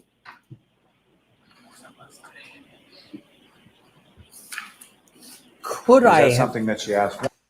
could I have hit him is a very different statement than I hit him, right? Could I have hit him? And keep in mind, the prosecution has floated theories along the lines of, you know, she just caught him cheating, right?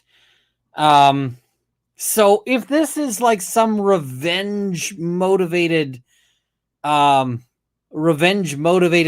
this guy down in like cold blood, then why would she be like, could I have hit him? Could I have hit him is a very different statement than I hit him, right? So I don't get it. Once or more than once? It wasn't a lot. It was more of could he be dead? Could he be dead? Could he be dead? Somewhat repetitive, is that correct? Correct. Just one moment, Your Honor. Yes.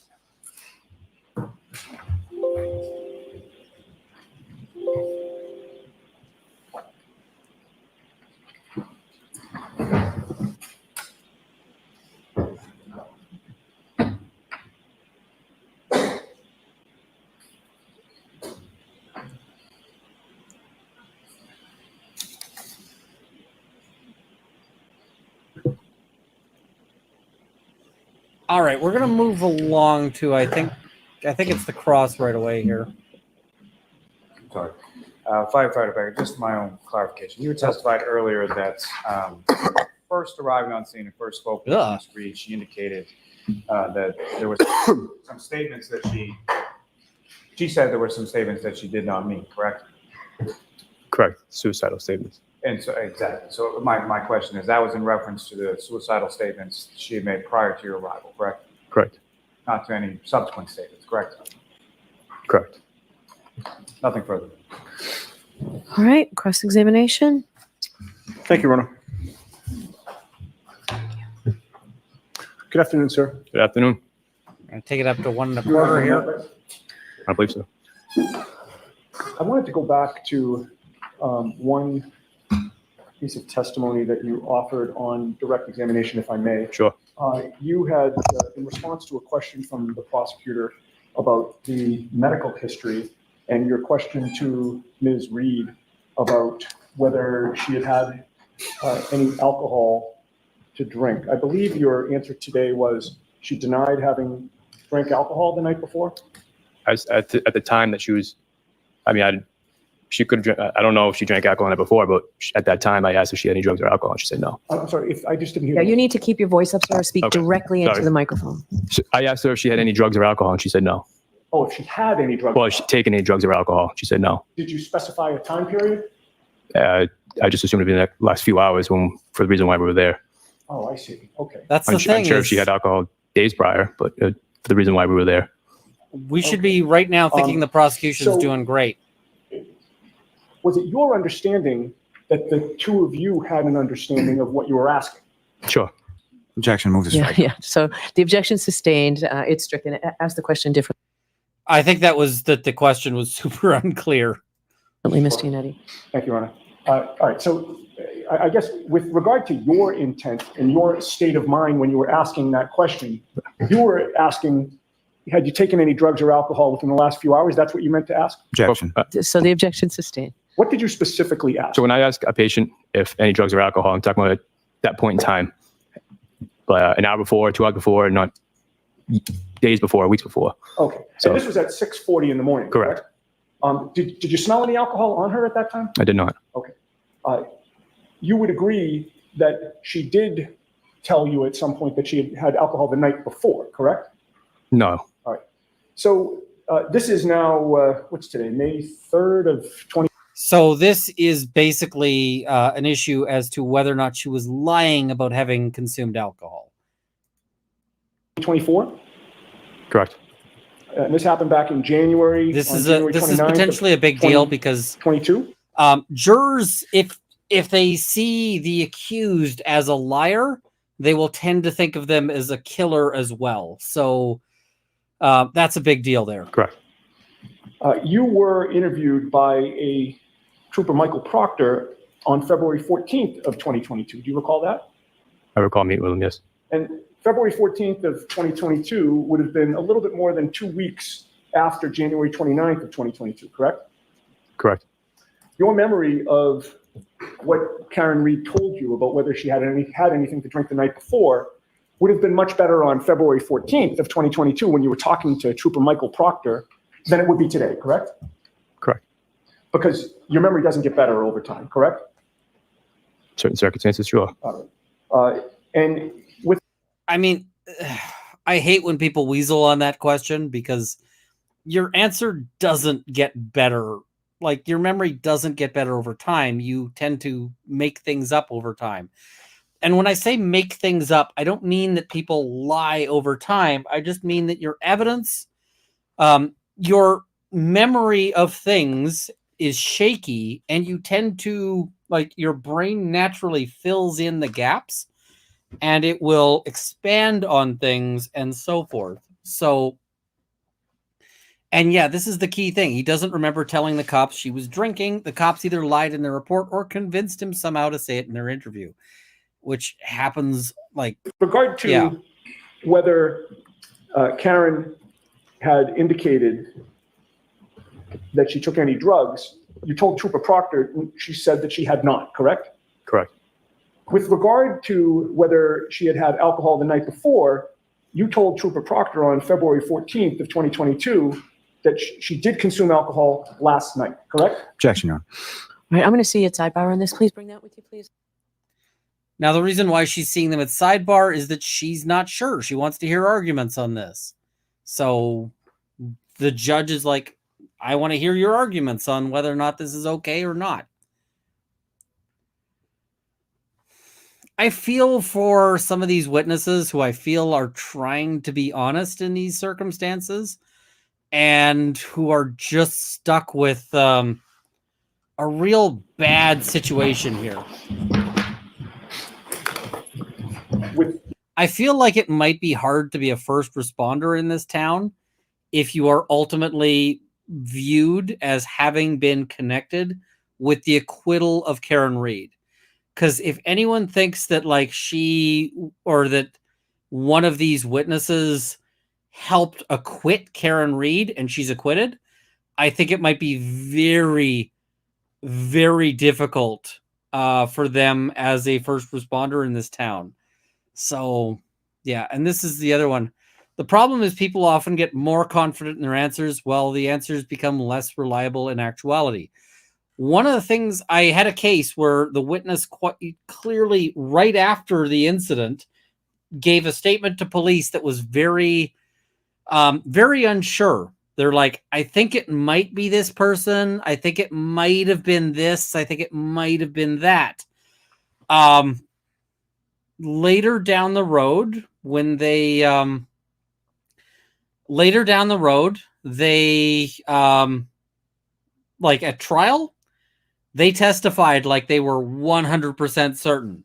And I had to bring them back to those statements and be like, but you said maybe at the original time, right? And they're like, well, yes. So, yeah. That's actually one of the trials I'm most proud of, believe it or not. With permission, I'll repeat the question. Sure. You told Trooper Proctor on February 14th of 2022 that Karen had told you that she did consume alcohol the previous night, correct?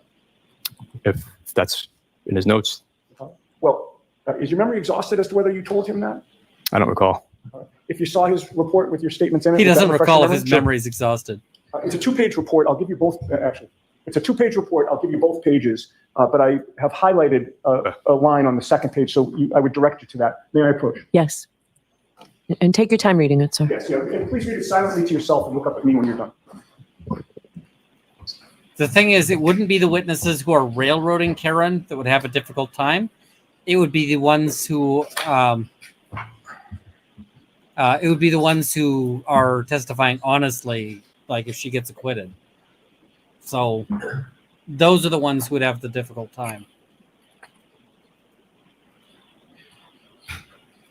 So this is a thing where when somebody's memory is, exhausted, like they can't remember something, you can then potentially refresh their memory with some sort of prior recording of it.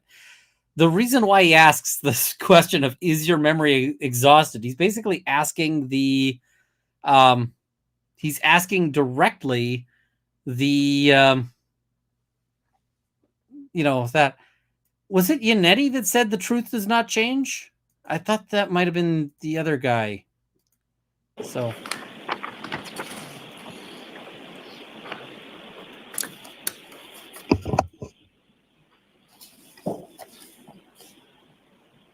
So I did say. So, Mr. Becker, a couple of things. Wait for a question. Oh, I'm sorry. But also, you have to keep your voice up. Okay. I'm close to you and I'm having trouble hearing you. Most of the jurors are further away. And the way this works is I have to collect that from you and then ask you a question, okay? So, if I may approach you on? Yes. Having reviewed that document, does that refresh your memory as to whether or not Karen Reed, or strike that? Having reviewed that report, does that refresh your memory as to the fact that Does that refresh your memory? Does that refresh your memory? It does. The judge is basically saying, do not say, does that refresh your memory as to whatever, because at that point, it's the lawyer testifying. It's, does that refresh your memory? Yes, no. And then once he says yes, you can go on to say, great, now I have questions. Let me tell you about them.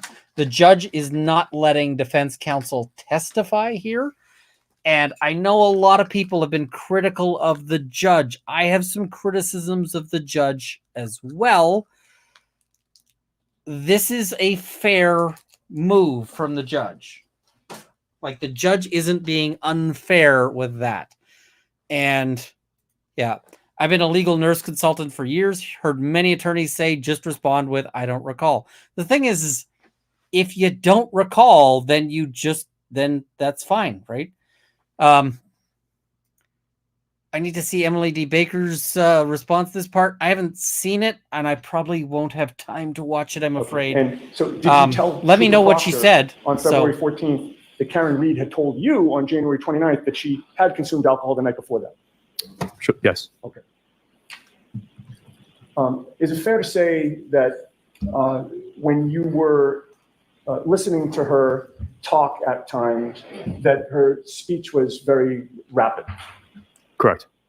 And particularly when He's establishing she was freaked out. Is he dead? She would repeat it repetitively, correct? Correct. And she was fixated on that, correct? Correct. And with regard to the last interaction that she spoke about with whom you thought she said her husband, she didn't give you any detail about that, correct? She did not. You don't know whether it was an in-person communication? That wasn't my position to ask more details about that. And I'm not criticizing you, sir. I'm just trying to get to what you're not. Did you hear that? I'm not criticizing you, sir. he's not, he's trying to,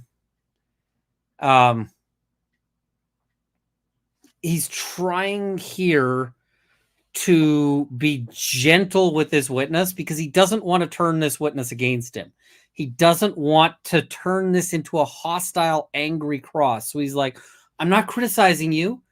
Let's just, I just need the answer, right? So this is a very gentle cross. And yeah. I feel like the judge has been leaning more on Yannetti on this, but it isn't an improper issue. It's just that she should also be treating Lolly the same way. Information you got from her. So she didn't specify that it was an in-person communication, correct? No.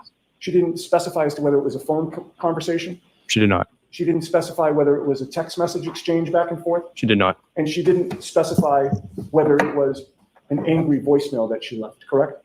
She did not.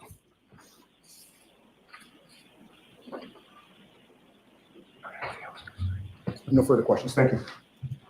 Did you hear the whisper? He's like, is there anything else I missed? And, yeah. And it's like, no, you're good. Just one moment, Your Honor. Okay. They should have had their mic muted, but they didn't.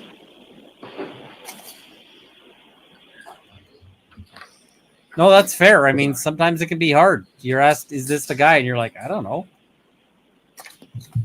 I have nothing further for this witness, Your Honor. All right. All right, Mr. Becker or Firefighter Becker, you are all set, sir. Thank you very much. Sorry about that. That's okay. Thank you. Yes, you can leave that right where it is. Thank you, sir. All right, so that's the end of Mr. Becker. We're going to have... the next witness, Mr. Lally? May we approach? Sure. I think the may we approach is just to say we're done for the day. How about we spend the rest of the day arguing some legal issues and then we'll call another person. I'm really wondering about the family and their feelings. I don't know. I just don't know what's going on this one. This one is such a weird case overall, and I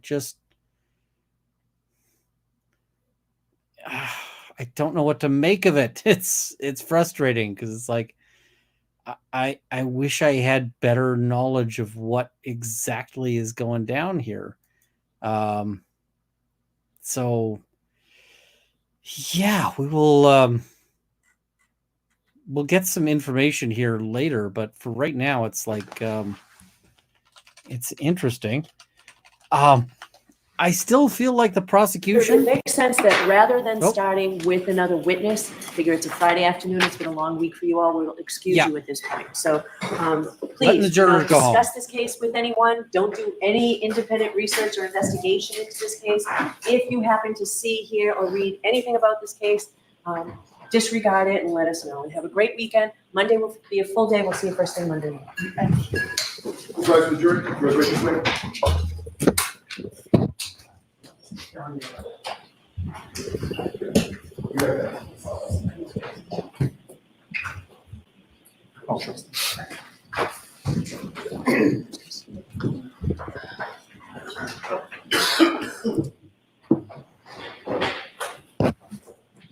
Now, was there something that they say at the end? I can't remember. We'll see. Maybe see it. I thought that they talked about a little bit of business. I think there's an exhibit in the witness stand. Yeah, she's like, get that out of there. All right. Because I've decided that it makes more sense to do exhibits the old-fashioned way because it's simply not working out. My suggestion is that we take what we have that have actually been introduced because I know you pre-marked nearly 600 exhibits. They have not been introduced into evidence.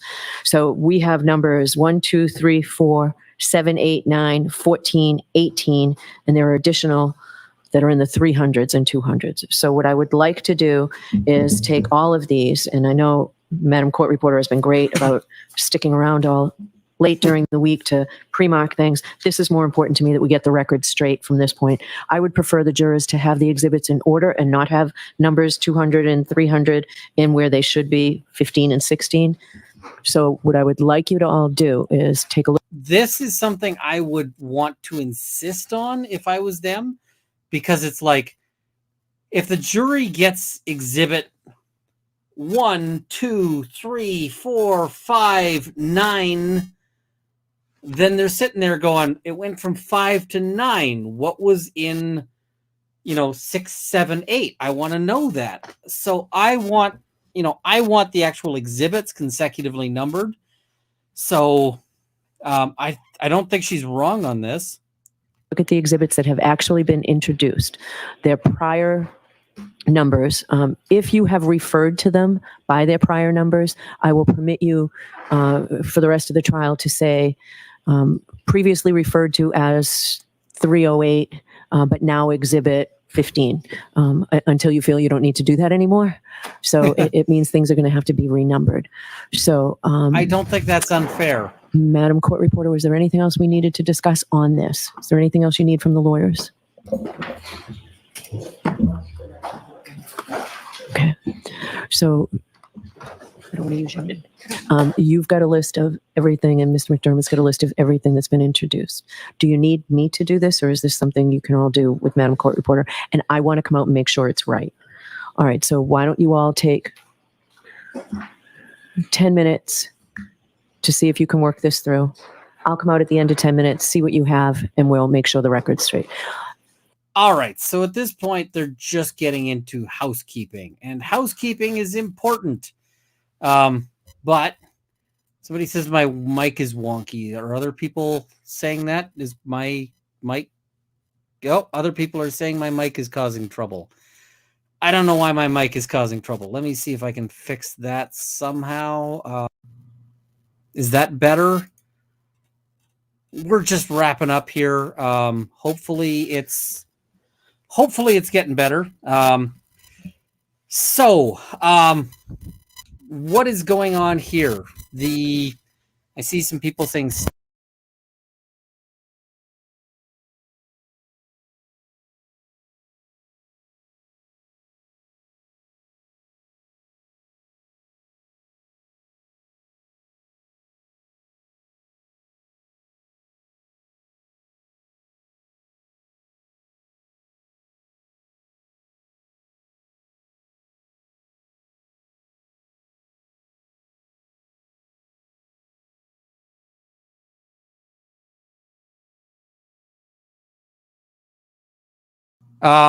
okay, is that better?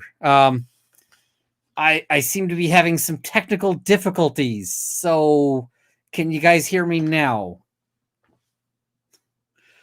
All right. Hopefully it's better now. I'm not sure what the heck happened. Mic issues. So this trial continues to baffle me because I'm watching this thing and I'm just saying, like, when is the prosecution going to get their legs under them? When are they going to start to hammer in even just a meaningful theory of the case? Because what I have right now is guy died somehow. No evidence of anything else other than guy died, and she may or may not have said I hit him, but I have serious doubts because it's so, yeah. People are saying listen to the rest of the judge's instructions. We can do that. That's not a problem. I'm just like, I don't know what's going on.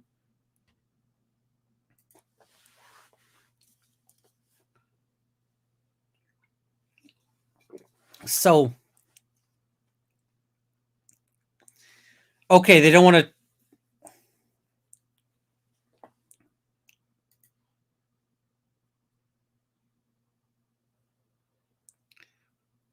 Medical records have to be marked. Cool.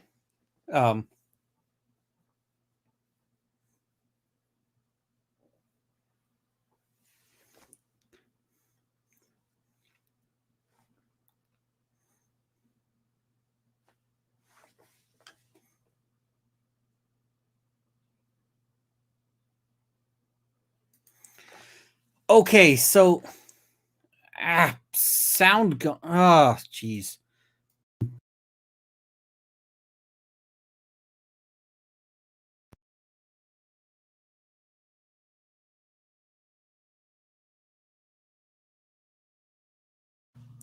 Can you hear me now? Okay. What we missed. People are saying no sound. I am sorry. I don't know what's going on with my computer. Sure, it's right. All right. So why don't you all take? So here's what the issue is. They've got a bunch of medical records. They don't want to just tender those medical records into the public record because, like, if they put those as exhibits, then I can just go and I can just order a copy of them.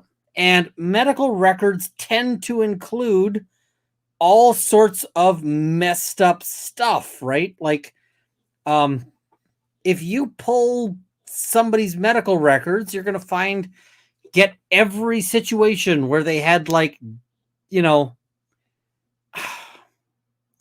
if they ever went to the doctor for, like, diarrhea, that'll be in there, and maybe it shouldn't. Especially with women, because you might have, for instance, you know, trips to the gynecologist and so forth. All of these things, right? So you don't want those things to be revealed. So the judge is basically saying before this stuff gets measured or gets marked as an exhibit, you're going to redact all that shit out. 10 minutes to see if you can work this through. I'll come out at the end of 10 minutes, see what you have, and we'll make sure the record's straight. Does that make sense to you? As far as redactions with regard to if records are going to be introduced, going to take some time. So you have to be, if you're not in agreement, then you need to tell me what you're not in agreement over, and I'll have to decide it, but they need to be redacted beforehand. Just because this is a long trial, I don't want it to take any longer than it necessarily has to be. And we have to make sure all of the exhibits are in order, especially if they do end up numbering in the hundreds.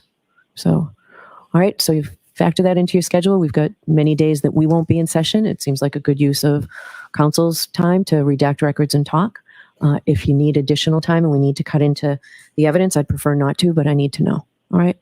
So she's basically saying you got some days off, figure it out in that, please. I have received from the Commonwealth all of the videos that I requested. I received a flash drive today. When can I get the videos? I thought I was clear yesterday. Apparently I wasn't. So when can I get all of the videos that the defendants intend to introduce? I had hoped to look at them over the weekend.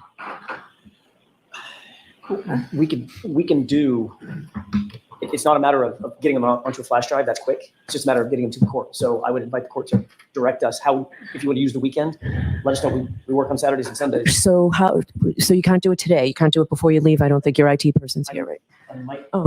If you can do it before you leave, if he can just download it onto a flash drive, that would be great. Do you want to go she talk wants to him? the videos. You might be able to do that. We may be able to do that. Why don't you talk to him? We won't leave until we give it to you. That would be So great. they're gonna get the and videos Ms. Giannetti, together. yesterday you did say that you'd also give me some idea on why you think they're coming in. Sure. Okay, so if you have that, that would be great. Yeah. Is it odd that the judge has not seen the videos yet? It's odd that the judge wants them ahead of time. Because I can tell you, when I tender a video at trial, the judge generally has not seen that video before then, right? So the video, like, I think it's weird that the judge wants to pre-review it. All right. You I just want to make sure I'm very clear about what the court would like. We provided the double videos, the ones that we had put the good and Seraph cameras together. The court wants every single video that we intend to produce? Yes. For the rest of trial? Yes. Okay, understood. All right, and that's what I requested from both of you. I received, Ms. Gilman, tell me That's if I'm wrong, really but weird to me. Mr. McDermott handed me a flash drive today that said this was all the Commonwealth's video exhibits. Yes. And that was after we met this morning, correct?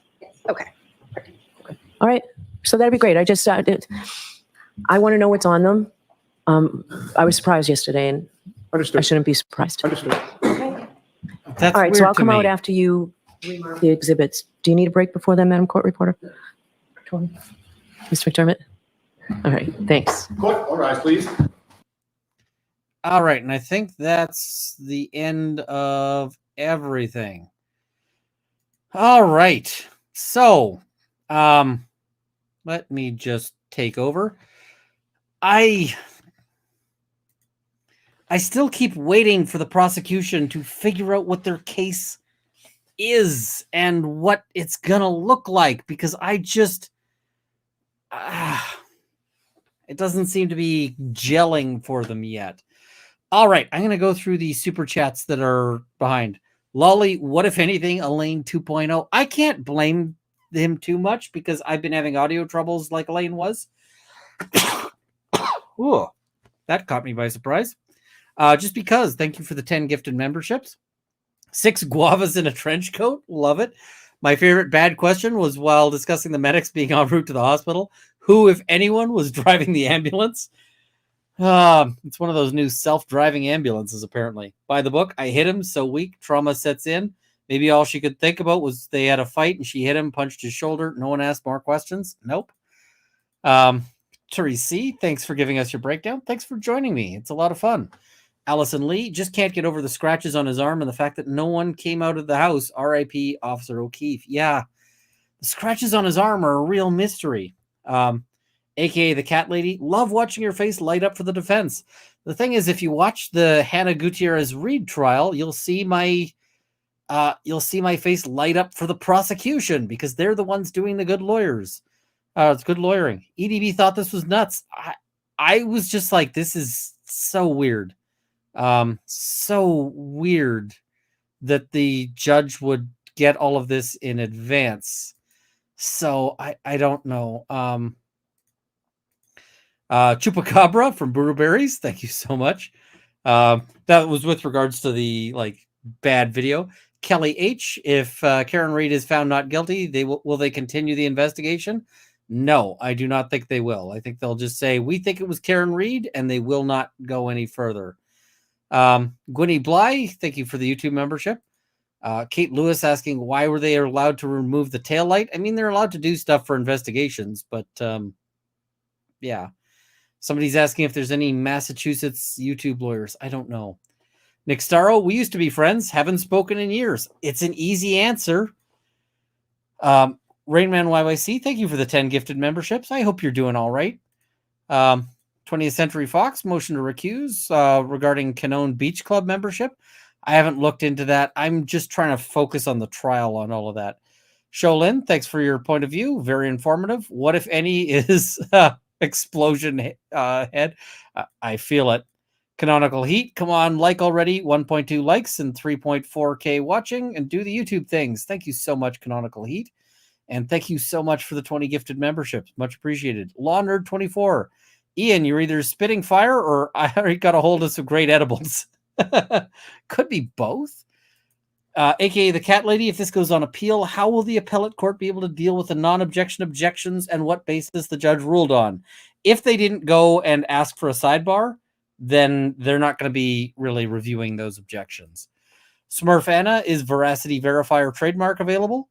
Making fun of law and crime. Probably. Nathaniel Newton, I would bid on a signed brick. If I put the brick up for auction, it can be signed or not signed at the winner's request. Honey West, thank you for the YouTube membership. Marvin Wolicki, thank you for the YouTube membership. Same with Ivan Victor. That is a badass profile picture.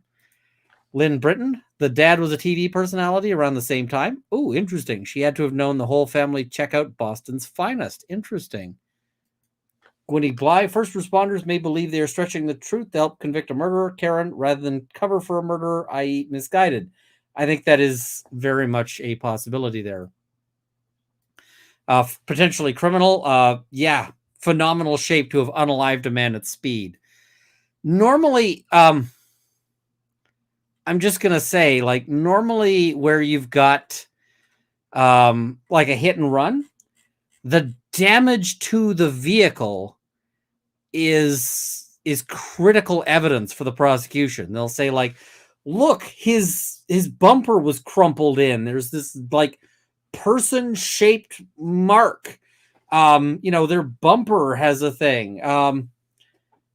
this car, if you took this to me and you said somebody ran into that, I would just be like,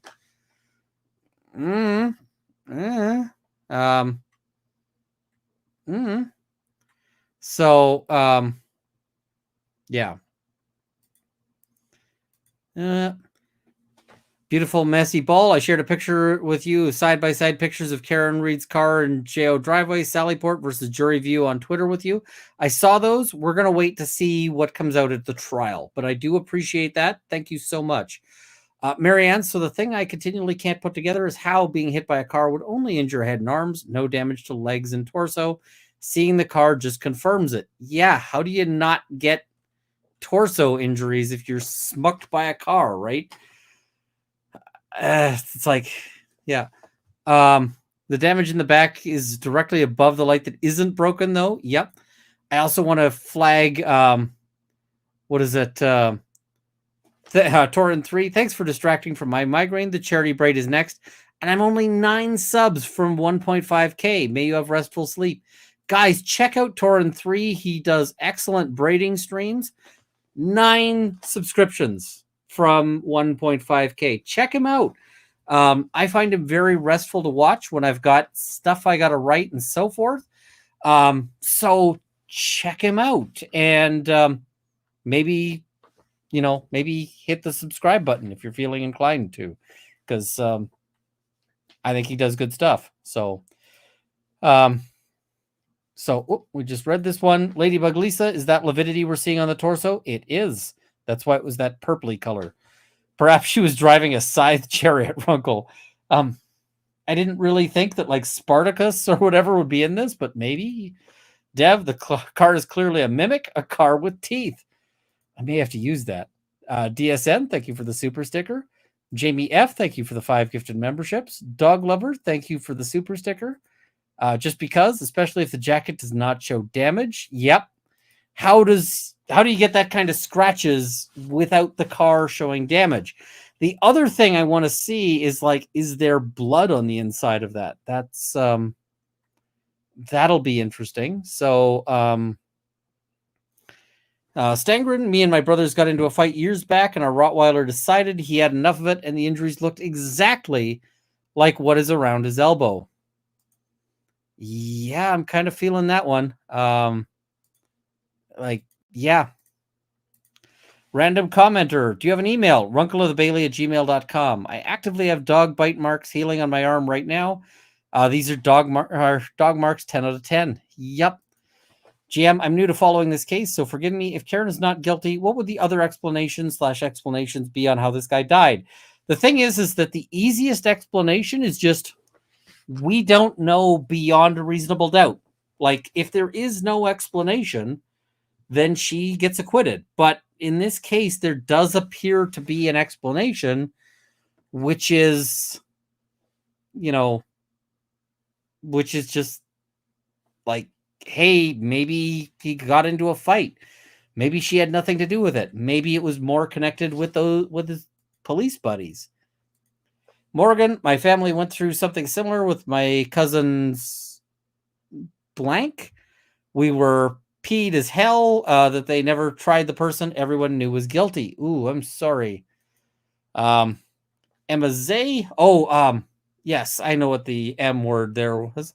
Thank you for the 5 gifted memberships. Lori Lenny, thanks, Ian. Get some sleep if you can. My insomnia is continuing to kick my butt. Vicky Slavenska, thank you for the super sticker. Carson Pratt, thanks for your coverage on this. I appreciate your takes. So far, the prosecution seems to prove the defense case more than theirs. I agree.